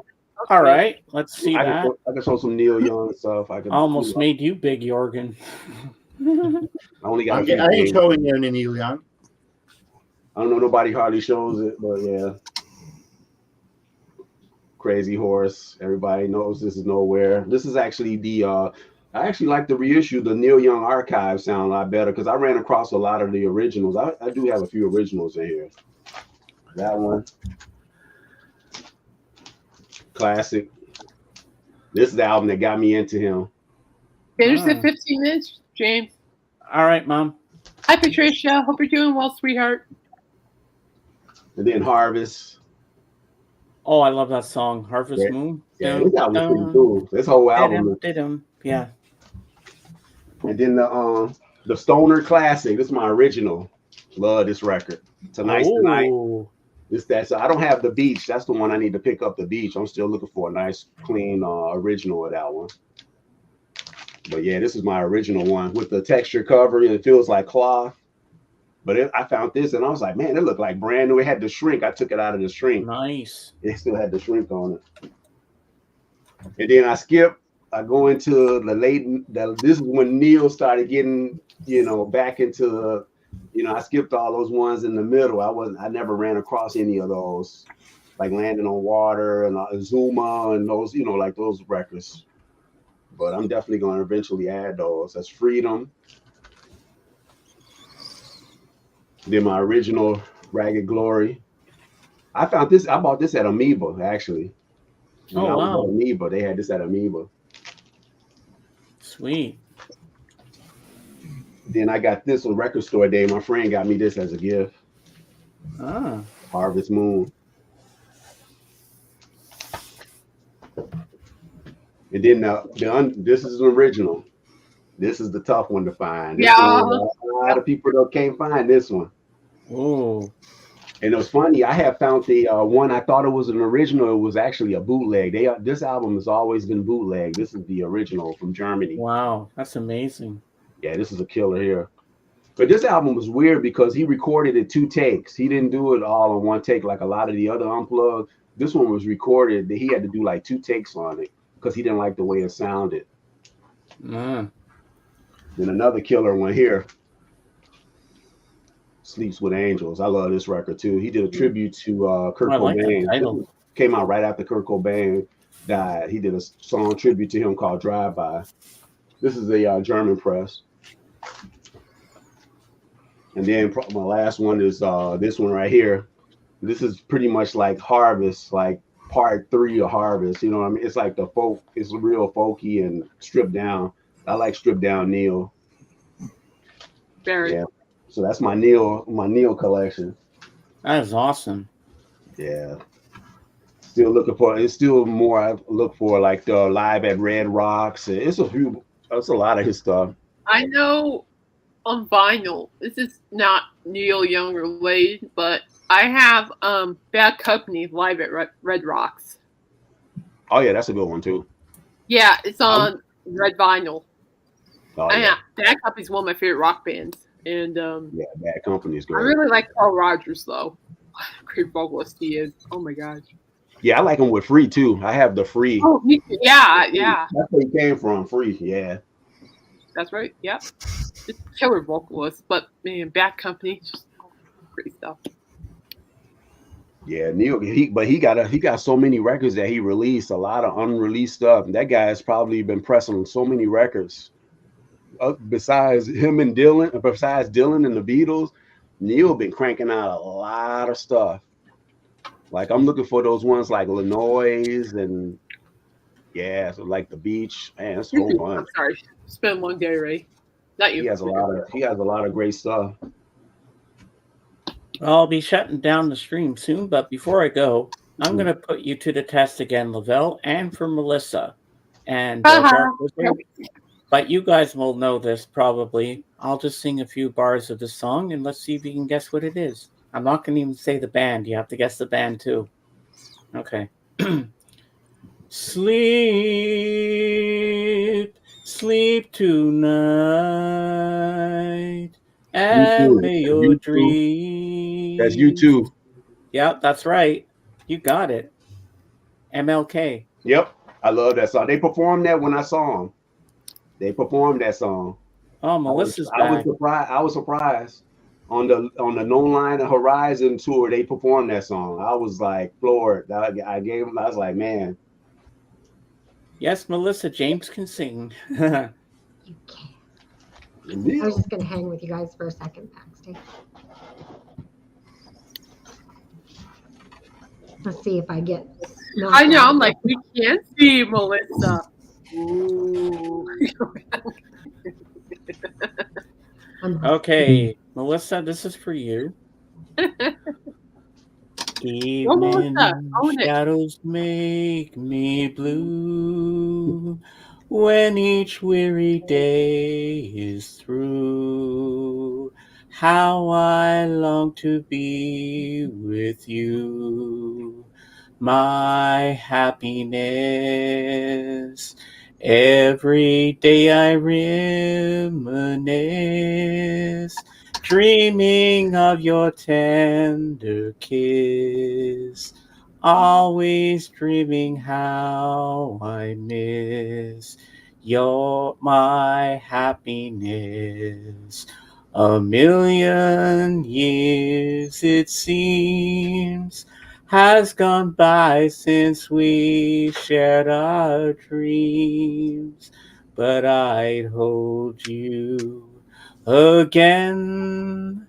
There'll be no blue memories then, even when skies are gray or blue.